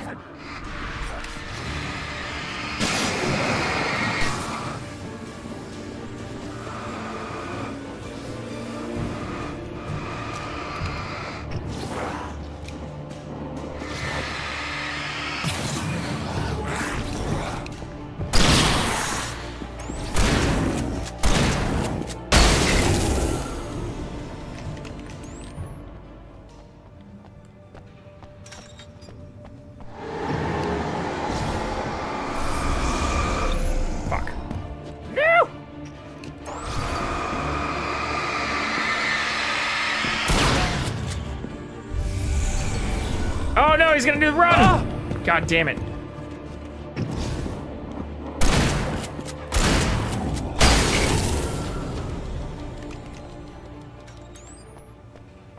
I only have 6 shots left with this thing.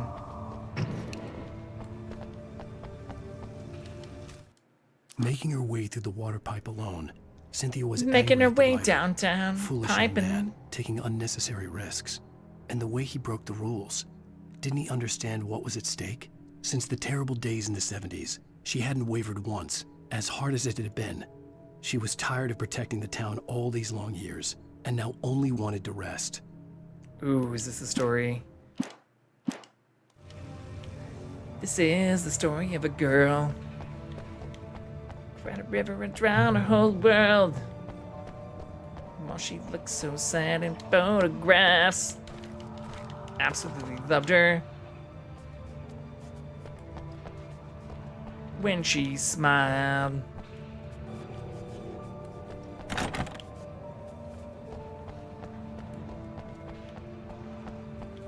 How many days in a year? She woke up with hope, but she only found fear. I could be so insincere. Making a promise is never for real. As long as you stand there waiting. Fuck. Wearing the holes in the soles of her shoes.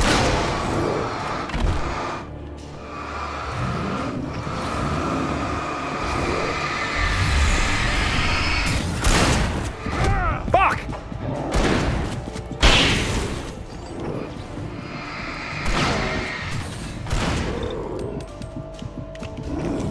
Bro!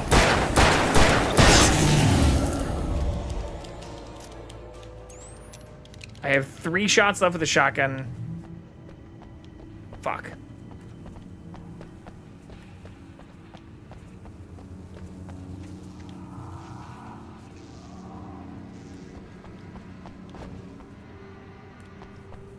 Coffee.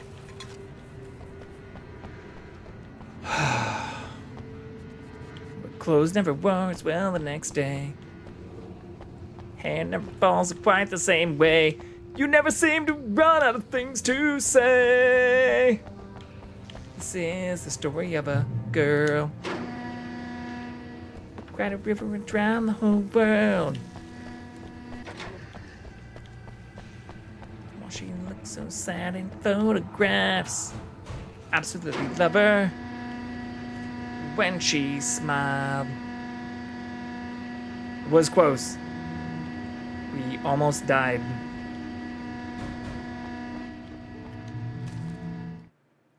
The story I had written in the cabin had come true. Touched by the dark presence, I had written a horror story, but the end was still missing. The story was incomplete, and the last unfinished page of the manuscript still sat in the typewriter in the cabin study. If I could get back there, if I Fuck, could we have to go back to the goddamn cabin? This story and save Alice. No. Seems like a horrible plan, Alan. Also, is there not... Did I miss a thing inside of here?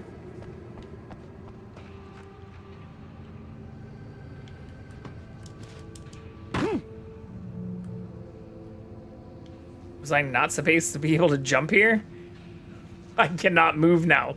Fuck! I beat the game at its own physics. Oh my god! Oh my god! Alright. Our feet are glitched into this thing. It's the cost of your victory. I mean, you know, it looks like... It looked totally reasonable! Oh my god. Okay, I can kind of move this way. I can't back up, though. Or turn around.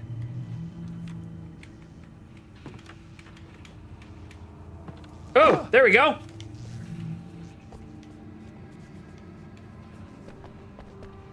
Okay. Fuck you, Remedy. Fuck you for making a section that it totally looks like you can jump through and then not letting you jump through it easily. I guess I'll just run back there like a fucking plebeian.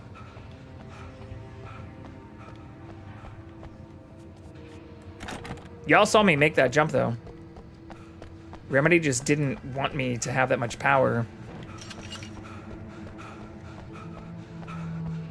Instead, glitched us out.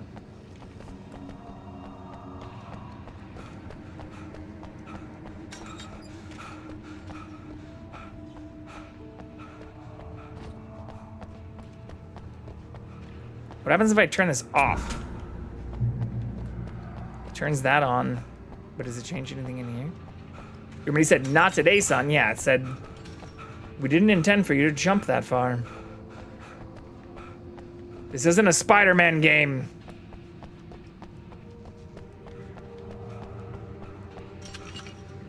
Okay, we can't go that way either.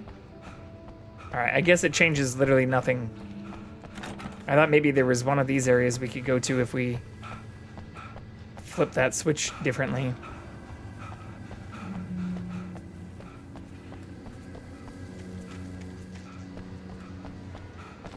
But no, we also can't fucking swim. Despite us jumping into the water multiple times in this storyline. Oh, whoops. Ah! Let me in!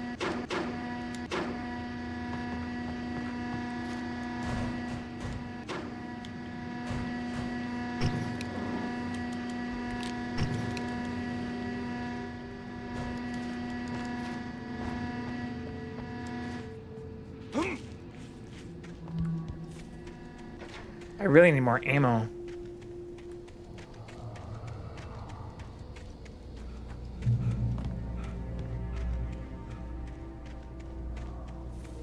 No ammo.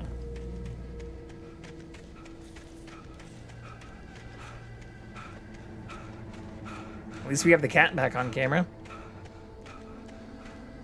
Lieutenant William T.G. Randall Memorial Bridge. This bridge has been designated as a memorial in honor and recognition of Lieutenant William T.G. Randall, 1919 to 1981, a World War II POW and recipient of the Distinguished Service Cross. He died of injuries received in a successful rescue of 2 children from a burning car crashed at this location.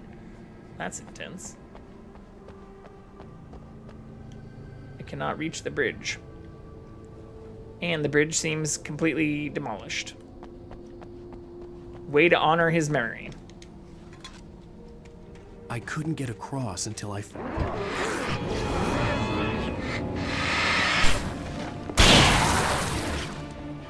Maybe that's what happened with that other fucking cutscene. I just kept walking and it cut the cutscene off.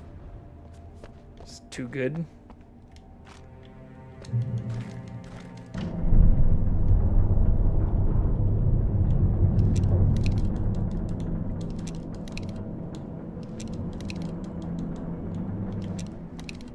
Very slow. Loot. Other loot. That's a Toyota Camry, motherfucker. That is a Toyota Camry. 1997? Approximately.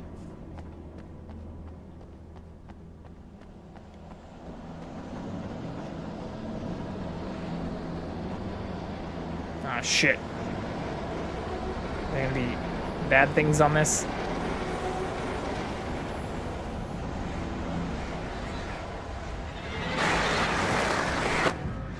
Burbs. 2 sets of birds.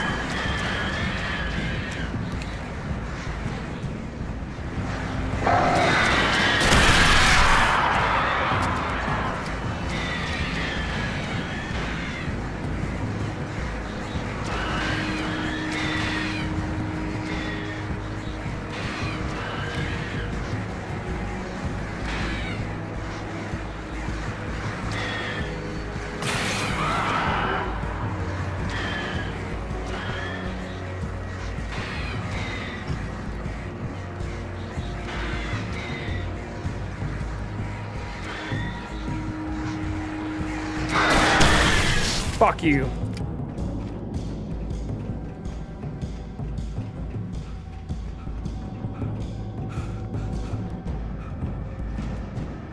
Where am I going?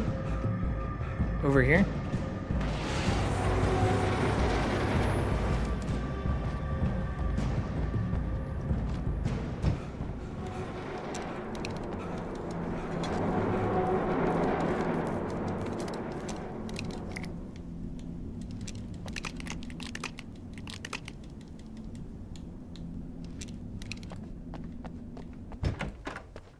Okay.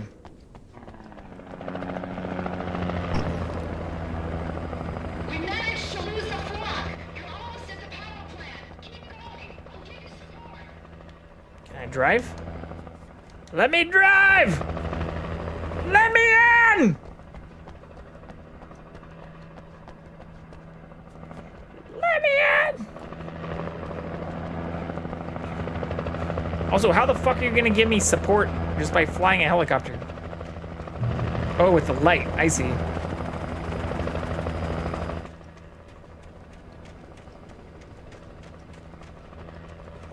They don't like the light.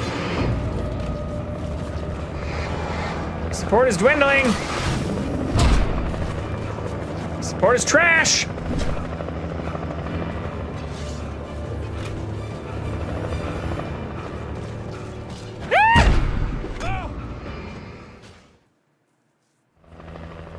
Remy Carr strikes again. I was just about to say, got one big old spotlight.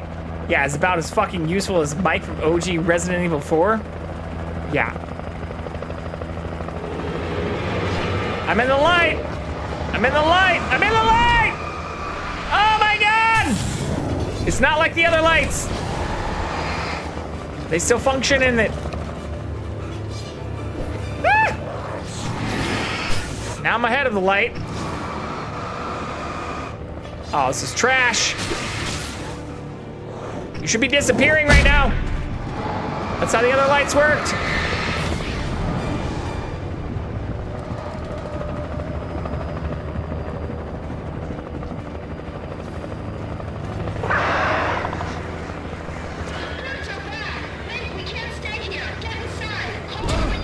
God damn.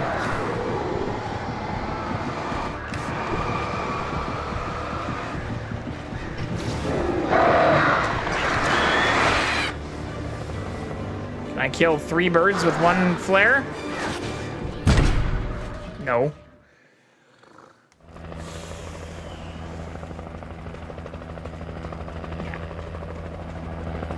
Yeah. Ja.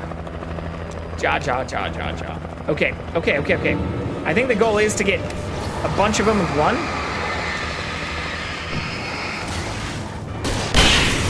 Get fucked.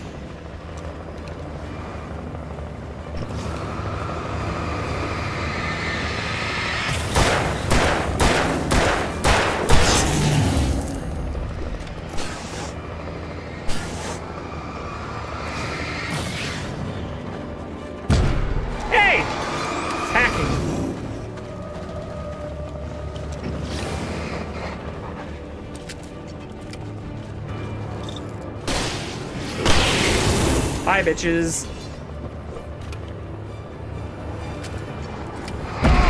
Oh, fuck. I'm gonna die again.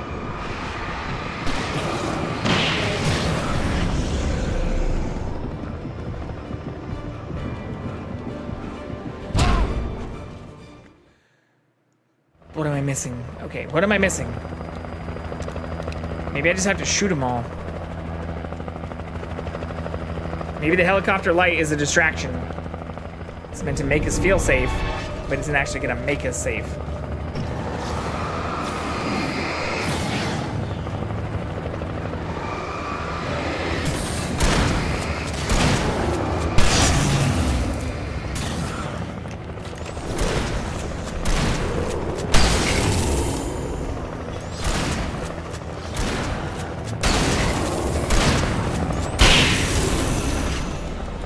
Alright, now I have 3 fucking shots left. Hooray.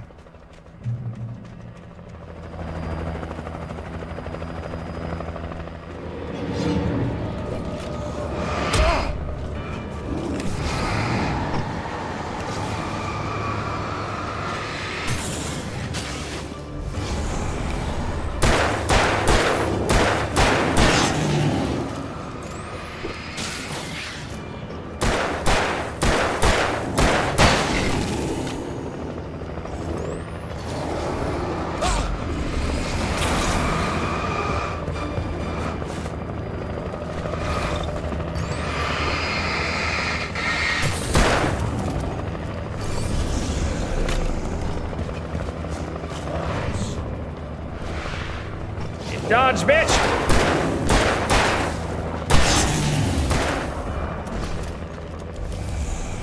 Fuck.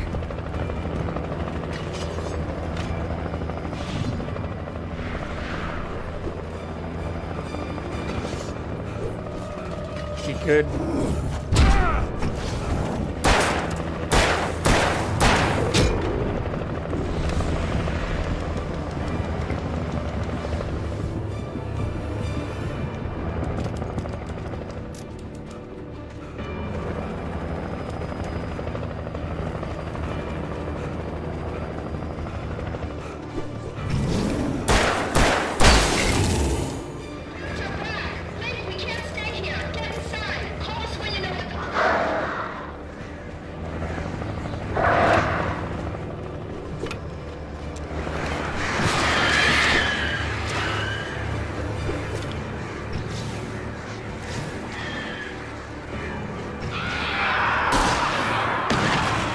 Fuck, I overshot.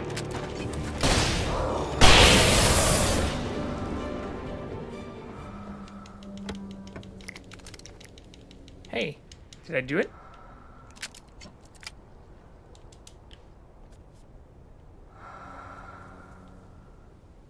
Why is there like sensual breathing every single time we find one of these things?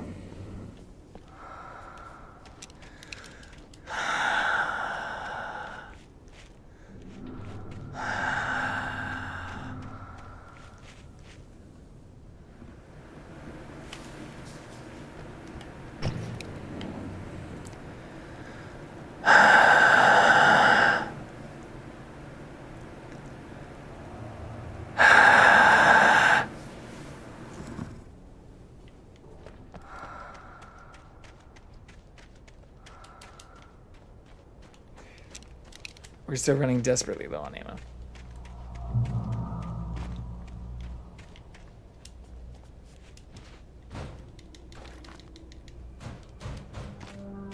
Ooh. Since there's light, did I miss something right here?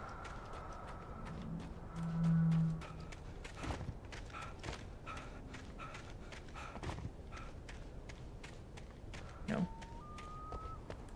No journal pages.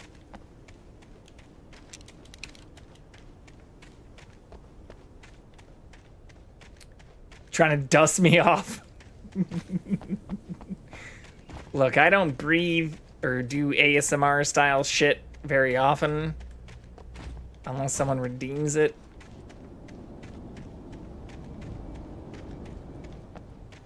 But it's not that we can't.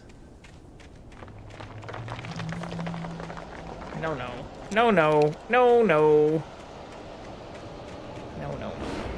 God damn it. Fuck my life. Okay.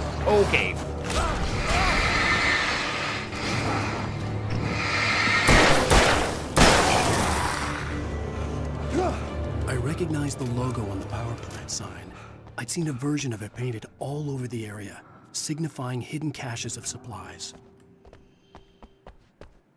Oh, yeah. That's what the breathing comes from.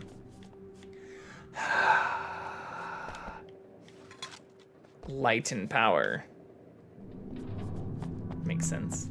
Safe haven. Generator hall. Another fucking chainsaw we can't use. Why can't we use melee weapons? Hold it right there! Miss Weaver, Cynthia, I'm a friend. Prove it! You knew Zane, Thomas Zane. You're the Lady of the Light in the song. You can help me. About time. Young man, I've been waiting a very long time for you. Damn, she has a whole fucking warehouse. Yoink.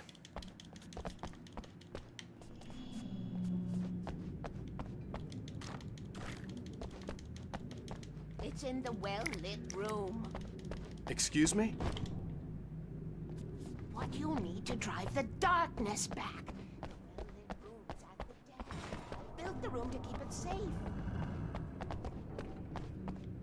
Will it help me find Alice? Will it get me back to the cabin? Fine, let's go. I can get my I friends to miss come you, back with Tom. We won't go outside. Never at night. That's rule number 1. Young man, and where has that gotten us, hmm? I have a secret language.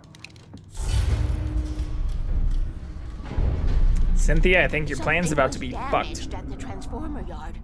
It's draining all the reserve power. Without it, the pipe will go dark. The power to the yard must be cut. Let me guess. You want me to do it?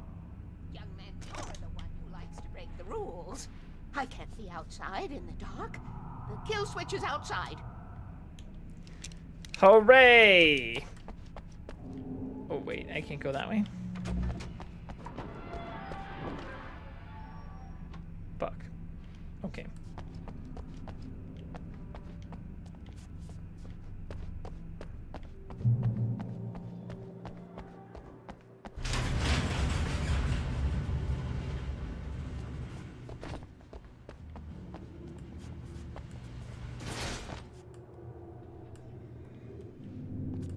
Hard no.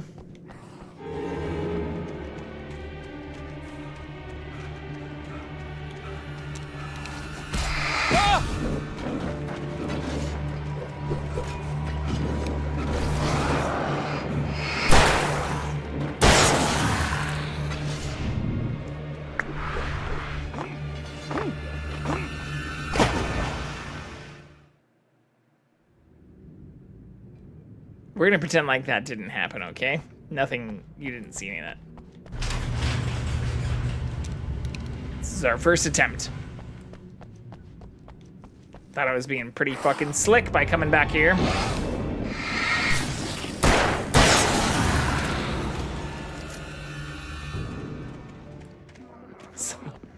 Nothing.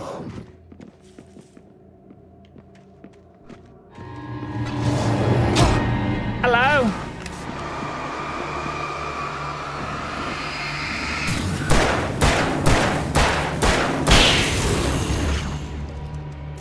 Should be 2 more. There's 1. There's 2. Get fucked! Weaver had sent me to cut the power to the transformer yard. I was willing to do grunt work for her to get her to help me. I hoped Weaver was dependable. I'd stumbled into this crazy world a little over a week ago. She had been living this insanity for decades.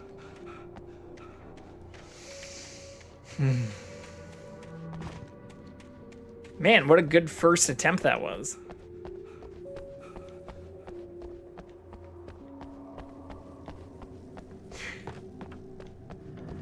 Fucking pro strats.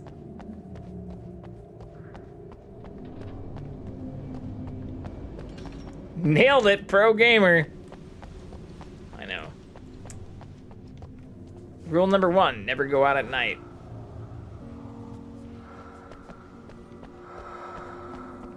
Is there a rule number 2? I could see the kill switch that would cut the power to the transformer yard. Now I had to find a way to reach it.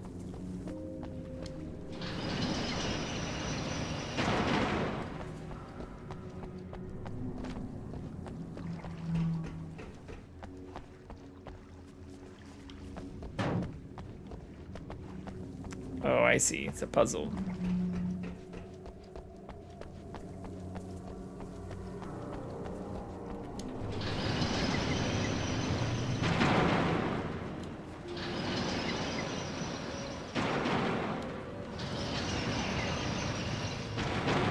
I'm a genius.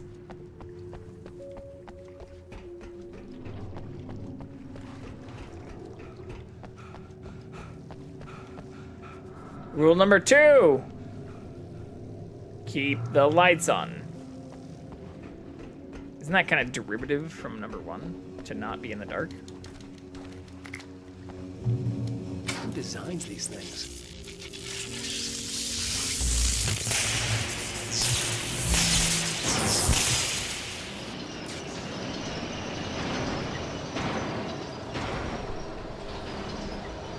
The transformer yard went dark and dead. Weaver's water pipe passage should now be good to go.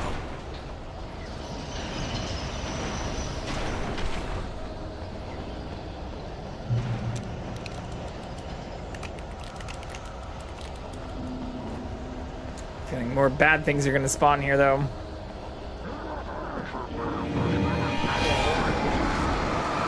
Fucking genius intuition.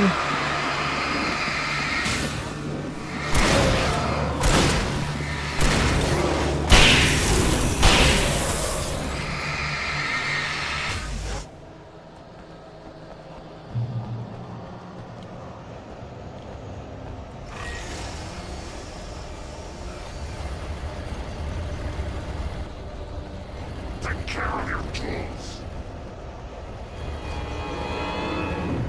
Rah! Why did they get chainsaws and I don't?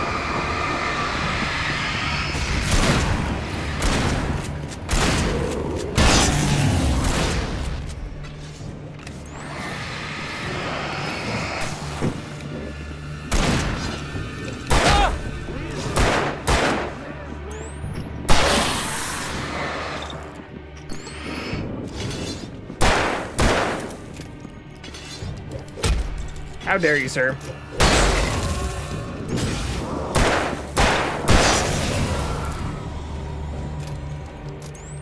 Let me in!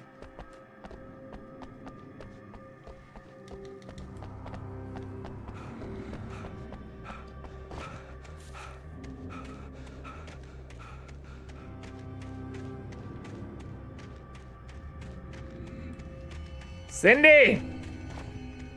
Cynthia! Whatever you prefer to go by. Let me in.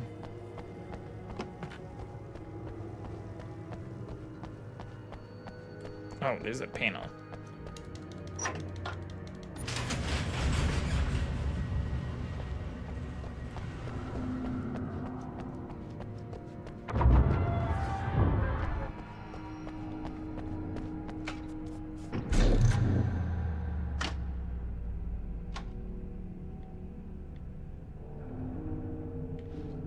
This way, young man. Follow me.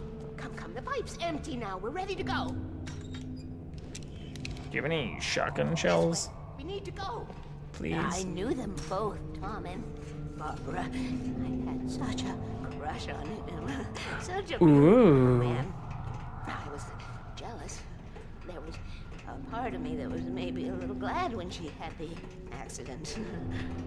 And then Tom Damn, started Cindy. writing and woke the darkness up. He tried to bring her back, but you can't do that. There are no free rides like that. I'm starting to realize that. In that case, young man, perhaps you're a smarter man than Tom was. The witch looked like her, but it wasn't. Barbara was sweet. He Darkness didn't wears her understand. face. It was too late. He tried to undo it, wrote himself, her, everything he'd ever written out of the world. Oh, he was so famous. And afterward, no one knew. He left only one thing behind in my game, in case it happened again. Insurance. He trusted me. Party lights? Or perhaps used me a little. Knew I wouldn't refuse him. I built the well and put it there. It's been waiting for you. We are characters trapped in a story you have written, and none of us will survive to see the end of it if the darkness isn't stopped. She'll twist the story to her own dark ends. How do you know all this? Tom, that's the way he wrote it. He still talks to me, you know, in television, from beyond, from below. What if I shoot her? We have both been touched by the darkness. Would that be bad? He saved us both with light. The darkness is with you. You sustain. This pipe will take us directly to the well-lit room. Okay, I need to call my friends, tell them where we're going. Oh no, we don't get reception? Oh, we did. Barry, we're headed to the dam in one of the pipes. Meet us there. Okay, I'll tell Sarah. It's Sarah now? Whoa! No! For the sweet love of... Barry! Did they crash? Barry! We gotta go see if they're okay. They're probably dead. You must reach the well-lit room. Damn, This is Cindy! no time to be a selfish idiot. That's my best friend. It's the opposite of selfishness.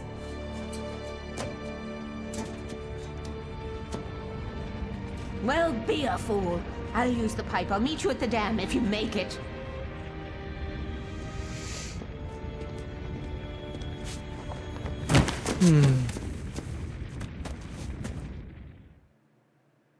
At least I didn't have to worry about her. She knew how to stay safe.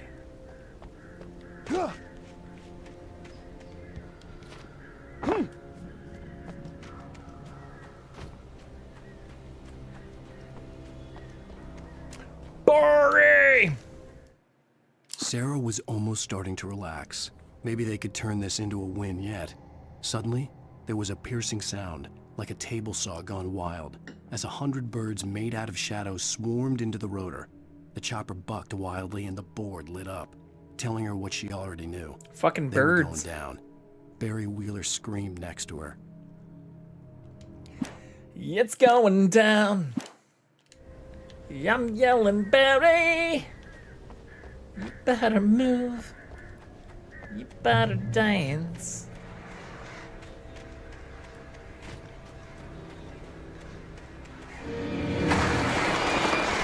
Hurrah.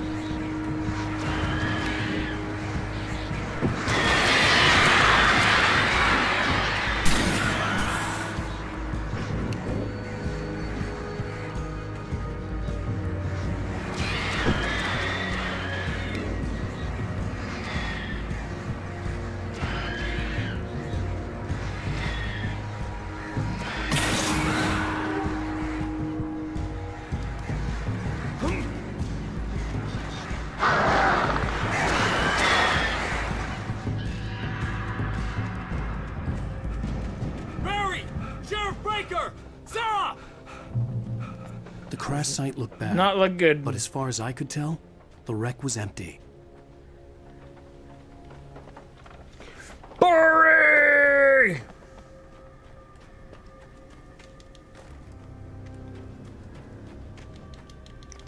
Sarah!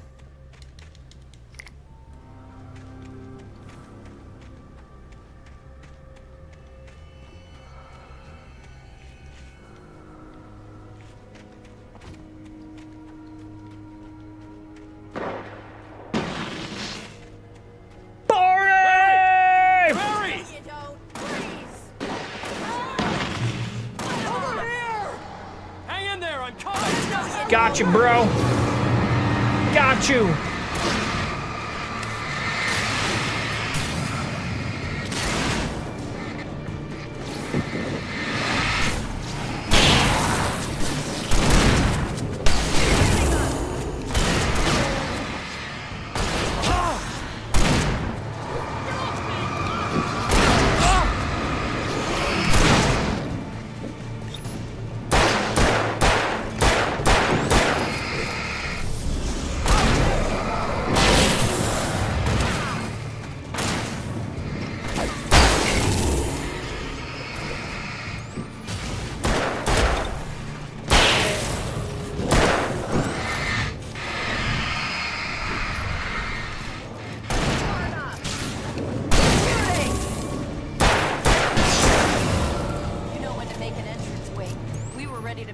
Butch Cassidy and the Sundance Kid. Well, maybe if you hadn't fucking crashed your helicopter, we wouldn't be in this mess.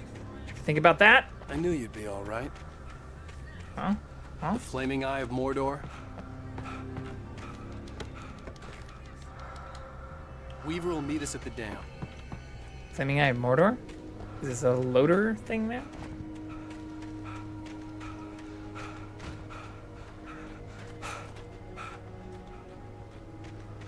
Wait, where the fuck did they go?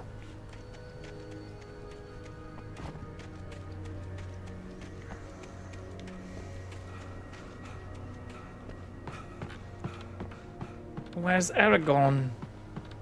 Gandalf! What the fuck? Did I just get hit by a chair?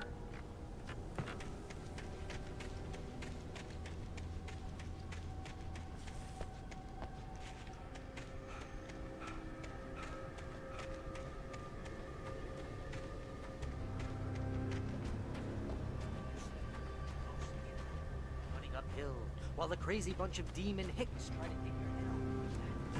You know your helicopter crash landed. Oh, we made it. Glad you retained your sense of humor, Barry. Oh, I should have get that gym membership. This doesn't sound good.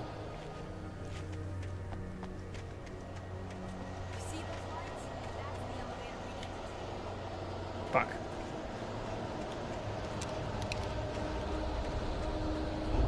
You can't beat a good fight.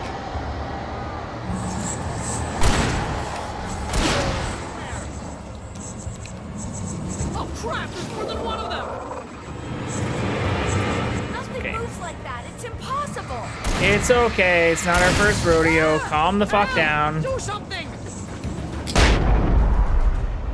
Something. Too fast. I can't get a shot. There! No, there! Ow, they're all over the place!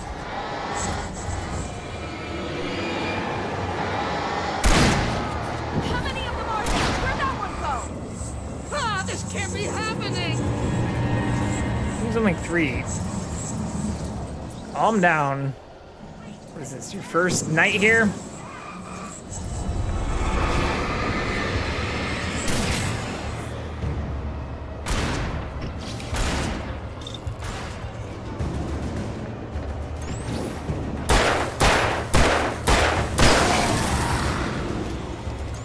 See? Chill the fuck out. Are we safe? For now. They saw you. Let's keep our eyes open. Oh, now you have a bad feeling, Barry? Not like when the fucking rock concert of death, doom, scary monsters happened. I know we're gonna regret this. Barry was having a time of his fucking life when that happened.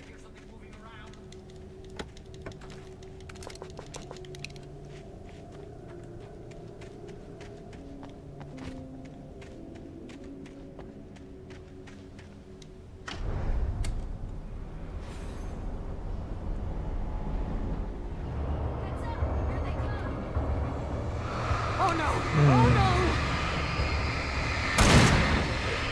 They're coming. We have to hold them off. Far enough. I'm trying to just like keep my flashlight trained on them so that the other people can kill them with their ammo, because I don't have very much left. Ooh, coffee! Coffee!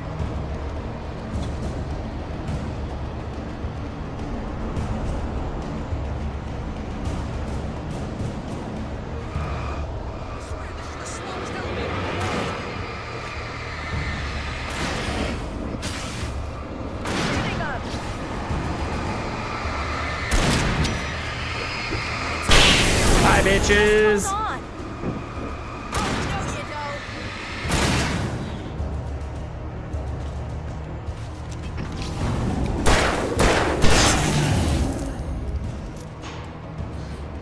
Let's get the fuck out of here.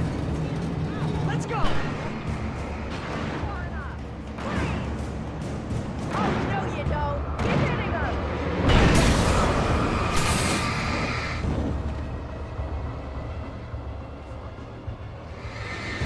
we have to kill these dudes first? Can you hit the button? Do I need to hit the button? Oh, I need to hit the button. Barry is a little slow on the draw. Yeah. We're almost there. You don't like There's that? an entrance into the dam at the top. You don't like What's when I the shine the pathway? light in your face? Well, Weaver's crazy, but she's got something Zane left behind. Something to fix this. Gee, could you be a little more vague? Thomas Zane? Seriously? Might as well be Paul Bunyan or Bigfoot. Yeah, well, he was real. Wait, Paul Bunyan wasn't real? Let's be careful, okay? Oh, jeez, I hate this.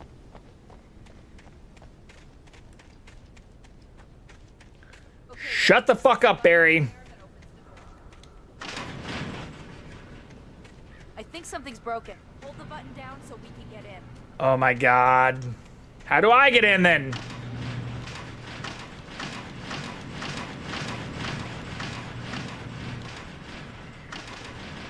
That doesn't actually appear to be working. Oh, there we go.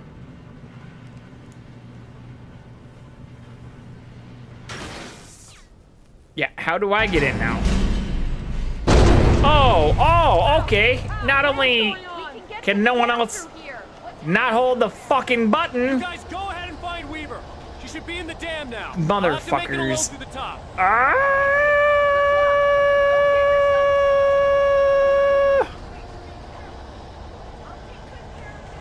Shut up!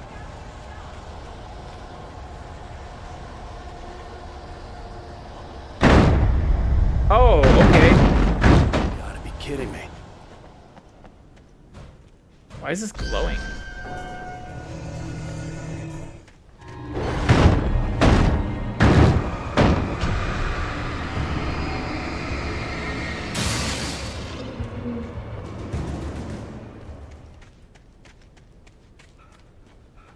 Is that it? Not gonna lie, that was kind of anticlimactic.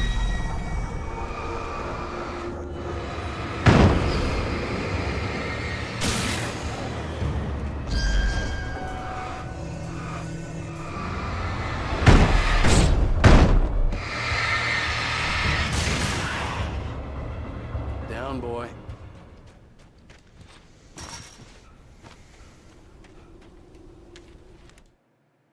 Thomas Zane knew he had to remove all that had made this horror possible, including himself. That was the only way to banish the dark presence he had unleashed and now looked at him through the eyes of his dead love. But he also knew that despite his best efforts, it might someday return. So even as he wrote himself and his work out of existence, he added a loophole as insurance, an exception to the rule. Anything of his stored in a shoebox would remain.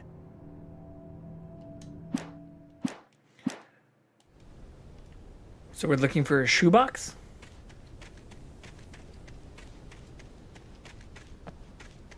Am I getting that right? Ooh, a piece of candy. Ooh, a piece of candy. Ooh, a piece of candy. Ads! It's going down. I'm yelling timber. This is the dam. This is a dam. Better not break. Won't make it night. You won't remember because my name is Alan Wake.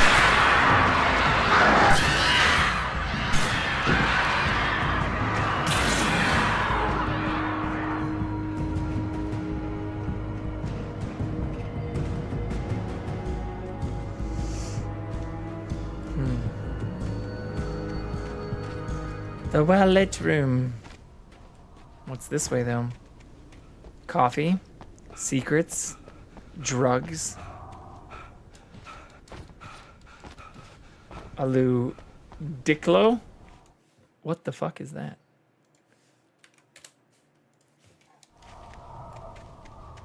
I am not gonna lie, I do not know what half the Pokemon I've been catching are.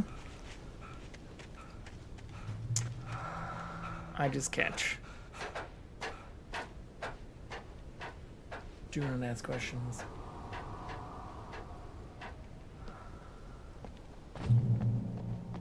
Fishing can be a hobby or a job. I was ridiculously outnumbered. Just like streaming. The searchlight could even the odds.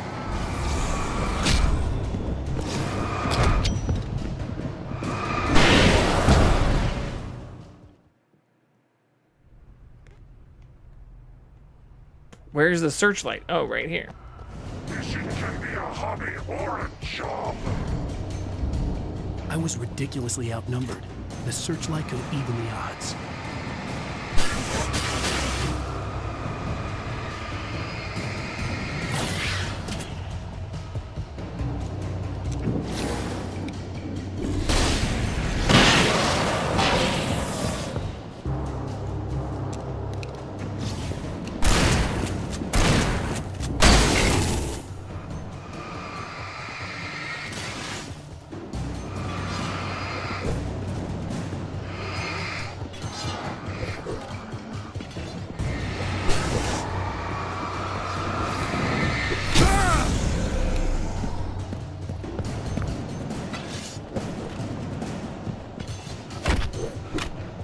Fuck you all. Boom,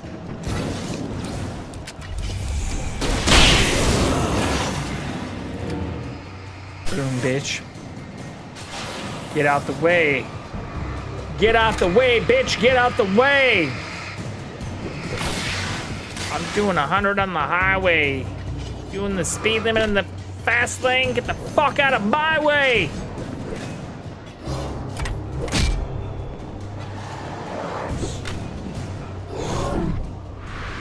Fuck you all, fuck you all, fuck you all, fuck you all with extreme prejudice.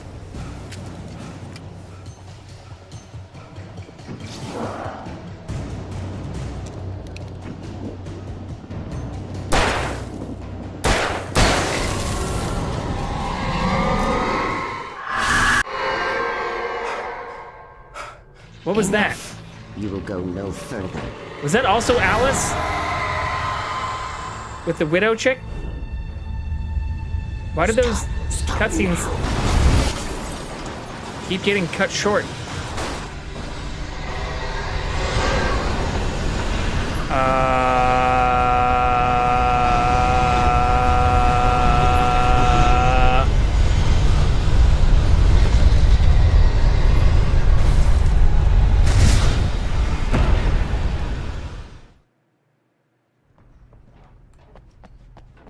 Fishing can be a hobby or a job.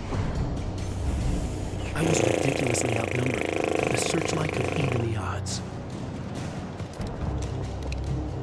Give me all the fucking stuff.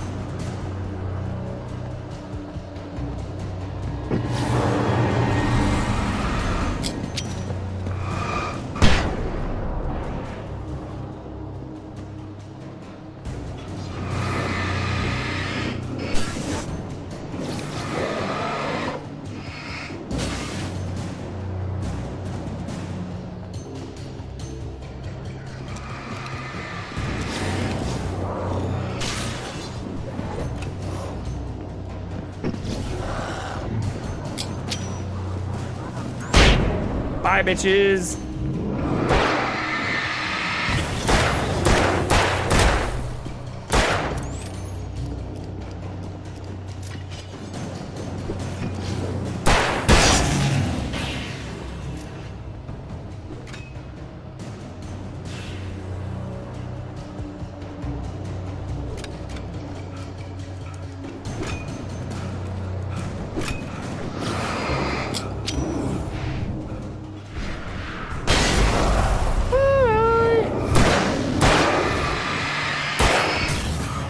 Fuck!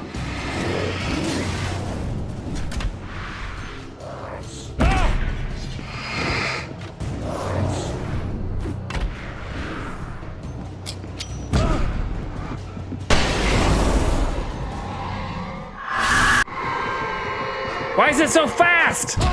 Enough. You will go no further. That was Alice, though. For sure! Stop now. Oh, I see. So that blew those cars out of the way so that I can do this. Fuck whatever's behind us.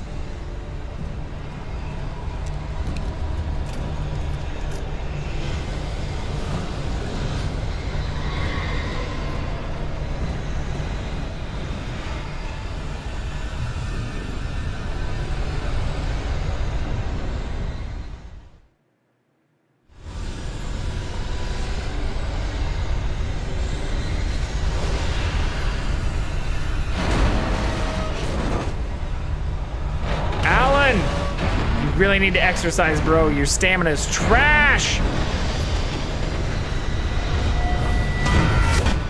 Fuck.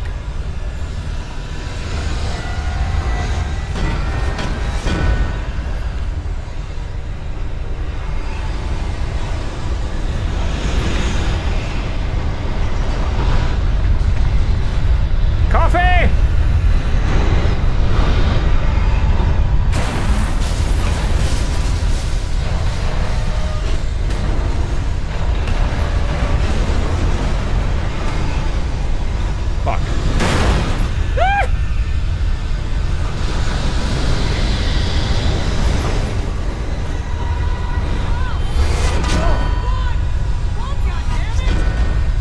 What do you think I'm doing, Barry?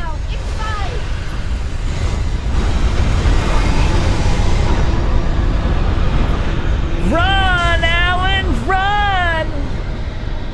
Alan, look at Alan. Alan's still running in place. Run, Forrest, run! We're safe. What the fuck is Alan or Barry doing? Many, many years now. There's no shadow. Fucking Christmas tree setup. Imagine if I just wrapped myself in this shit, started running around. I'm still also not sure what happens if I just shoot her in the face. It does still let me equip my weapons right here. There's an old army base at Rainbow Point, north of here. It was active during the Second World War. They operated here back then. They must have built this. Yes, they did. It's my place now. Oh, I can't shoot her. Okay. It will not let me. About to get ran the fuck over. Take it, and I won't need to worry about the room anymore, because 6 and 33 and 118 need changing soon, and I don't want to climb up the ladder to change them because it's very late, and I'm tired. And if you take it, I won't have to do that anymore. 633 and 118? The page was autobiographical, a memory from my childhood. But I didn't write this. It was a page written by Thomas Zane. Are we a character written by Thomas Zane? Alan, 7 years old, would fight sleep to the bitter end. When he did sleep, he soon woke up, screaming. Oh no! Fresh in his mind. One evening, his mother, sitting by his bed, offered him an old light switch. She called it the clicker. No! And flicking the switch would turn on a magical light that would drive the beast away. To imbue the talisman with all possible power, she added that it had been given to her by Alan's father. Alan never knew him, and anything of his took on mythical proportions in his mind. With the clicker firmly in his hand, Alan finally slept like a baby. No! Now, almost 30 years later, Alan thought of this as he stood on the rim of Cauldron Lake, the clicker in his hand. He took a deep breath and jumped. My mind swirled. I'd given the clicker to Alice, yet it was here. Zane had written it into existence in a story I had written. Or that he had written? What? I can get to her now. I can finish this. Hello, darkness, my old friend. I've come to talk to you again.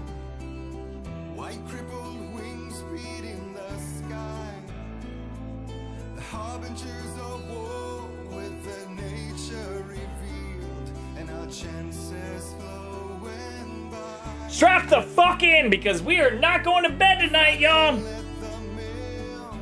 We are not going to bed tonight. We are gonna beat this fucking game. I don't care if there's 8 chapters or 9 chapters.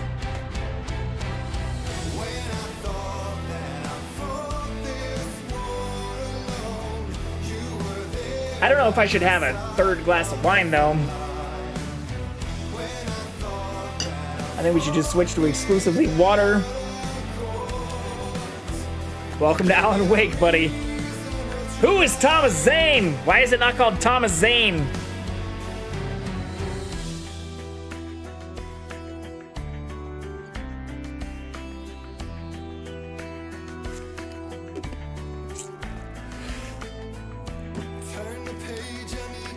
Come on. Come on, come on, come on, come on, come on, come on. Come on. Oh, did I fuck up? Did I unplug my controller? Oh, I did. Whoops. Previously on Alan Sorry, I got Wake, excited. I wrote a horror story that has come true. Thomas Zane did the same in the 70s. You will go no further. Hold on. Hold on. I'm updating my title to not just say Alan Wake, but beating.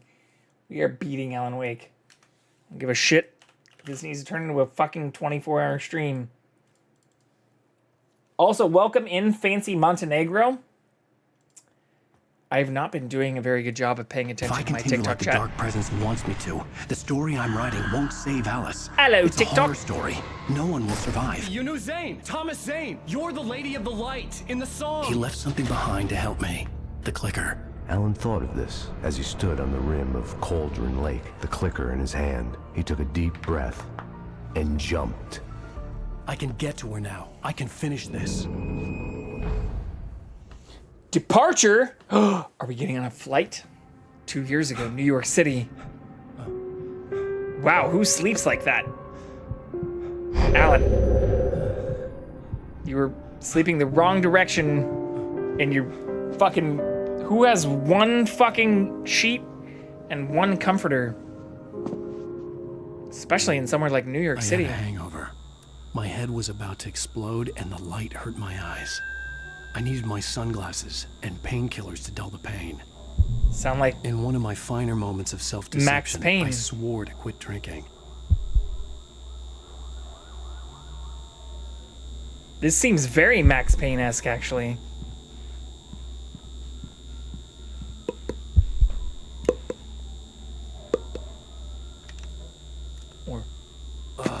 The sunglasses made the world look bearable.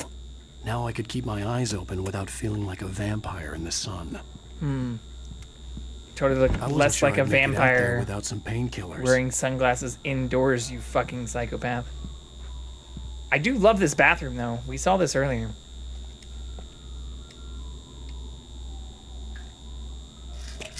Popping painkillers like Max Payne 2? The pills worked fast. The prospect of being awake started to seem bearable again. Jesus fuck. This is what we were talking about There was earlier. a message waiting for me on the machine. It might sound judgmental, but oh, hey, look, guess what this is, dead game? This is another QR code. Oh, Vision 2.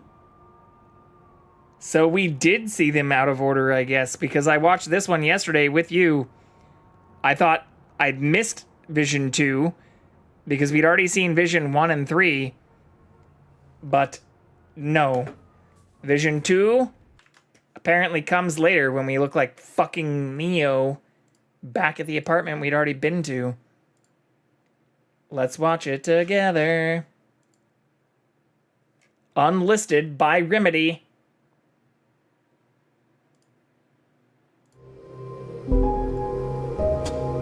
The dark place was an endless waking dream. I saw visions carried by the ebb and flow of different dream states. They seeped in from the reality beyond. Things I had a connection to, but also things I couldn't possibly know. I used them in my writing to make it This real. definitely wasn't here earlier. So that the parts that weren't would become so. And there were visions that I knew were not real. Ideas I had lost, often of Casey. I had written about him for years. I used them as well. The lies had to feel true for them to become true. Had I always written this way? Even before, seen things without realizing I was seeing them? thinking they were mine. Was this what inspiration was for me?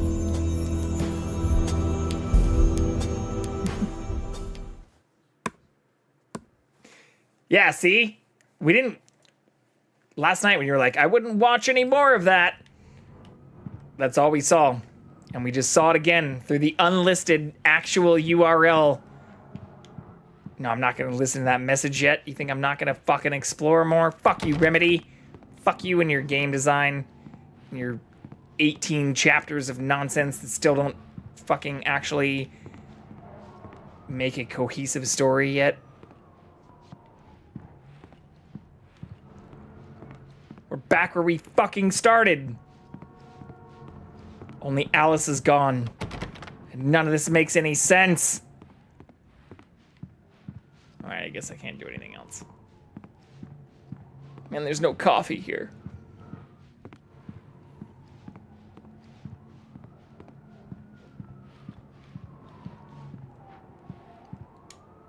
You have one new message. Ow!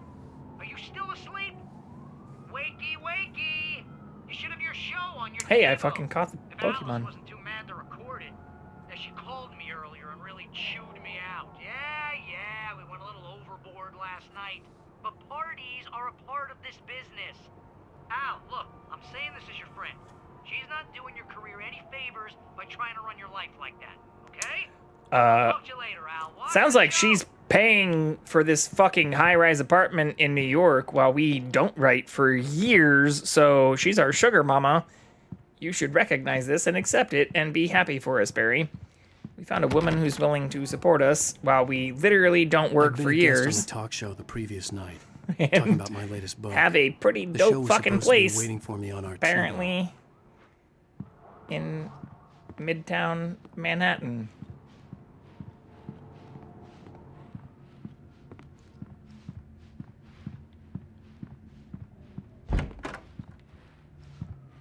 What am I supposed to be doing?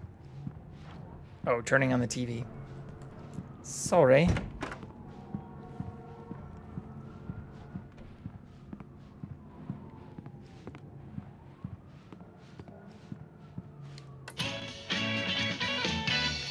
Ladies and gentlemen, welcome back to the Harry Alex Show. Thank you. Thank you, everybody. We have a great show tonight. I've been talking with the best-selling author Alan Wake about his new book, The Sudden Stop. Yeah, good read. Go buy it. No, it is a good read. Look, I'm gonna be honest here. Is that wise? No, but I'm gonna do it anyway. I got people Sounds who like give me me. a lowdown on books. I'm a busy guy. But this one, I actually read from cover to cover. I mean, I'm a big fan. Wow, thanks. Now, this might be a spoiler for those who haven't read the book yet. Based on the sales figures, the 2 people out there who haven't read the book yet. But this last book is all about the death of the main character, Alex Casey! New York detective Alex Casey. Now, there's been a lot of outrage about this. Why the hell did you kill Casey? What the hell were you thinking, man? Money. No, seriously though. 7 years and 6 books is a long time. He was a gloomy guy to spend all your working hours. Laughs in George R.R. Martin. But it's time to explore new things. My next book will be a departure from the old for me.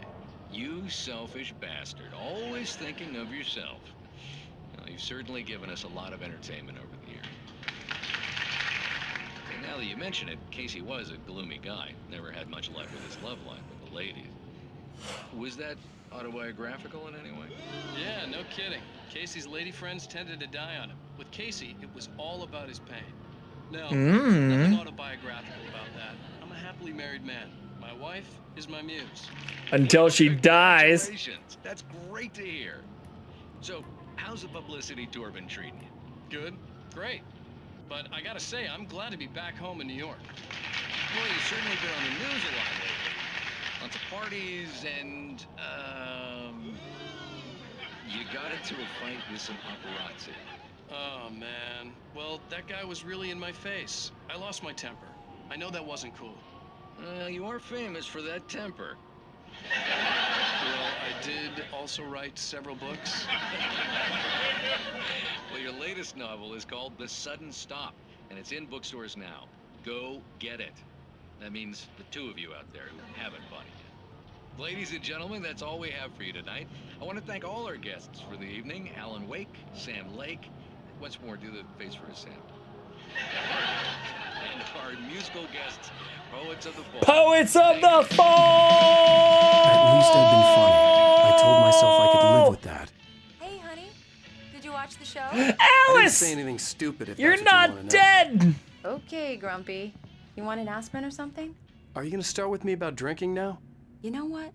Go back to sleep, Alan. You're wearing sunglasses inside, and you've clearly already taken painkillers, and it's barely morning. Ooh, nice ass. What? Damn, Now you Alice. can't even talk to me? Well, us an this ass morning shot? I was angry because you said you'd be home at midnight and you showed up at 7 a.m. and passed out in mid-sentence. Now I'm over it. Are you angry? This goddamn tour. It's gotten out of hand. Oh, honey. Hello, it's friend. almost over, right? We can get back to normal. Then you can start writing again. I'm sorry, honey. Alan, you're not thinking Good straight. boy. Just take a shower and go back to bed, huh? Yeah. Will you you're right, shower with me? I'm sorry. Once this is over, let's go away together. A vacation. Just you and me. Some peace and quiet. Mmm. Mmm. Ooh, boo. Ooh, boo. Bright Falls. The Somehow, present day. The clicker was the key to the cabin. I had to return to Cauldron Lake to save Alice.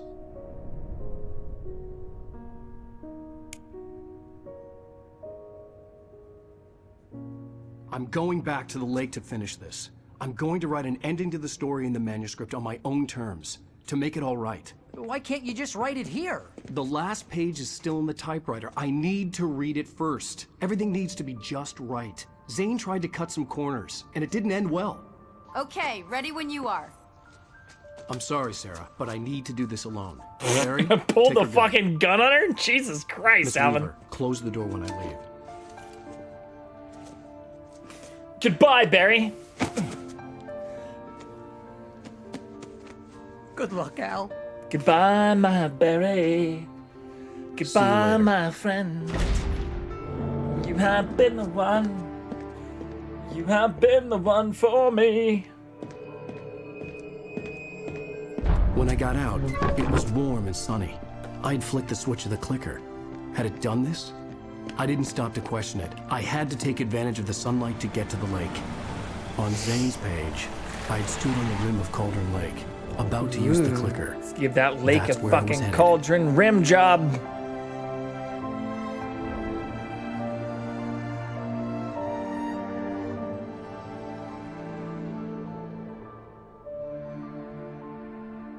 I do love these overview shots too. Dead Game, I completely agree. Alone, in daylight, surrounded by the beauty of the Pacific Northwest landscape. It was hard not to let doubt creep in one last time. Coffee. I could still chalk everything up to a dream, a delusion. I had enough imagination to make up something like this, having been in the cabin all this time, trapped in a story Hello, inside friend. my head, gone mad from grief over Alice's Hello, death friend. like Hartman had claimed. There would be no way of knowing. I told myself it didn't really matter. My course was set. Buckle up, motherfucker. But yeah, last night, I feel like I was actually thinking there might only be like 4 or 5 chapters. Maybe there's like still 6 or 7. Well, we're in chapter 6, so there's maybe more than this. But we were gonna raid out, and we saw somebody that was like, I thought there were only 5 chapters, and I'm in chapter 6. Ah, shit, spoilers.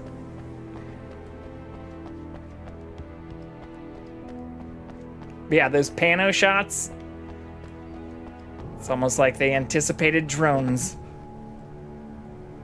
Hello, friend. What's going on with you? What's going on?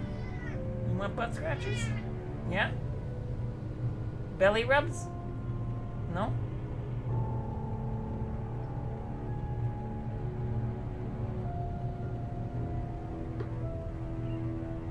Don't bite me.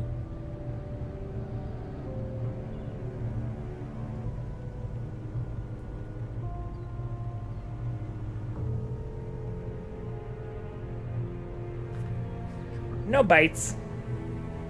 I doesn't remember how many chapters there are. I know where you are in the game, though. Hopefully I'm getting close to the end. Also, why can't I do burnouts? Oh shit, maybe I shouldn't fuck the car up immediately.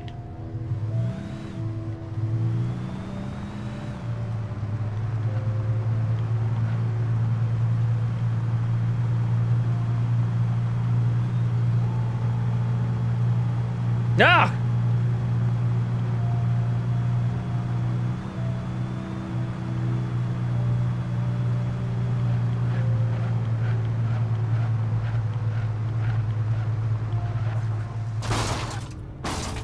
Why can we break some things but not others? This doesn't make any fucking sense.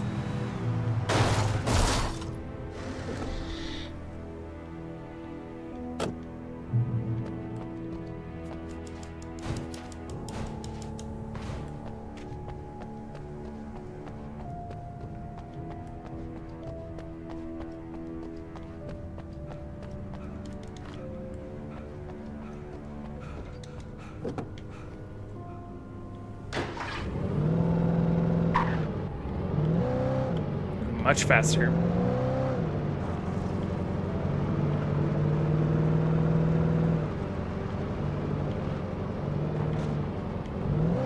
Coffee?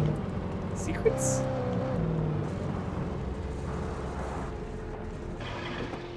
Shotgun? Ooh, hunting rifle, actually. Even better.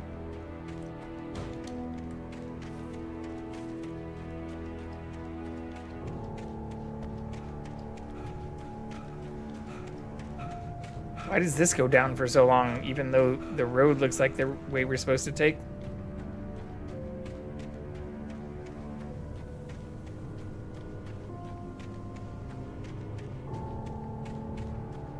Coffee?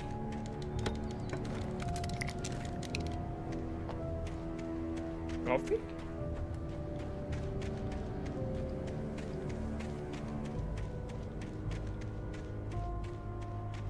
No coffee. No flashlight either.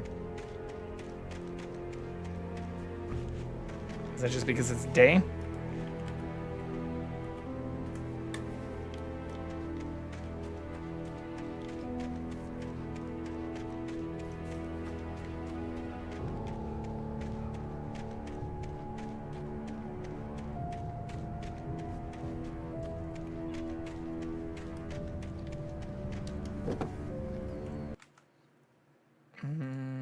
Oh, we still have to get it back on time.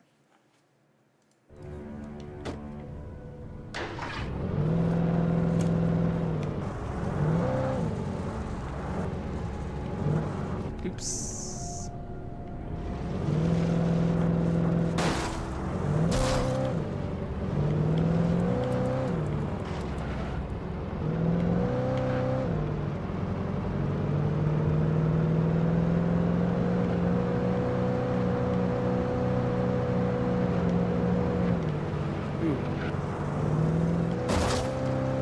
Barn too. I'm glad there haven't been any. Ooh, coffee! Haven't been any like hiccups or lag or anything, because a lot of people did report that shit, and especially Alan Wake 2 is supposed to be pretty graphically intensive. But people who say if you can run Alan Wake Remastered on Ultra, you should be able to run Alan Wake 2 okay. So I'm hoping we don't have any issues with that either.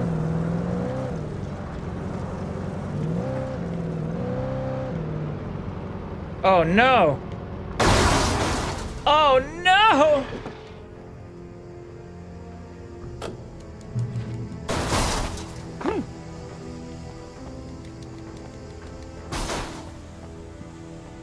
Why can't I drive the pedo van?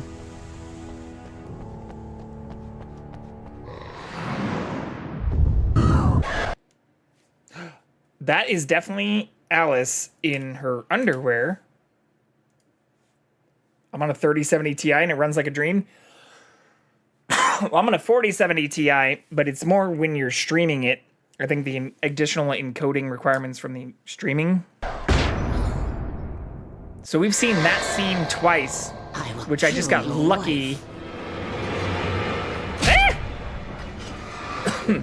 Yeah, I was previously running a 1070 Ti when I started playing a bunch of shit last year. And then that clearly wasn't working out.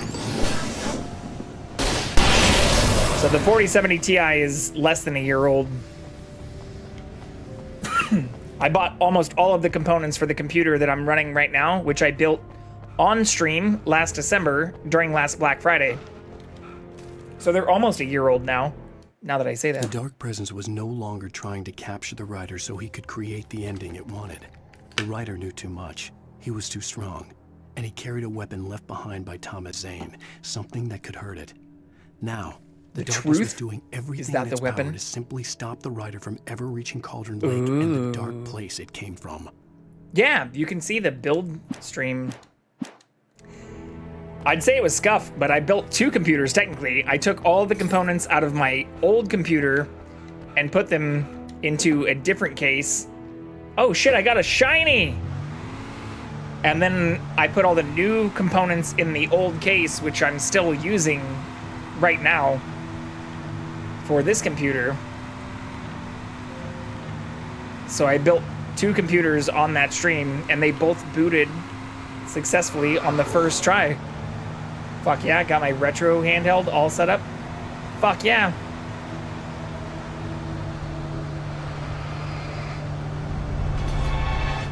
No. Ooh, is there stuff in here though? Should I get out? Should we stop? I feel like it wants us to stop.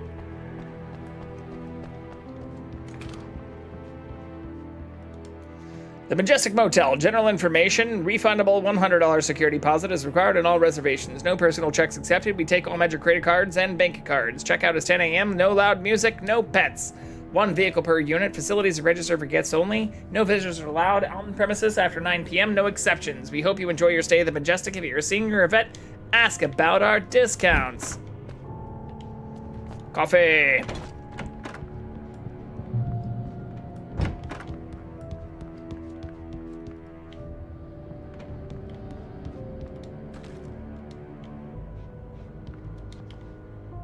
Based on the signature in the motel register, Agent Nightingale had stayed here, in room number 2. Here's room number 2. Oh wow, this place is fucking trashed. Who sleeps like this? This had obviously been the room where Agent Nightingale had stayed when he hadn't been busy harassing me. Or contemplating shooting us in the face.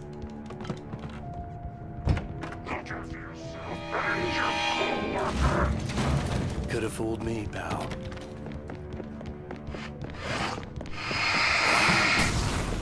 It's a fast one.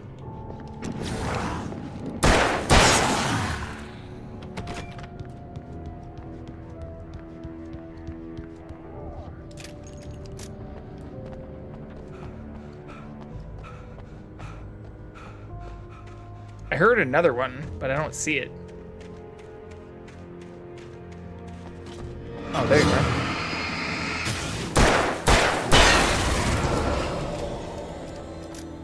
Bye-bye. Starting this bad boy right, son? Starting with a ROM hack of Pokemon Emerald? Gen 3? Hell yeah. I didn't mention it last night, but I did hack my Wii.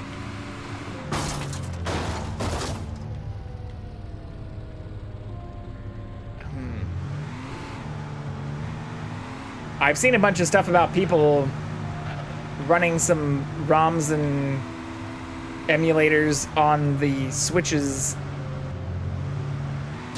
But since I never bought a Switch, I never went down that route. Ooh, coffee? Coffee, coffee, coffee, coffee.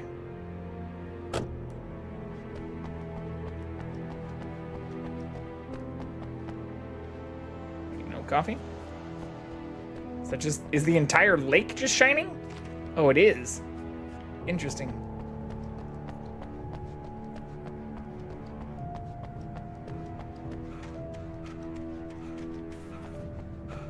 So I backed up a ton of my games and how I set up my Pokemon Gale of Darkness to be a modded version of it. Really, really fun stuff. Yeah. Modding the Wii wasn't hard at all. But I had seen some base stuff about the Switches, which was like slightly more convoluted. Not that I'm worried about hardware stuff at all. More just... Especially once the OLED stuff came out, didn't want to spend a bunch of money on something I might brick. If it also might not also be, ooh, fuck, the best shit I could get. 3DS is the same way, where it's stupidly easy. I mean, it's stupidly easy on PC. Where, like, I've ran Dolphin and a bunch of other stuff. Or, like, technically, I could play Breath of the Wild and other Nintendo games, but definitely not on stream. Wait, what the fuck? I'm hitting invisible walls? That's dumb as hell.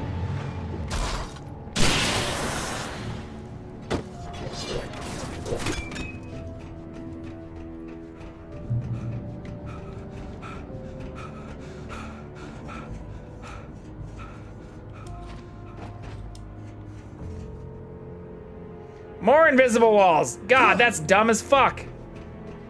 This totally looks like the way to go.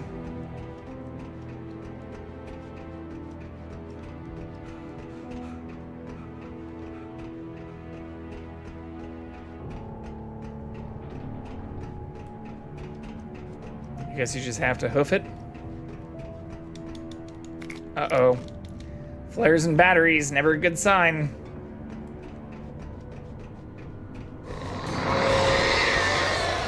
Omega-3 fatty acids are good for you!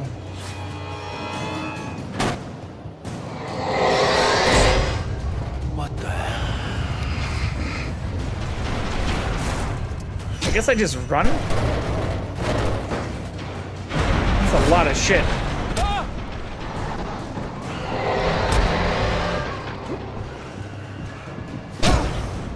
Maybe not?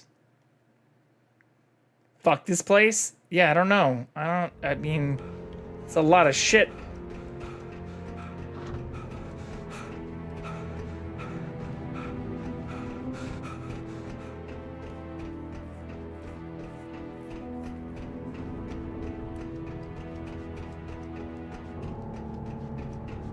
Like, I thought I was gonna just... Oh, the flares. I see. Okay, yeah, I should use the flares. Okay.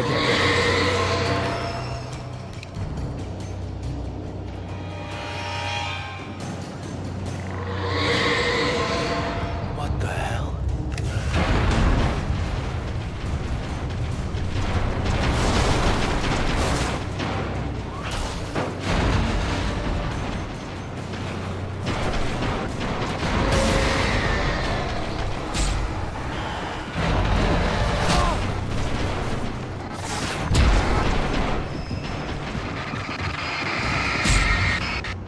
What? I just dropped a flare. How the fuck? What the fuck? Okay.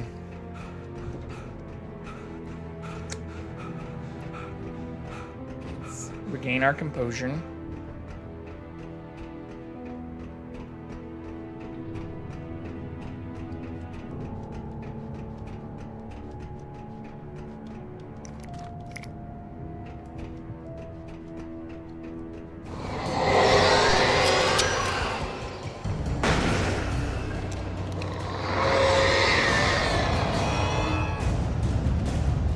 What the hell?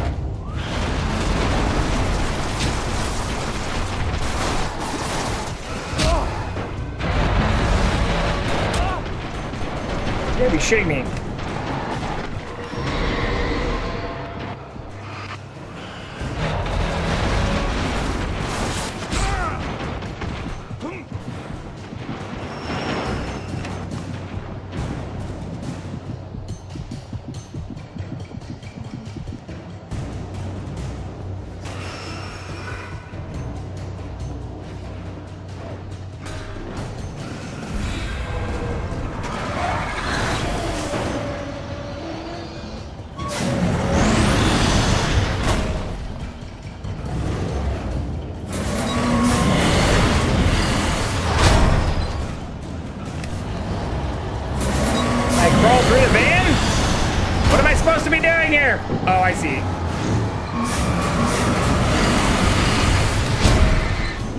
actually kill this thing.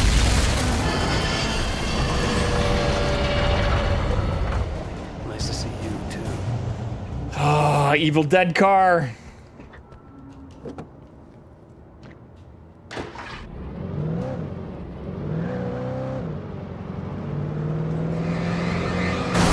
Fuck you.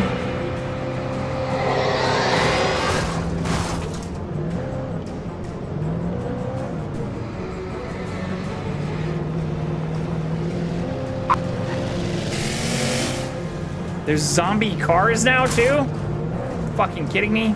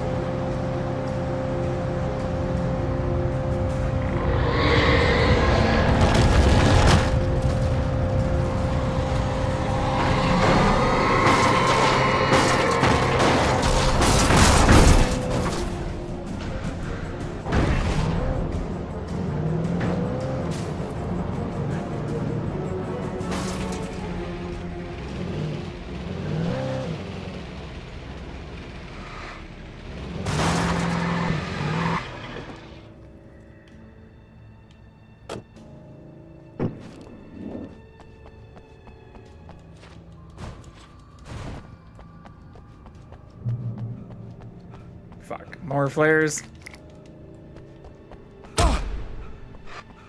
More lighting, more problems.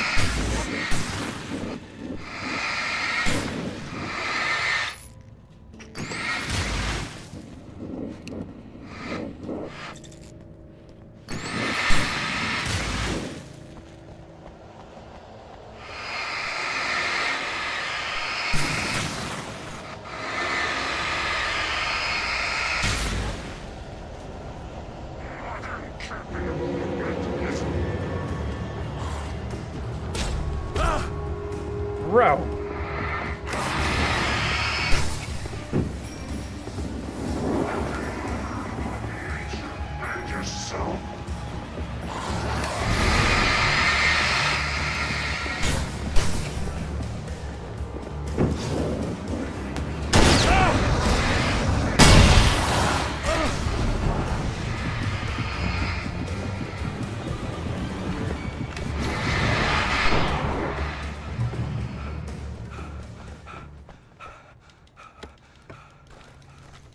Yeah, the dude did come out of nowhere. I didn't actually think we were going to survive that, to be honest. I'm also wondering if I missed a bunch of fucking manuscript pages. The lake was a graveyard of things the lake had claimed in one way or another over the decades. The dark presence brought them up in its wake, scattering the rotten waterlogged hull of an old boat here, the remains of a long ago crashed airplane there, trees shattered under the impacts. The earth groaned. It didn't even notice. Hopefully not.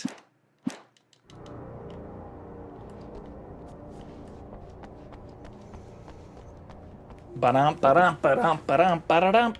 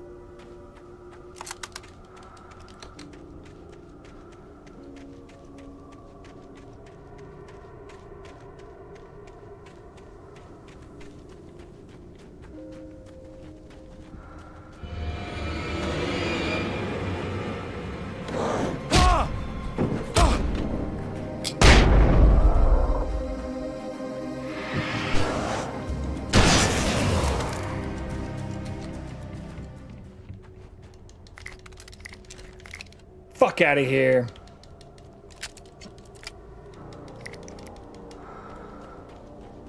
Who do you think I am? Alan Week?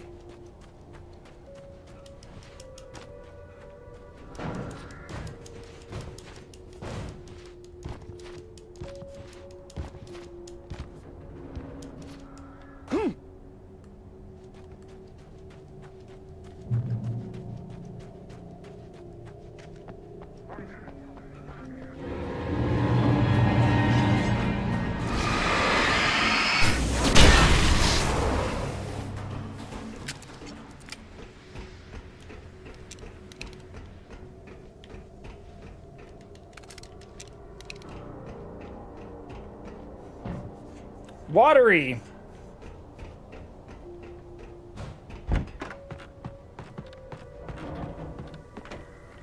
Once again.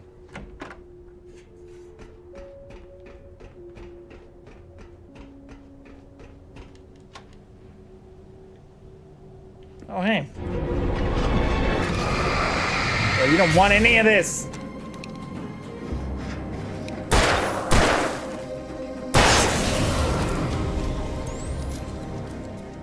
Told you.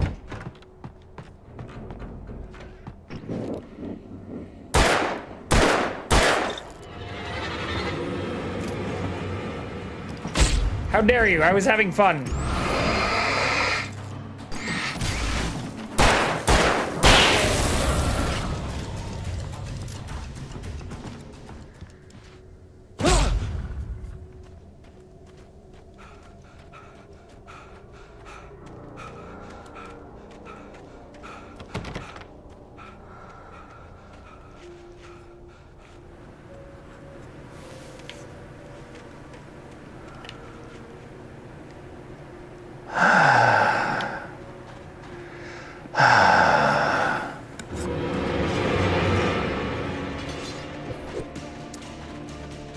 How about fuck you all?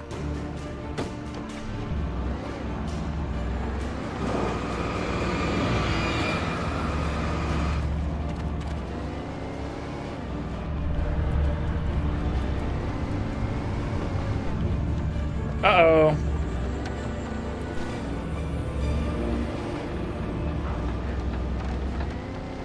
Oh, there have to be like fucking chapters and shit on the ground here. Some Mad Max looking shit.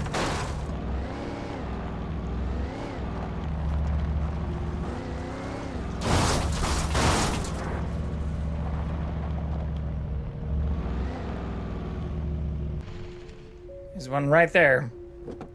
As I say that.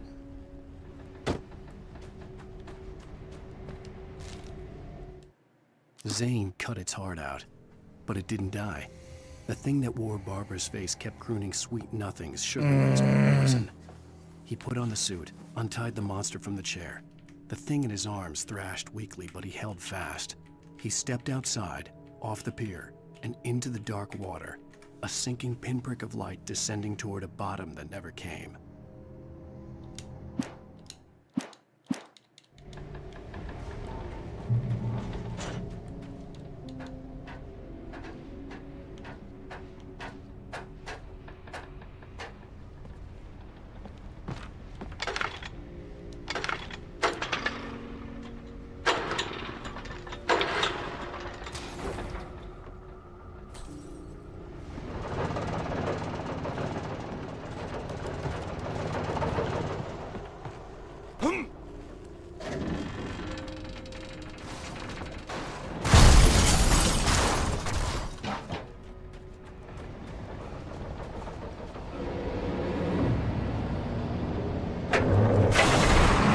God damn it.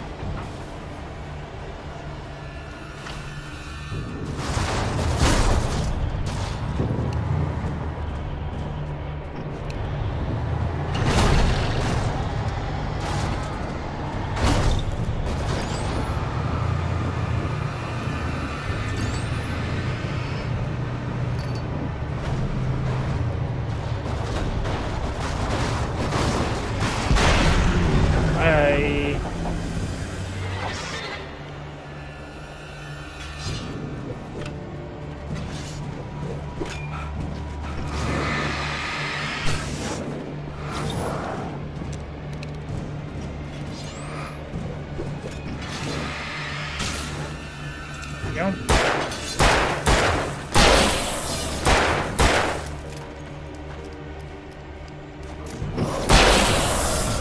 Bye-bye. I still don't exactly see the exit. Like, that just opened up a thing over here, right?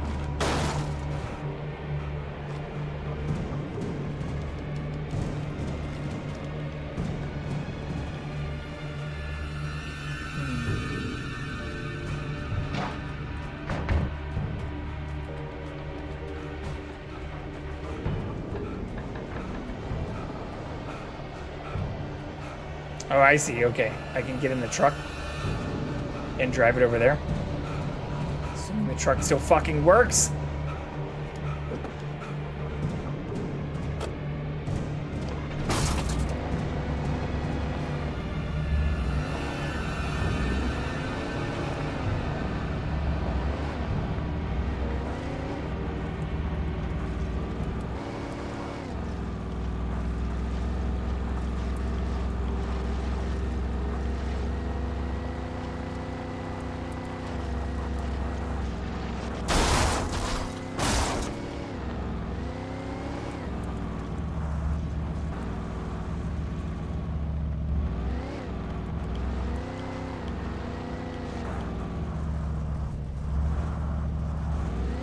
When I told Barry my plan back in the well-lit room, I'd acted as if I knew what I was doing.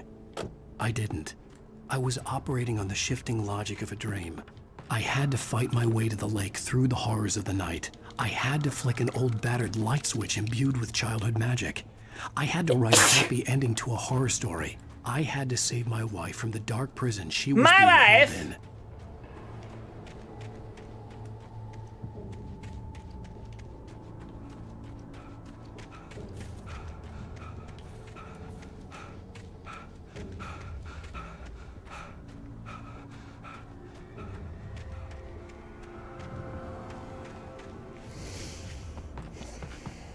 Alice! Follow. And singing, follow me, everything is alright.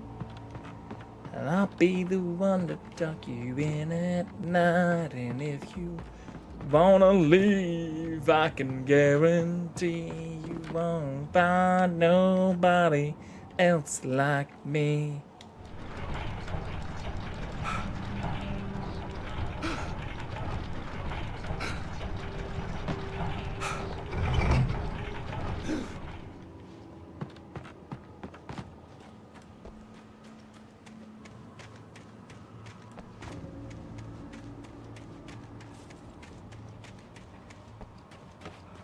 That song's actually pretty fucked up if you think about the lyrics to it. Oh, look, lights. These are always a good indicator of not having a ton of shit fuck us up.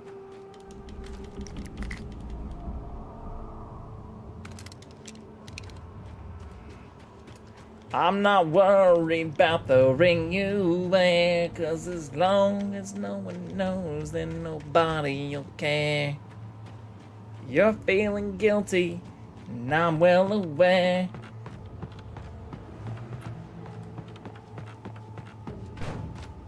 I will never give her to you. Fuck you, bitch. Hey, look. You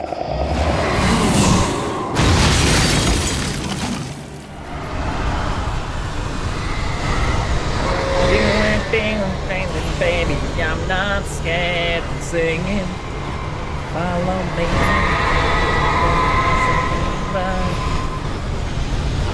I'll be the one to in at night. Wanna leave, I can guarantee. Why can't I have a chainsaw?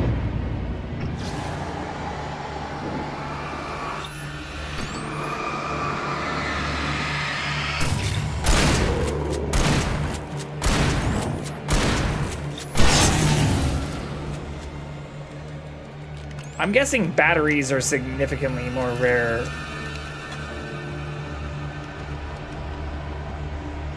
in the nightmare difficulty.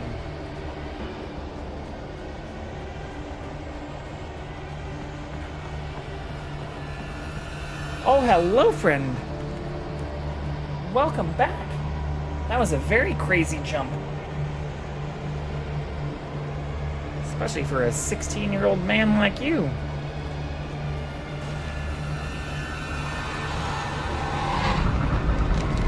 Oh, fuck. Okay. So we gotta book it? How do I get in here, though?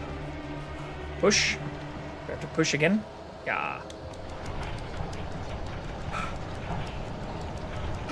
You don't look ashamed, baby. I'm not scared.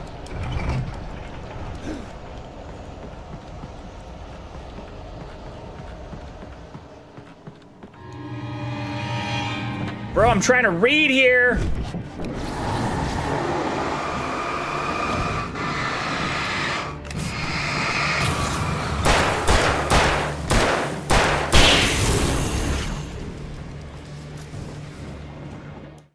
The dark place I found myself in was unlike anything I could ever have imagined. It wasn't solid. It flowed. It was conceptual and subjective. For someone else, an artist in another field, it would have been very different. I could sense the story of the manuscript all around me, the words and ideas floating in the air, poised to become real.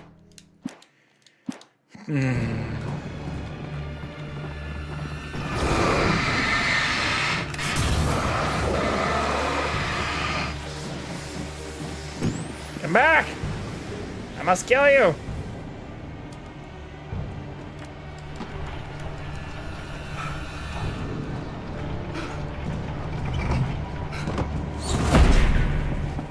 Rock.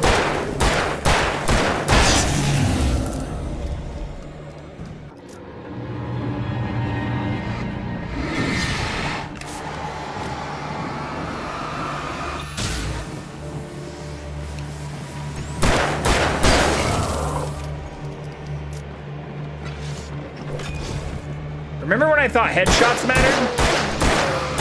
How naive we were.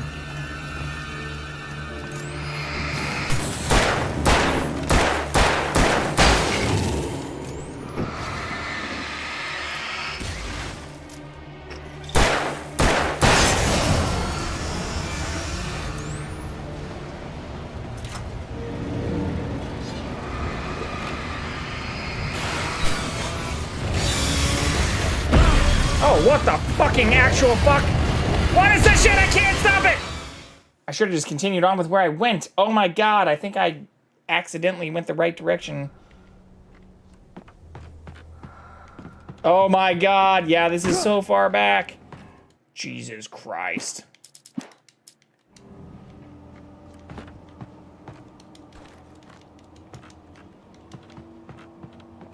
Don't second guess yourself, folks. I didn't need that giant spotlight for anything. It's just a distraction.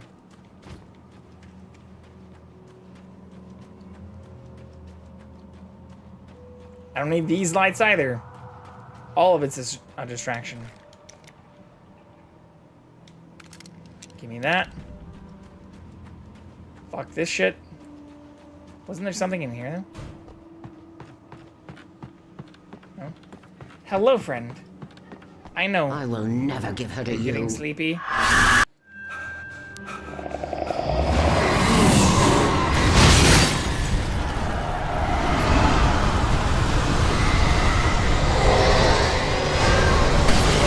There it is.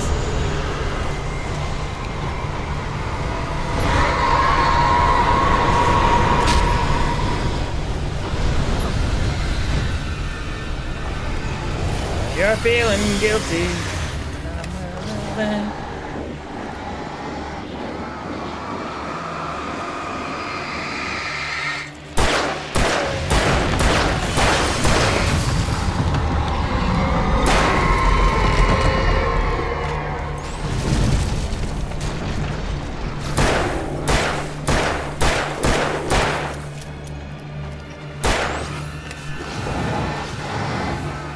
One moment, I now search this house again. Like an idiot. There's nothing in here either, is there? Nope. Fuck you. Fuck you all.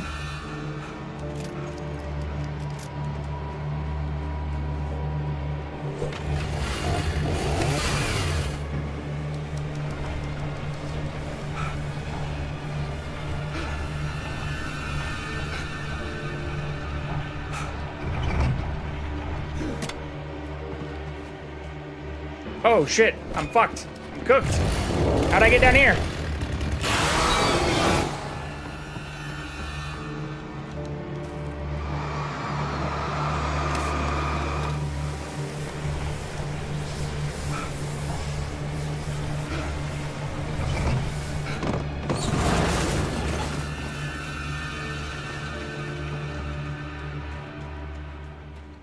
Boom.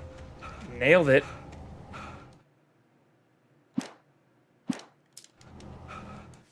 Tentacool.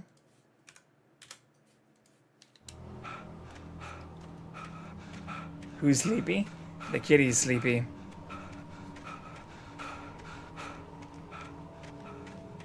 This is cuddle time. I could see Mirror Peak in the distance. That's where Cauldron Lake was. Alan. Save your wife.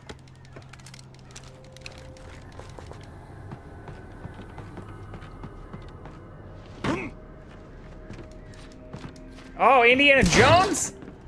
Dun dun dun dun dun dun dun dun dun dun dun dun dun dun dun dun dun dun. Dun dun dun dun dun dun dun dun dun dun dun dun dun. Bum bum bum bum bum bum.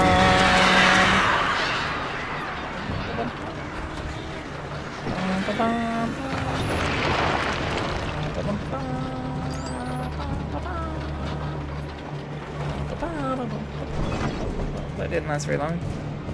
Okay.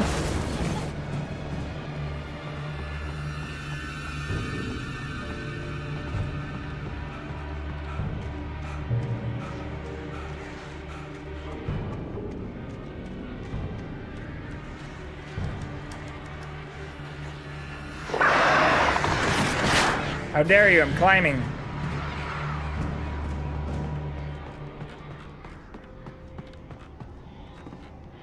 Did they just immediately fuck off? That's pretty cool. Never mind.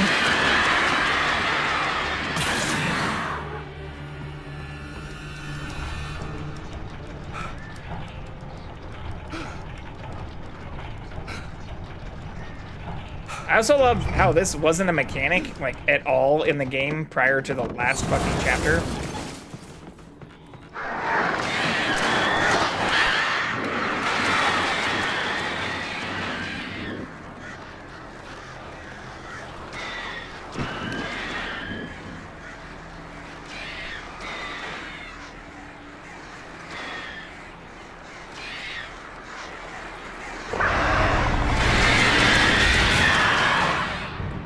Fuck off.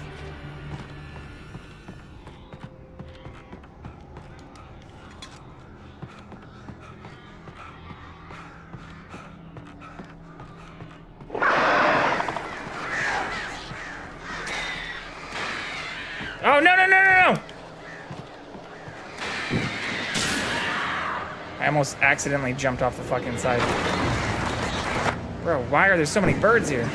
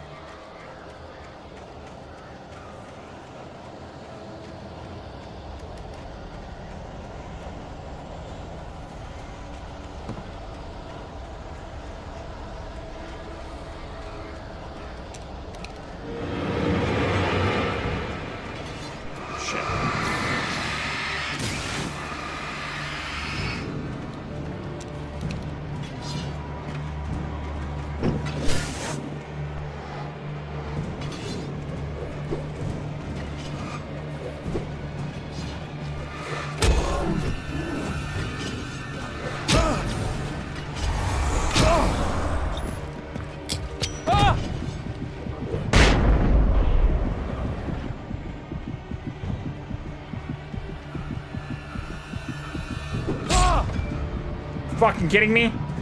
Where did that come from?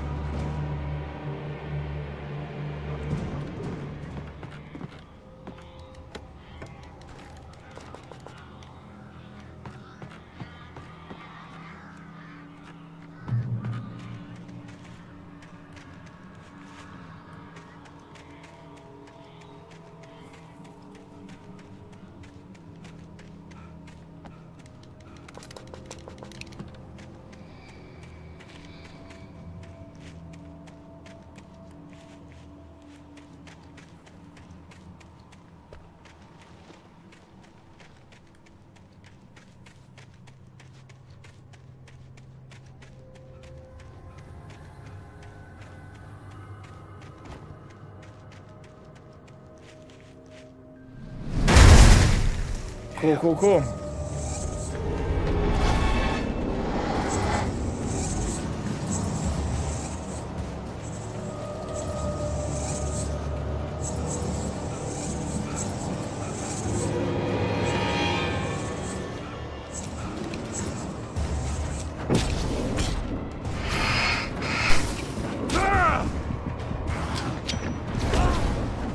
No! We're also like we're going down. I thought we were trying to get to the fucking peak. Why are we heading the wrong direction? I did think I popped that in time. Or thought. I guess think is the wrong, it's past tense. Well, think is present tense, but. Wait, what the fuck? Where am I going? Oh shit, I have to go through all of this too? God damn it. It's okay. This isn't that bad.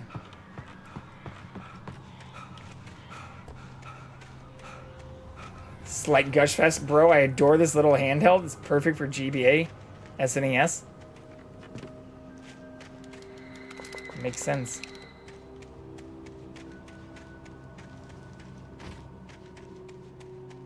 It's alright. This gives us a chance to see if we dropped or, like, missed anything. I wish I had a flare. That would be absolutely wonderful.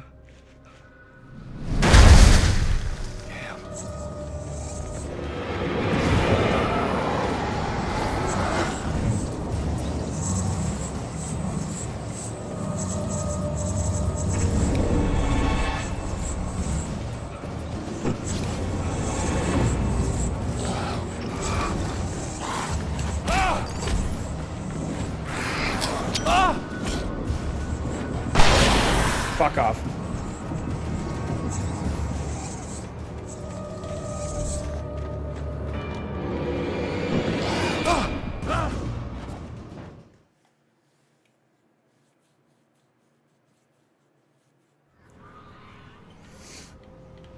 You know, everything's fine.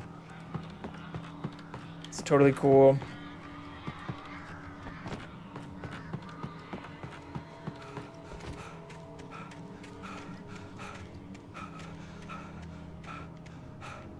God damn it, I'm doing the wrong thing again.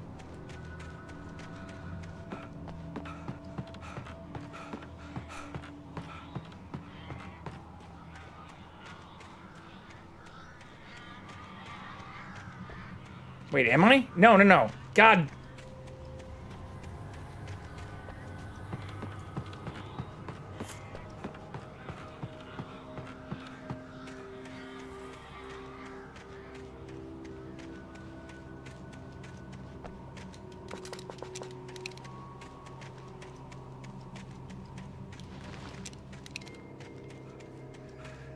Let's fucking go.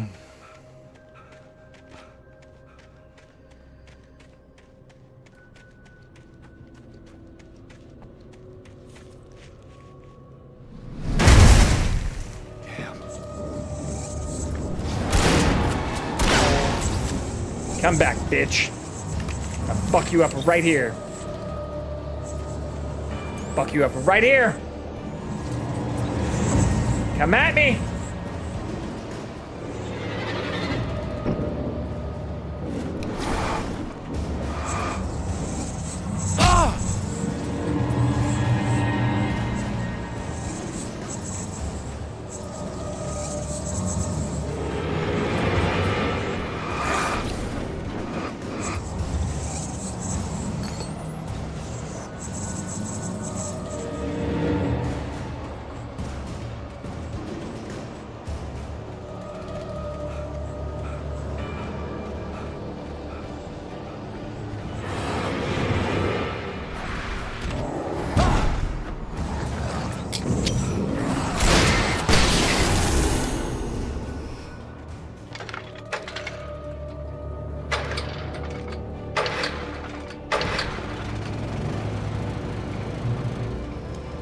We are capable of learning from our mistakes.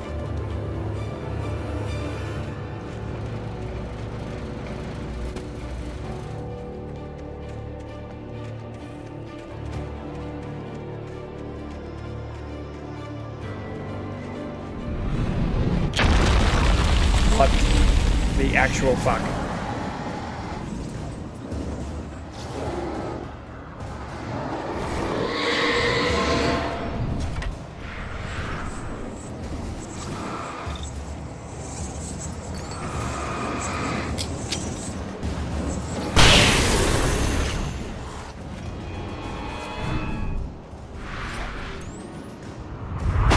Coffee!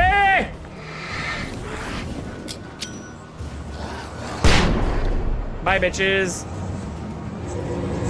I need that coffee. How do I get in there? How do I get the coffee? Oh, I see.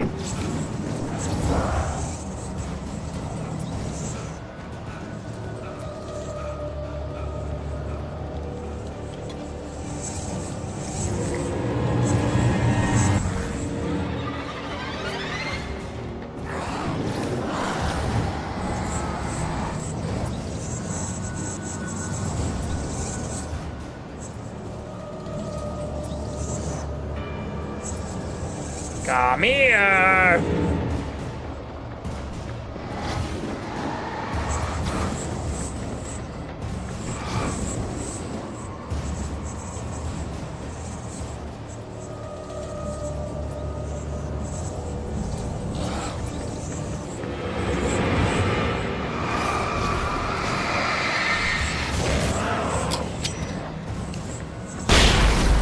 Hi, bitch.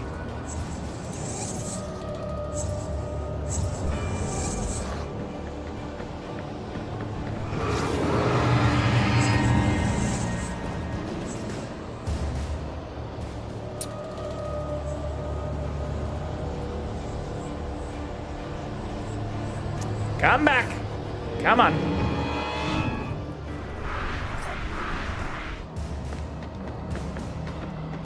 Come on. I believe in you. You can haunt me. You can haunt if you want to. You can leave your ghost behind. But if you can't haunt, and if you won't haunt, no haunt of mine.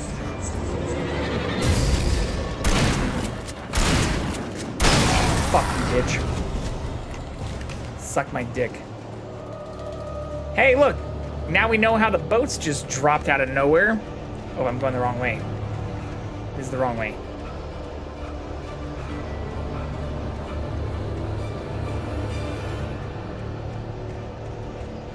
Please do not become possessed.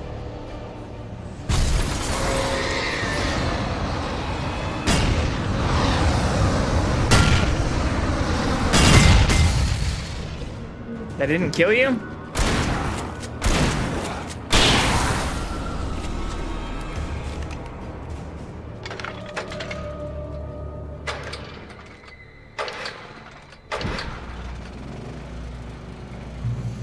Now it all clicks. I mean, it still doesn't make any fucking sense as to how that shit's actually happening. Or, like, what the widowed chick is all about. Like, we still don't actually understand her motives or why she's evil, unless she's, like, literally just supposed to be the fucking devil. Or, like, evil incarnate. You know, like, there's still a lot of questions. But it's starting to click. In terms of just insanity.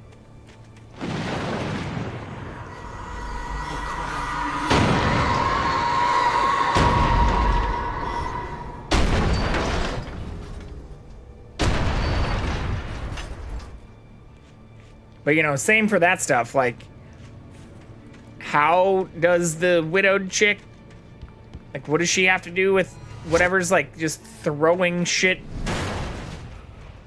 everywhere? Why does it throw shit? Why is it so angry?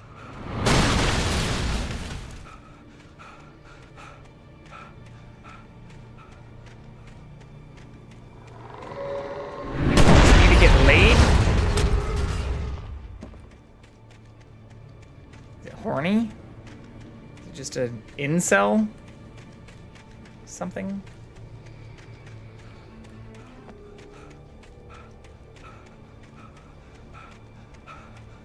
I also can't believe we haven't found more fucking chapters.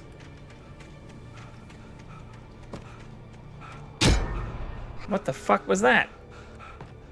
Oh. What's the goo? What's the fucking symbiote venom goo? Yeah, like I still have so many fucking questions.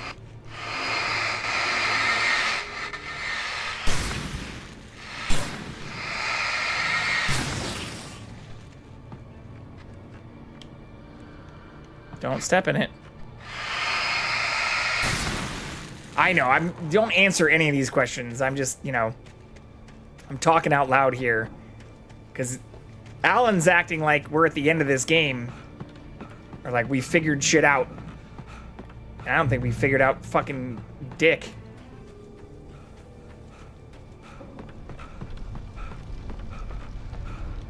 That's the first flaming barrel we found.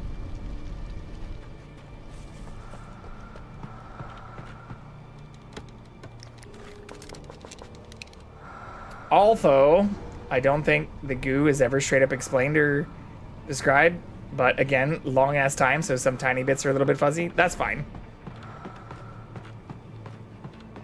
I'm not actually looking for answers right now. I'm just hoping the game doesn't just leave me with more questions than I already have at the end.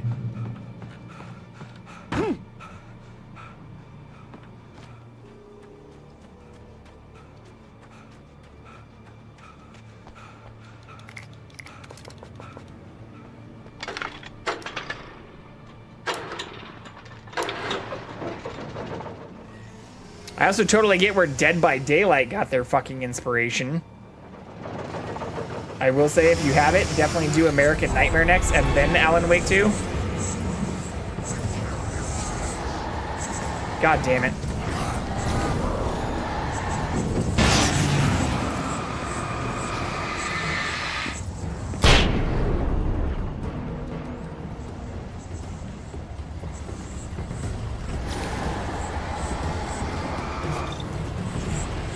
Fuck off! Oh!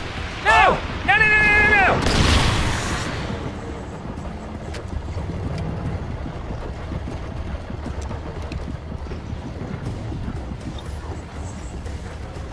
And if it's not, no big deal. I've never played American Nightmare, but I understood all the best parts of Alan Wake 2.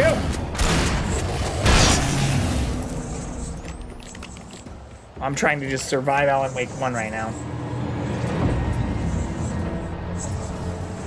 He came out of fucking nowhere.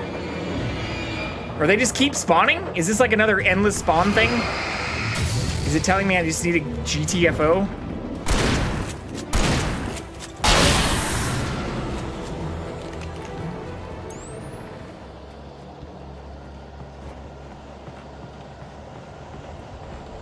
I keep hearing the creepy music, which is usually a good indicator of like shit's just gonna keep spawning if you sit still. Yeah, that seems to be the case.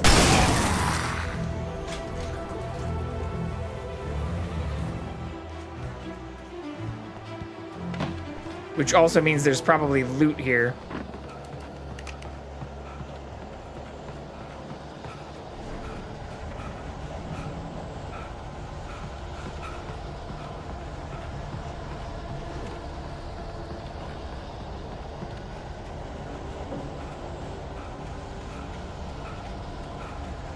Coffee!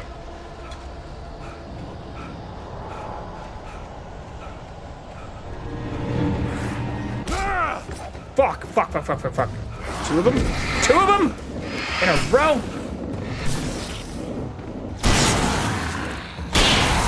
Fuck you both. Running low on shotties. Alright, let's just get in the fucking thing. I figured there'd be a writing page or something here. Rah.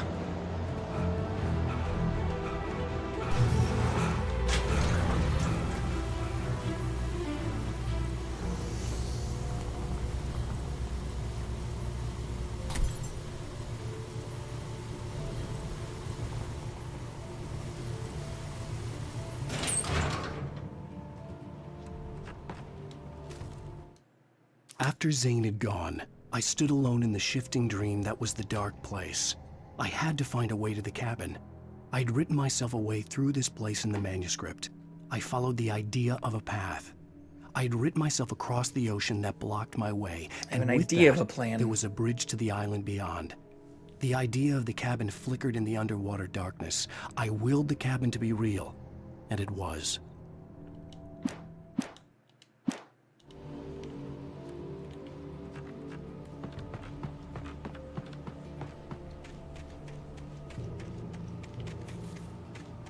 Wait, so do I go that way or this way? No, I see. I can only go that way. Motherfuckers. Turn back now. No, fuck you.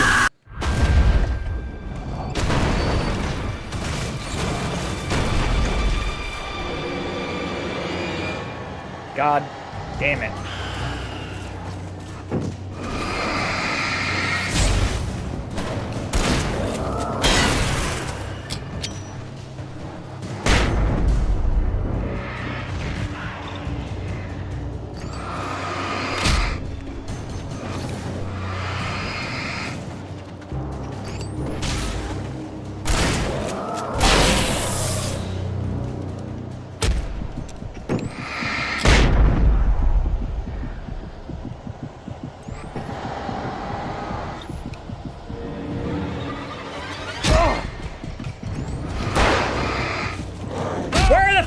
Things coming from? Oh, are you kidding me?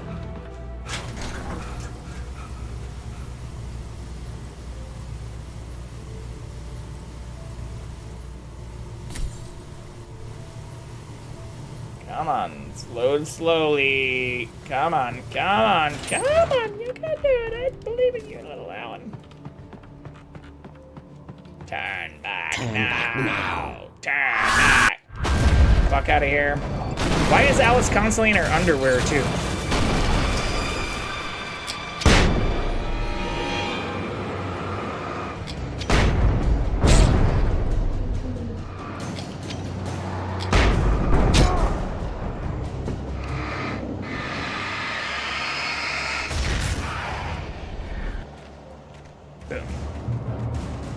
Might have wasted all my flashbangs. Fuck.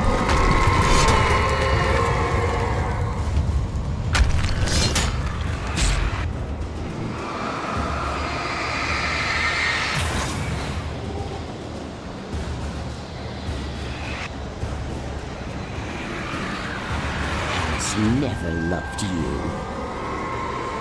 That's some hateful shit.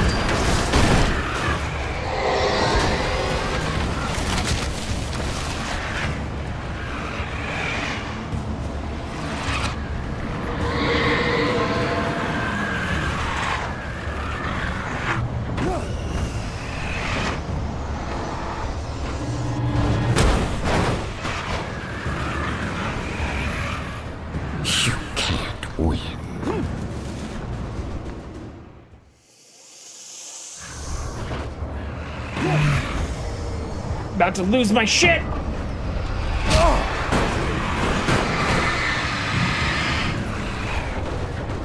You can't win.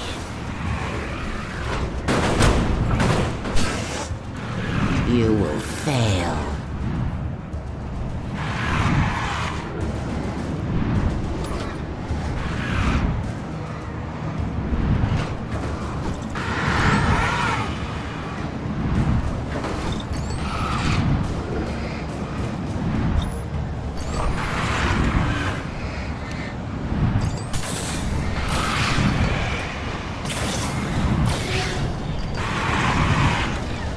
What do you do if you don't have like a fuck ton of batteries right here?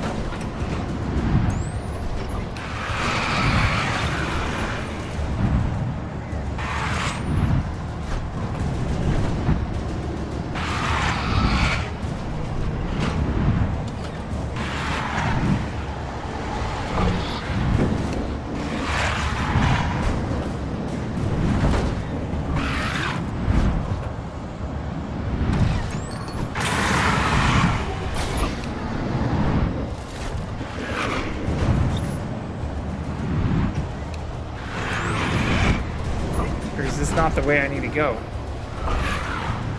I'm so fucking confused.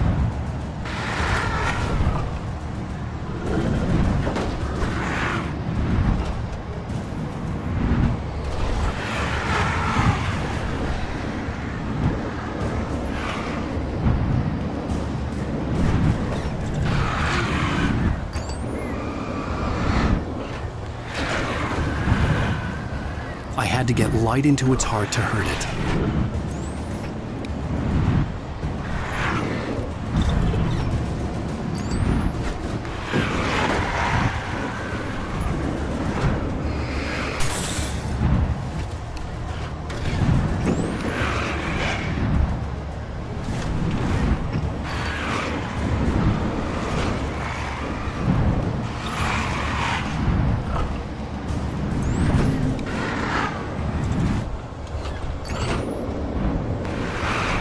Rah!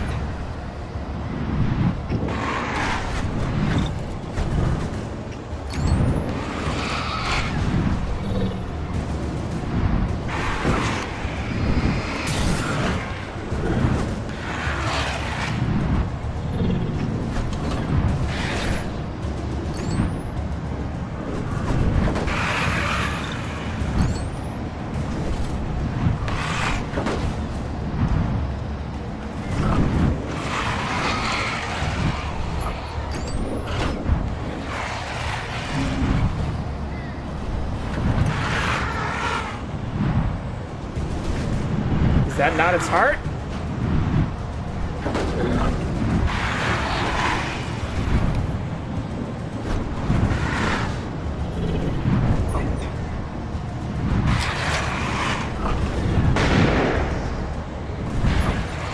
Destroy the tornado.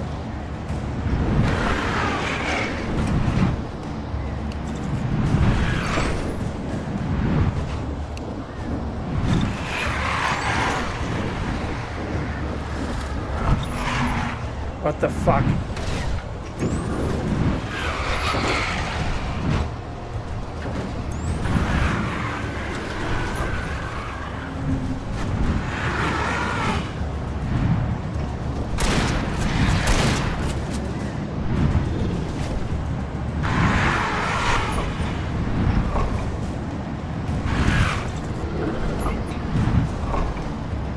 What am I missing?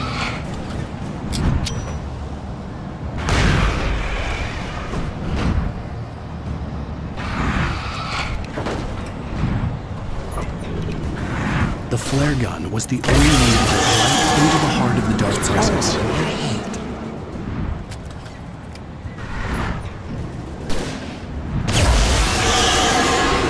You're making this up?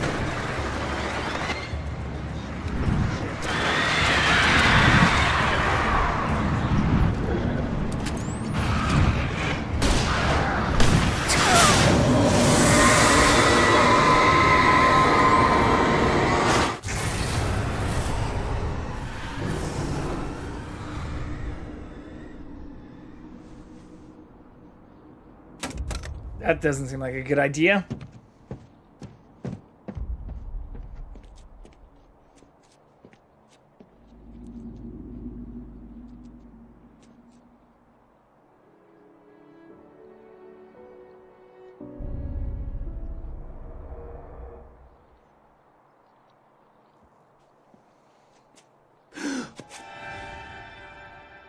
What the fuck? Hell!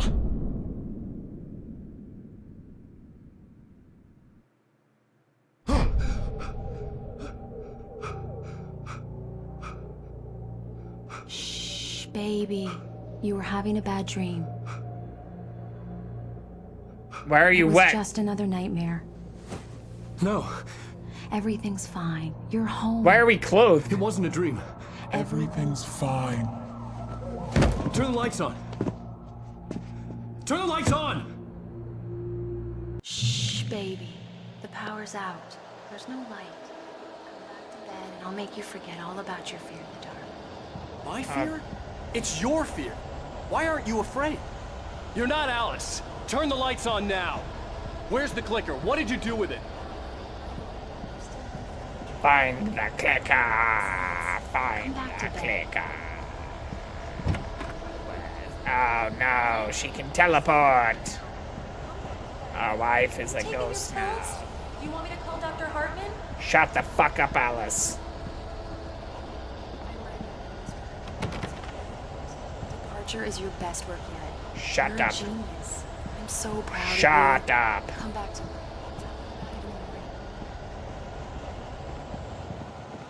Clicker. Come back to bed early. Shut up. Come back to bed, Tom. We're not Tom.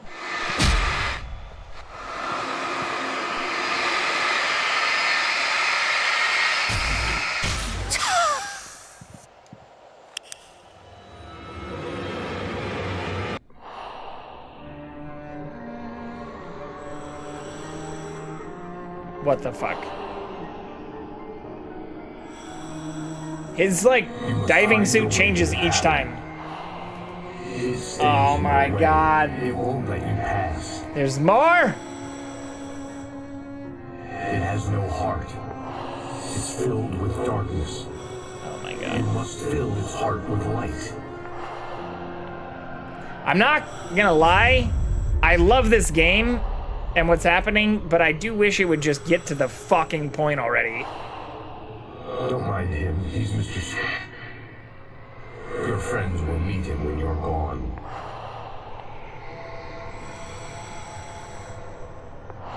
What? Use the clicker.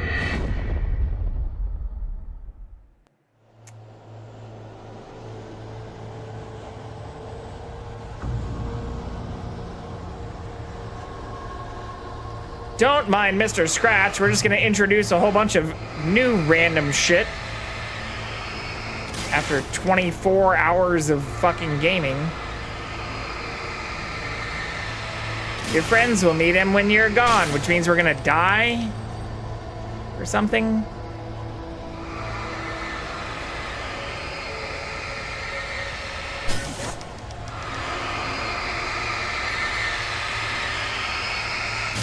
Like, what are we doing right now?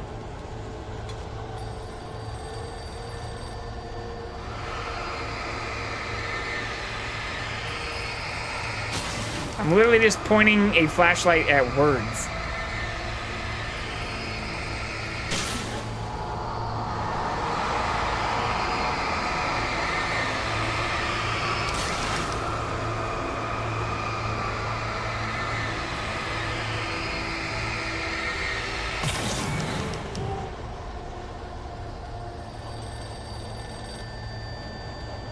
I followed the idea of a path.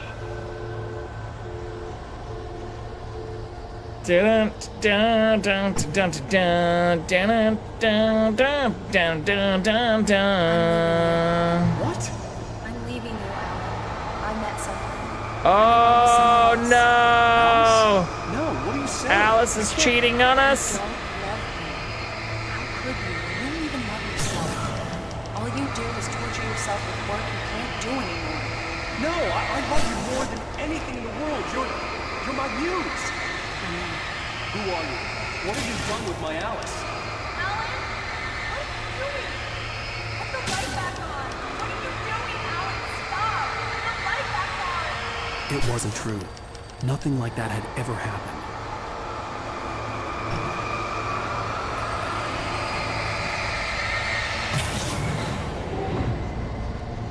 I had ridden myself across the ocean. Bird.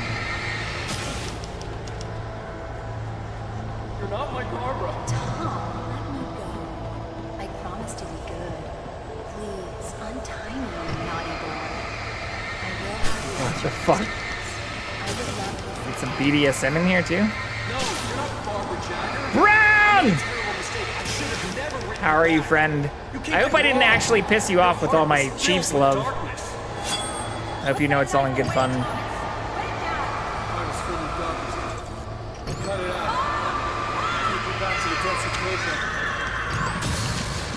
Cover that Xmas. I don't actually have anything other than Chiefs hats in here right now, which is why I say I hope I didn't legitimately piss you off with my Chiefs love. Oh, I do have I could wear this backwards. So you don't see the KC. I could wear this the wrong way.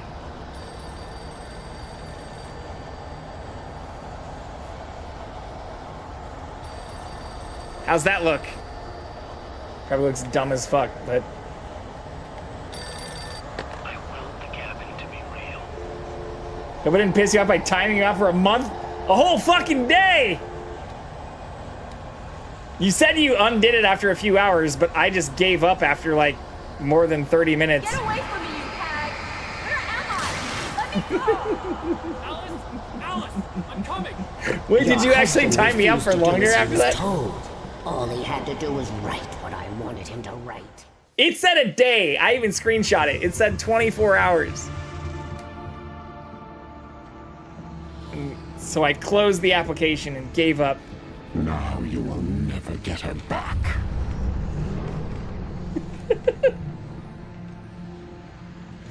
How was I supposed to know you ended early? Older than your first work of art. I will find a new face to wear. Someone else. But I to appreciate you carry me undoing free. it. Ooh. Ooh, do we put the clicker in her?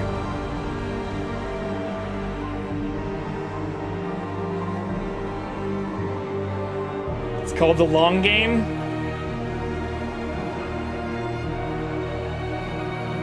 Put what in your cup?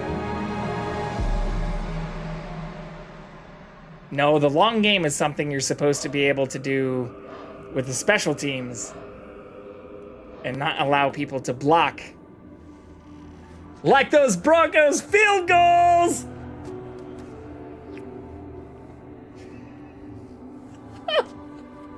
Sorry, you set it up perfectly. I could feel Alice's presence close by. I understood what I had to do now. I knew how to write the ending to Departure. How come none of this There's goes light and ever there's want to go out for darkness. tea or soda? Cause and effect. There's I don't guilt know. and there's atonement. I still don't But the actually know what the seals fuck always is need to happening. balance. Everything has a price. That's where Zane had gone wrong. I still don't know what we just did. There's a long journey through the night back into the light. We just shoved a clicker up the evil witch's butt, and now we're writing a happy Alice? ending to our story? Alice? Okay, so she still fell into the lake. You had Elvis Gerback settle down. Oh no! Dive. Save.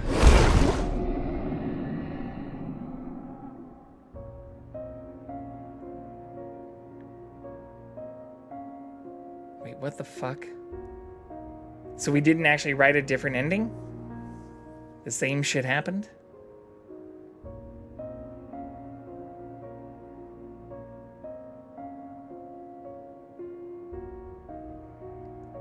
Dodge, duck, dip, dive. If you can't dodge a wrench, you can't dodge a ball.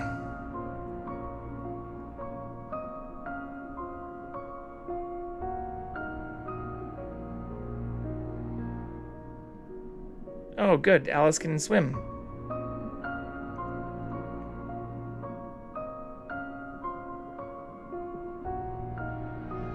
They never explained how she, like, fell out into the water or why she's in her underwear the whole time. I mean, I'm not complaining, but, like,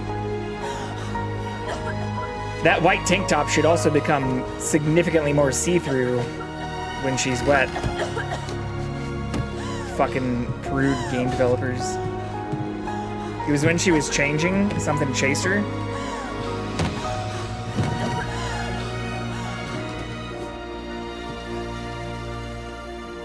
Alan? I am focusing on the scene. Alan? Minus when I'm reading chat. Alan's also not in the scene.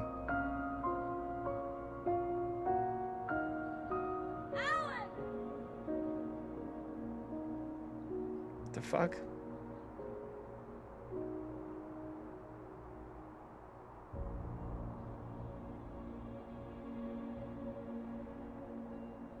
You know what else in the scene? Alan fucking Wake, yeah.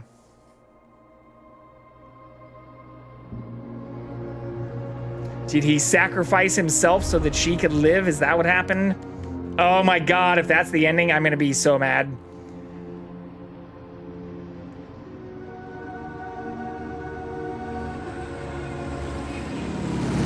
No!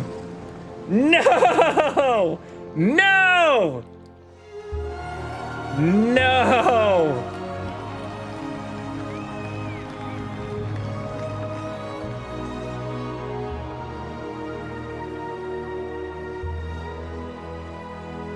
God damn it.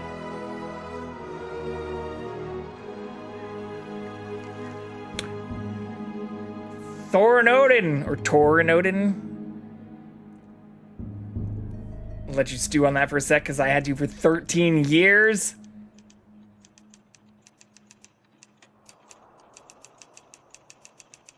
What?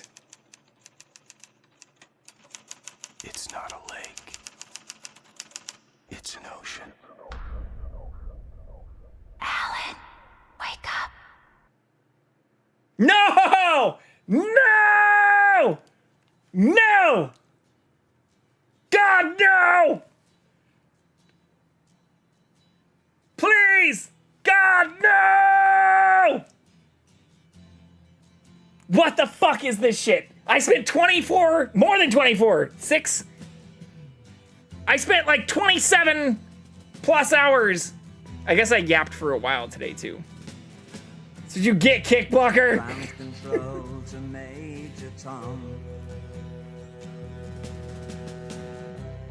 Don't make me turn this hat around.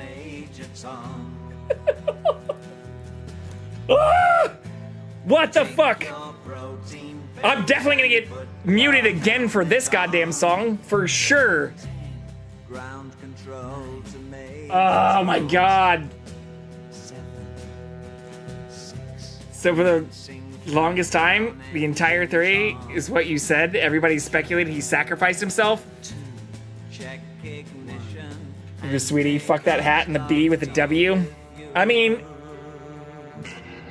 again, having been born in Kansas City, you have to understand from my perspective, like, there were over 25 years of my life where the Chiefs sucked so bad.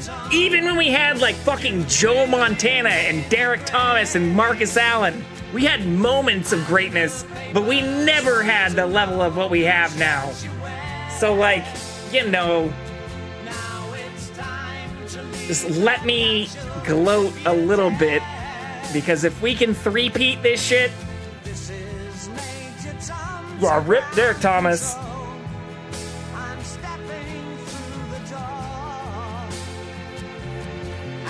So now that the credits are rolling and I'm visibly hurt by the ending, what did I think of Alan Wake 1? It didn't actually answer anything. It was a great game. I absolutely loved the game. It was a great game. I'm in curse territory?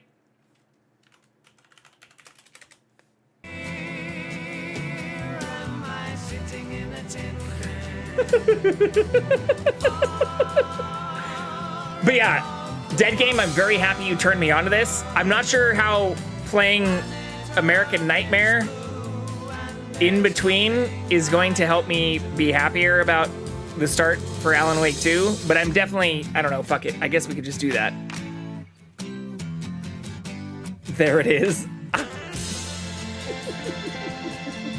I'm trying not to be an asshole about it, though. I'm trying not to. Or even when I was reading your rules about it not being Chiefs content, I even posted the Broncos announcers.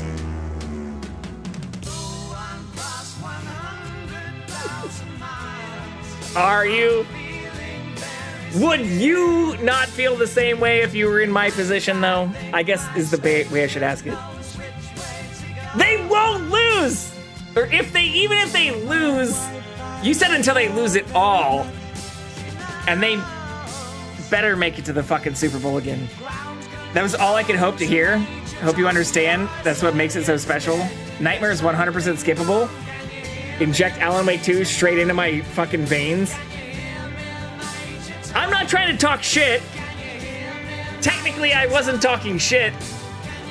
I was posting clips of just literal things that happened. That's not talking shit.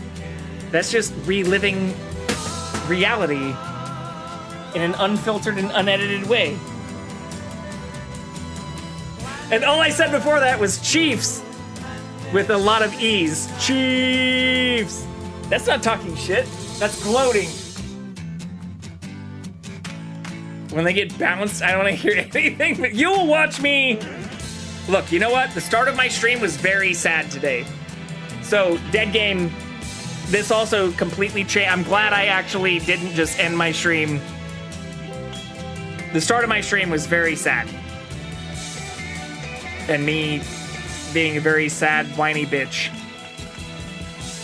You're literally a Raiders fan in red right now? No! Chiefs and Raiders have arguably as large of a rivalry as they do with the Broncos. And fuck the Raiders. Raiders are a bunch of fucking horrible people. A horrible team. That not only their own fucking fans couldn't stand them, so they fucking left.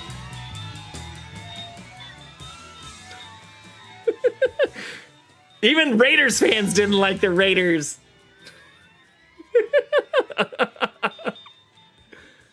Look, the Raiders don't yell. They just throw batteries at people and shank people in parking lots.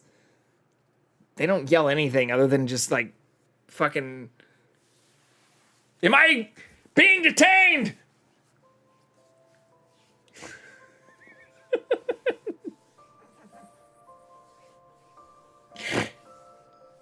I'm not resisting!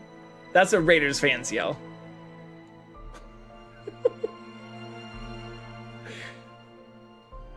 They don't yell the same. They don't yell Chiefs.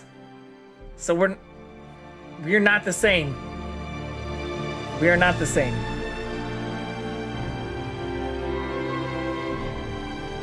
What I could be doing if I really wanted to glow is just the chopper. But I'm not that mean.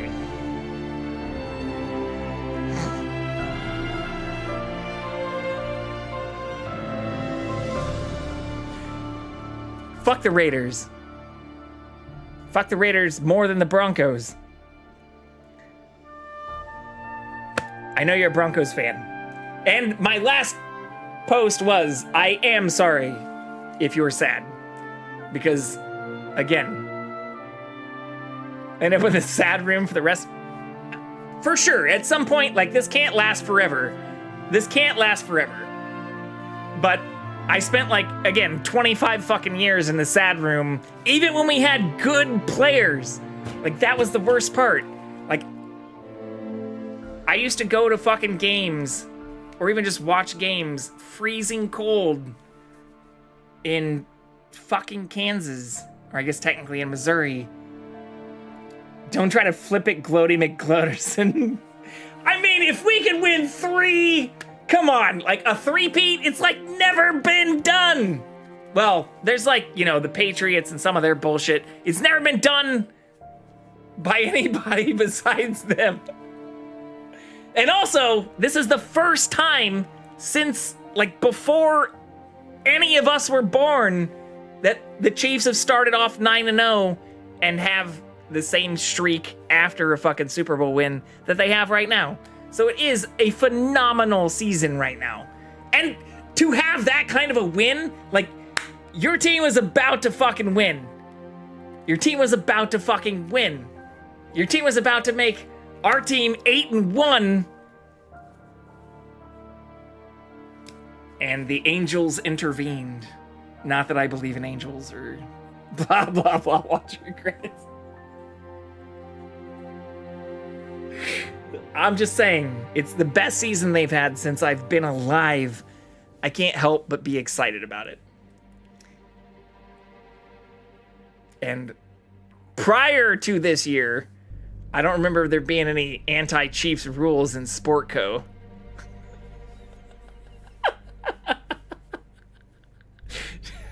Just because everybody else is sad doesn't mean I can't be happy.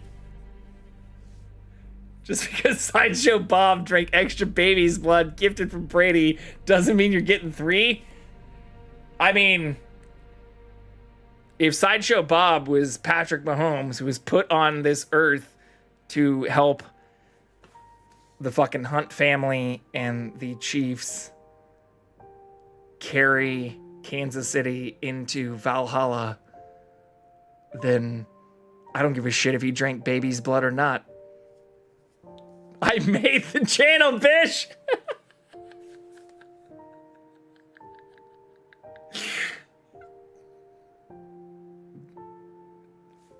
I'm just asking you to empathize. If they win the Super Bowl, I don't care if you fucking time me out for a year. I'm going to be happy about it. I'm gonna be happy about it. He was put on this earth to sell t-shirts. T-Swizz tickets? Oh, I thought they said t-shirts at first. T-Swizz tickets and perms. The broccoli cut. Oh my God. I do hate that that's become a fucking thing. I do hate how much his haircut has become like a fucking thing. And also, he has nothing to do with T-Swizz. That's Kelsey. Bet a year. Would. It's worth it. Time me out for a fucking year. If they win, I'm posting a fucking tweet about it. Is it? I don't know. That might like negatively impact many other things that I might want to post about. But again, if the tables were turned, would you not be happy and in the same position I am?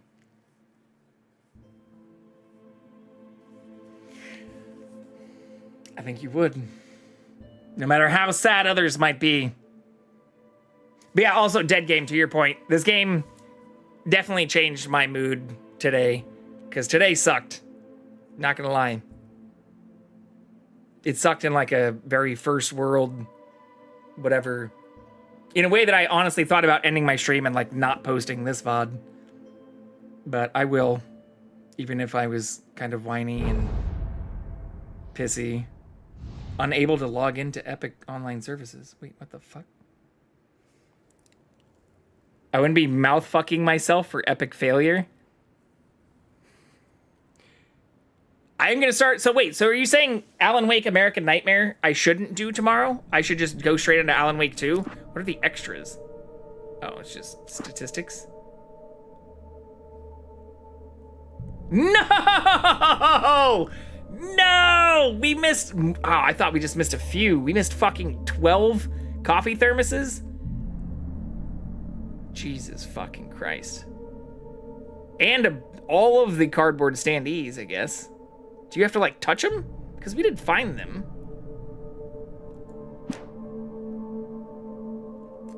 What's the matter? I'm realizing I fucking fucked a bunch of shit up in this game. Wait, so now I can start this on Nightmare, though. Hell yeah. I do want to play... Ooh, whoops. I don't want to do that. I did have a poopy day. I had a friend over, and they gave me a bunch of shit about streaming, and they're not the first person. I also got, like, blocked and banned by a bunch of people who I literally, like, went on fucking trips and hung out with, who also stream, and all for calling them out for, like, literal bullshit that I cited my sources for. And yeah.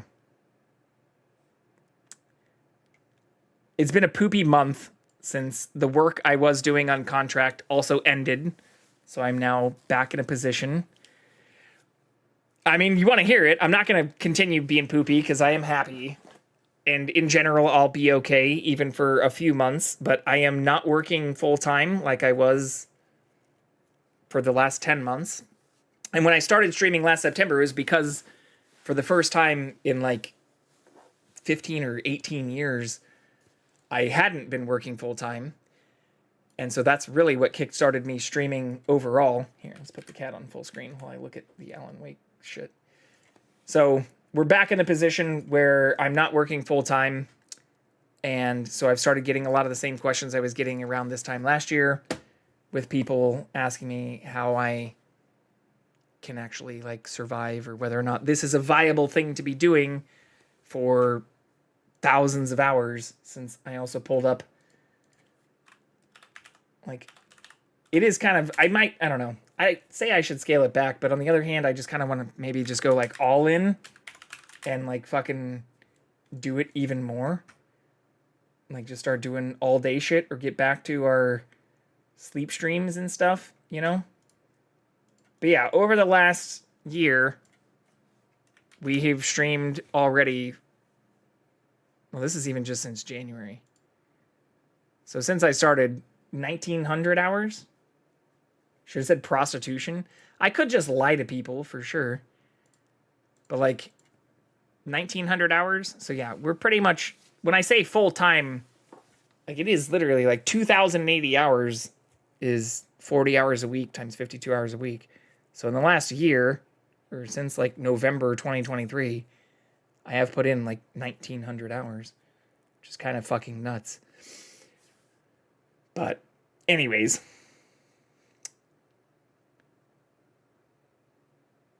I don't care if people give me shit for it. If anything, I might increase the frequency at which I'm doing it. The more I tell myself, I might scale it back. It's just the fear talking. But yeah, I only have Alan Wake's Nightmare on here. Wow, it's really tiny. 2.3 gigs. How long does it take to beat is the real question, though. No, I mean, I've been honest with people, or I even pulled up like my fucking actual stats and stuff, which I probably shouldn't have done earlier today. And I mean, like I said earlier, like I have paid for like my electricity bill the last few months doing this, but I haven't made enough to like pay any bills besides that, or like my living, my gas, my water, my car payment, all the other shit. There's a way to get around ads, Brown.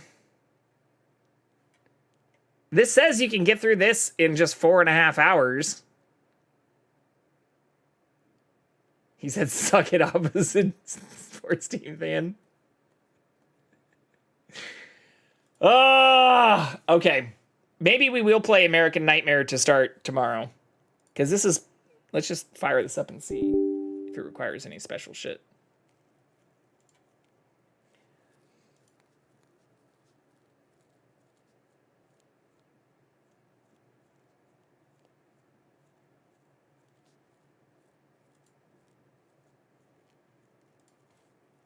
Tiny baby blood lips.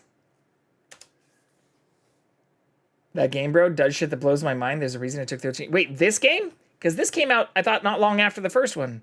Also, why is it not fucking opening? What is happening here?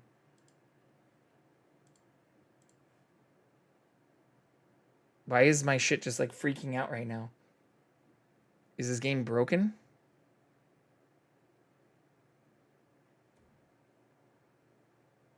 Oh, Alan Wake 2?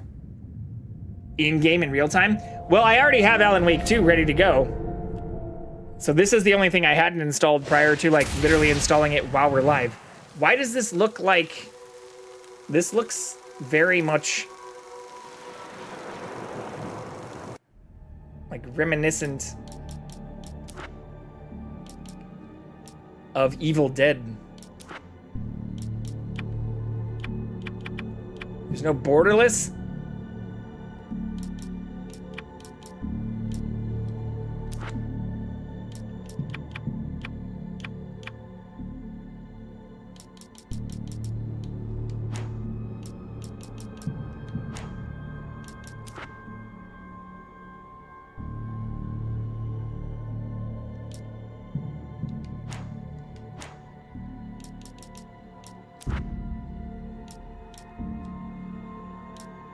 Okay. I think I will play this tomorrow. Especially if this only takes like 6 hours to get through. Because most of my streams... The only reason we even started later today is because I just whined and pouted for a while. So I think we'll do American Nightmare. Here, we can even update our Canva bullshit. Spookvember.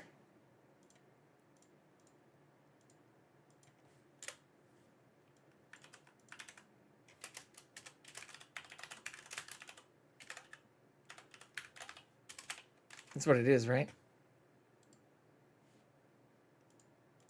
Alan Wake's apostrophe.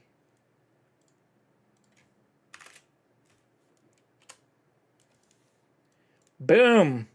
Can cross that one out.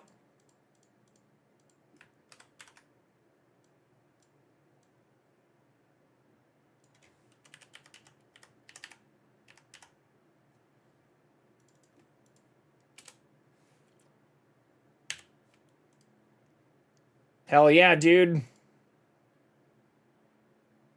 Oh, shit. Uh-oh.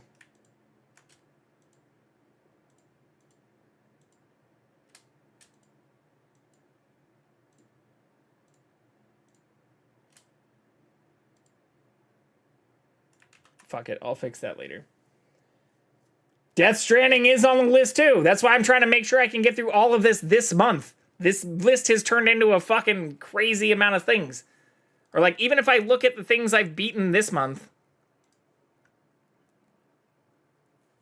I look at the things I've beaten this... I hate hearing myself. We have played... Why is this so fucking offset? That doesn't look right. What did I do to my shit? Why is this all by itself on the side now? Is this what it looks like for everybody else? That's wild. Welcome back, Brown. Alan Wake 2 is kind of girthy, but man, Death Stranding is another one of those games. It's a fucking experience. Yeah, so this month I've already played The Quarry, Man of Medan, Little Hope, House of Ashes. But last month we got through Call of Cthulhu, Little Nightmares, Alien Isolation, the new Warhammer game, Soma, What Remains of Edith Finch. So like these were our games for last month, and I've like more than doubled that amount for this month. I don't know if we're gonna get to Monster Prom. Maybe I can just delete that one. Oh, that turned you into Kojima fanboy? All right, well I was already a way big Kojima fanboy. Like the Metal Gear games, and like Kojima's been the fucking shit since. Oh, yeah, so I haven't played, that's the only Kojima game I haven't played right now, is Death Stranding. Why does this look all fucked up, though? This should not look like this. I'll figure it out.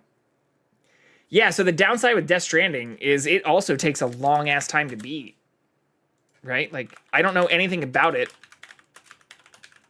Again, this is what I use to, like, kind of plan things out. Yeah, 113 hours for completionist, or just the basic main shit is, like, 60 hours. So that's the one that I was hoping to have at least, like, 10 streams. Or at least, like, maybe 7 or 8 streams if I wanted to do some, like, 10 or 12-hour ones. But that means I'd need to finish the rest of the games, which would be American Nightmare, Alan Wake 2. Until Dawn also takes a while. I may not finish all of these games in fucking November, now that I'm looking at it. Or maybe we need to just remove Firewatch. Firewatch is like 6 hours, though. I don't know. I'll figure it out. I don't know what I'm doing with my life. Thank you for hanging out, though, all day. Thank you for hanging out, too, Brown. And Kit. And Noelle. And everybody who were hanging out. And especially saying very kind and encouraging things as I lamented about the shit that I have been hearing for over a year now. Especially from people very close to me. Which does suck. Especially since the words, especially related to streaming, have not been overly encouraging. But, yeah, I think I'm going to keep it up anyways. Fuck those people. And, yeah. How cliche are they if they mean? I mean, some of them I've known since childhood. Some of them I'm genetically related to. And again, even some of the ones more recently have been people who I not only met through Twitch, but, you know, who I went out on multiple outings and like Airbnb, I wouldn't say camping excursions, like time for new close. Yeah, I agree. I'm not in disagreement with that, but it does still suck too if like a lot of people who have been supportive of me throughout every other portion of my life and career, or who've generally been, you know, fairly nice and supportive, have really just kind of made it a turn or become super critical and hyper, like, I don't want to say fixated on, like, I don't know, more judgmental, I guess is the nicer way to put it, since I started streaming last year. We can wear Chiefs and Broncos gear and throw shit at each other? I would be fucking down for that. Dead Game and I are your new friends. I mean, you guys are the fucking best, yeah. And if you're ever in the LA area, I did just go to the Chiefs-Chargers game and got amazing tickets. I don't know if you saw me go through all of that, Brown, but I got amazing tickets for SoFi and even had like it was 9 people total. Had a bunch of people who flew out and we got VIP tickets at SoFi. I would totally... It's amazing. I mean, it's great. And it was also great to see them win there, which was fucking cool. The only other time I'd been there really was for a game 2 years ago and also for the Alicia Keys concert last year. But that was at like the YouTube theater, which is separate from the stadium. But the stadium was fucking awesome. But yeah, if either of you are in town, hit me up. Let me know. We not only go out for a drink. I promise not to wear my Mahomes jersey. But yeah. Alicia Keys and you're drunk? No, I loved Alicia Keys. I mean, I listen to power vocals all the fucking time. It's hometown, so come back often. Well, I live pretty close to SoFi Stadium. Pretty close to fucking LAX, so I'm not too far. But anyways, do either of you have a raid recommendation? Because I'm looking at the list of people online right now, and as with yesterday, I don't actually... I don't know many people online right now. In fact, like, I have some weird people who... They're not weird. Matt RPD? I do not know them. We could take a look at that. Glitch Bun? Should I flip a coin? Here, let's take a look and check the vibes on both of those. Don't know about EMN, seems good. Eternal Enigma raids him. Zoe Sauce? I mean, I've met so many people through recommendations. I'm always down to find new people. But when I look at my follow list, it's pretty... It's like... It's literally mostly animal channels, which I feel like half of these I've also found through like Nurse and other random raids, like fucking WP Farm, this like random like Dutch farm thing, Hoot House, like Ools, Q Bunny TV. Mahoodles is dope, but we've raided them before, or not that long ago. Enigma's a friend of Nurse and Tutor. He's even at their wedding. Oh shit, okay. Wait, so what's their name? Eternal Enigma? Wait, what's E&M though? I'm confused. I also did not plan to go this late.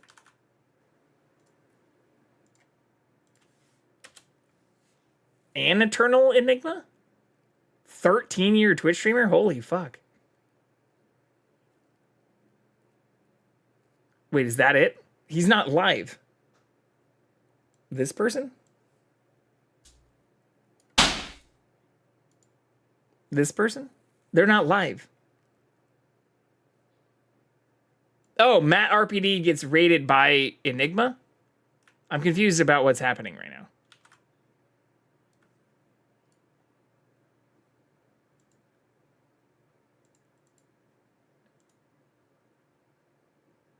Audrey enjoys? Wait, okay. Oh, Audrey enjoys... How did Enigma get factored into this, though? Oh, you knew of Matt RPD because they get rated by Enigma, who... Okay. This is all coming together now. And then, who's the other person who's awesome? Audrey enjoys? I'm just checking vibes here. I did follow Enigma. Raccoon Police Department. Okay, so they like... They're playing Tomb Raider. I do like me some...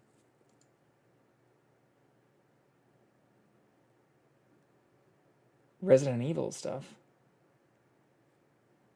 Audrey enjoys... What's a $150 leaderboard? What?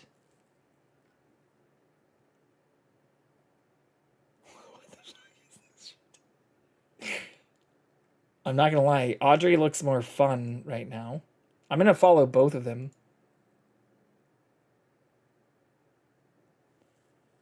Enigma's how I found Nurse and Tutor, which also led me to you. Okay. Fucking hell yeah.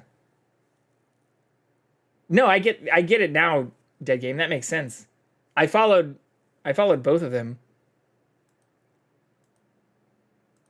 Which I hate doing when I'm not actually paying attention, because they might be like thanking me, or like I'm not even engaging in their chat, or I haven't like chatted at all, which is a weird thing.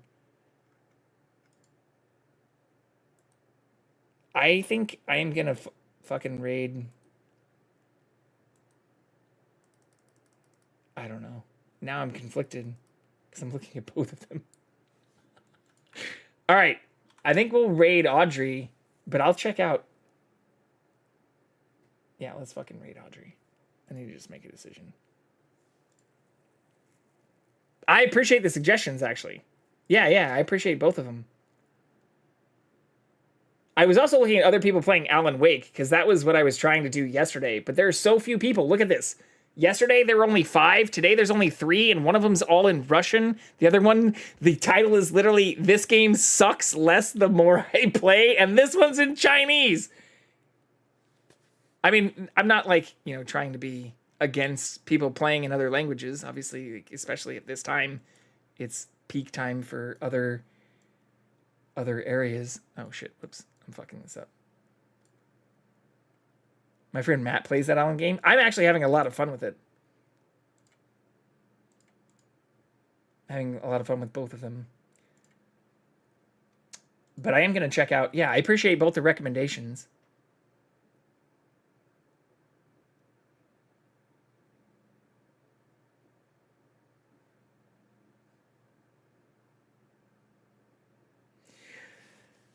Oh, but yeah, we also drove a lot of people off earlier with some of our ranting, which is probably okay. Fuck them. Fuck them.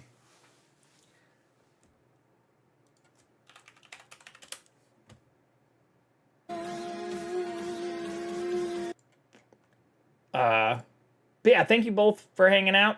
Thank you everybody else who's been hanging out tonight. I really appreciate it. I'll be back on tomorrow. I'm probably going to sleep the fuck in and do a whole lot of nothing tomorrow, since the last couple days have been busy as hell and crazy.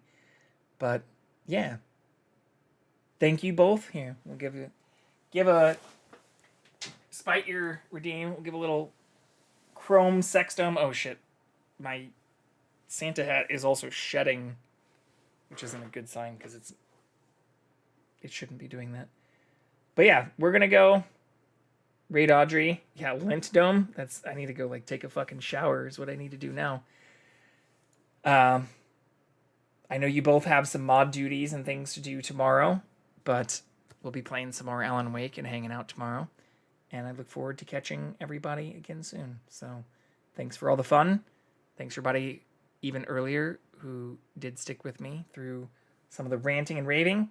And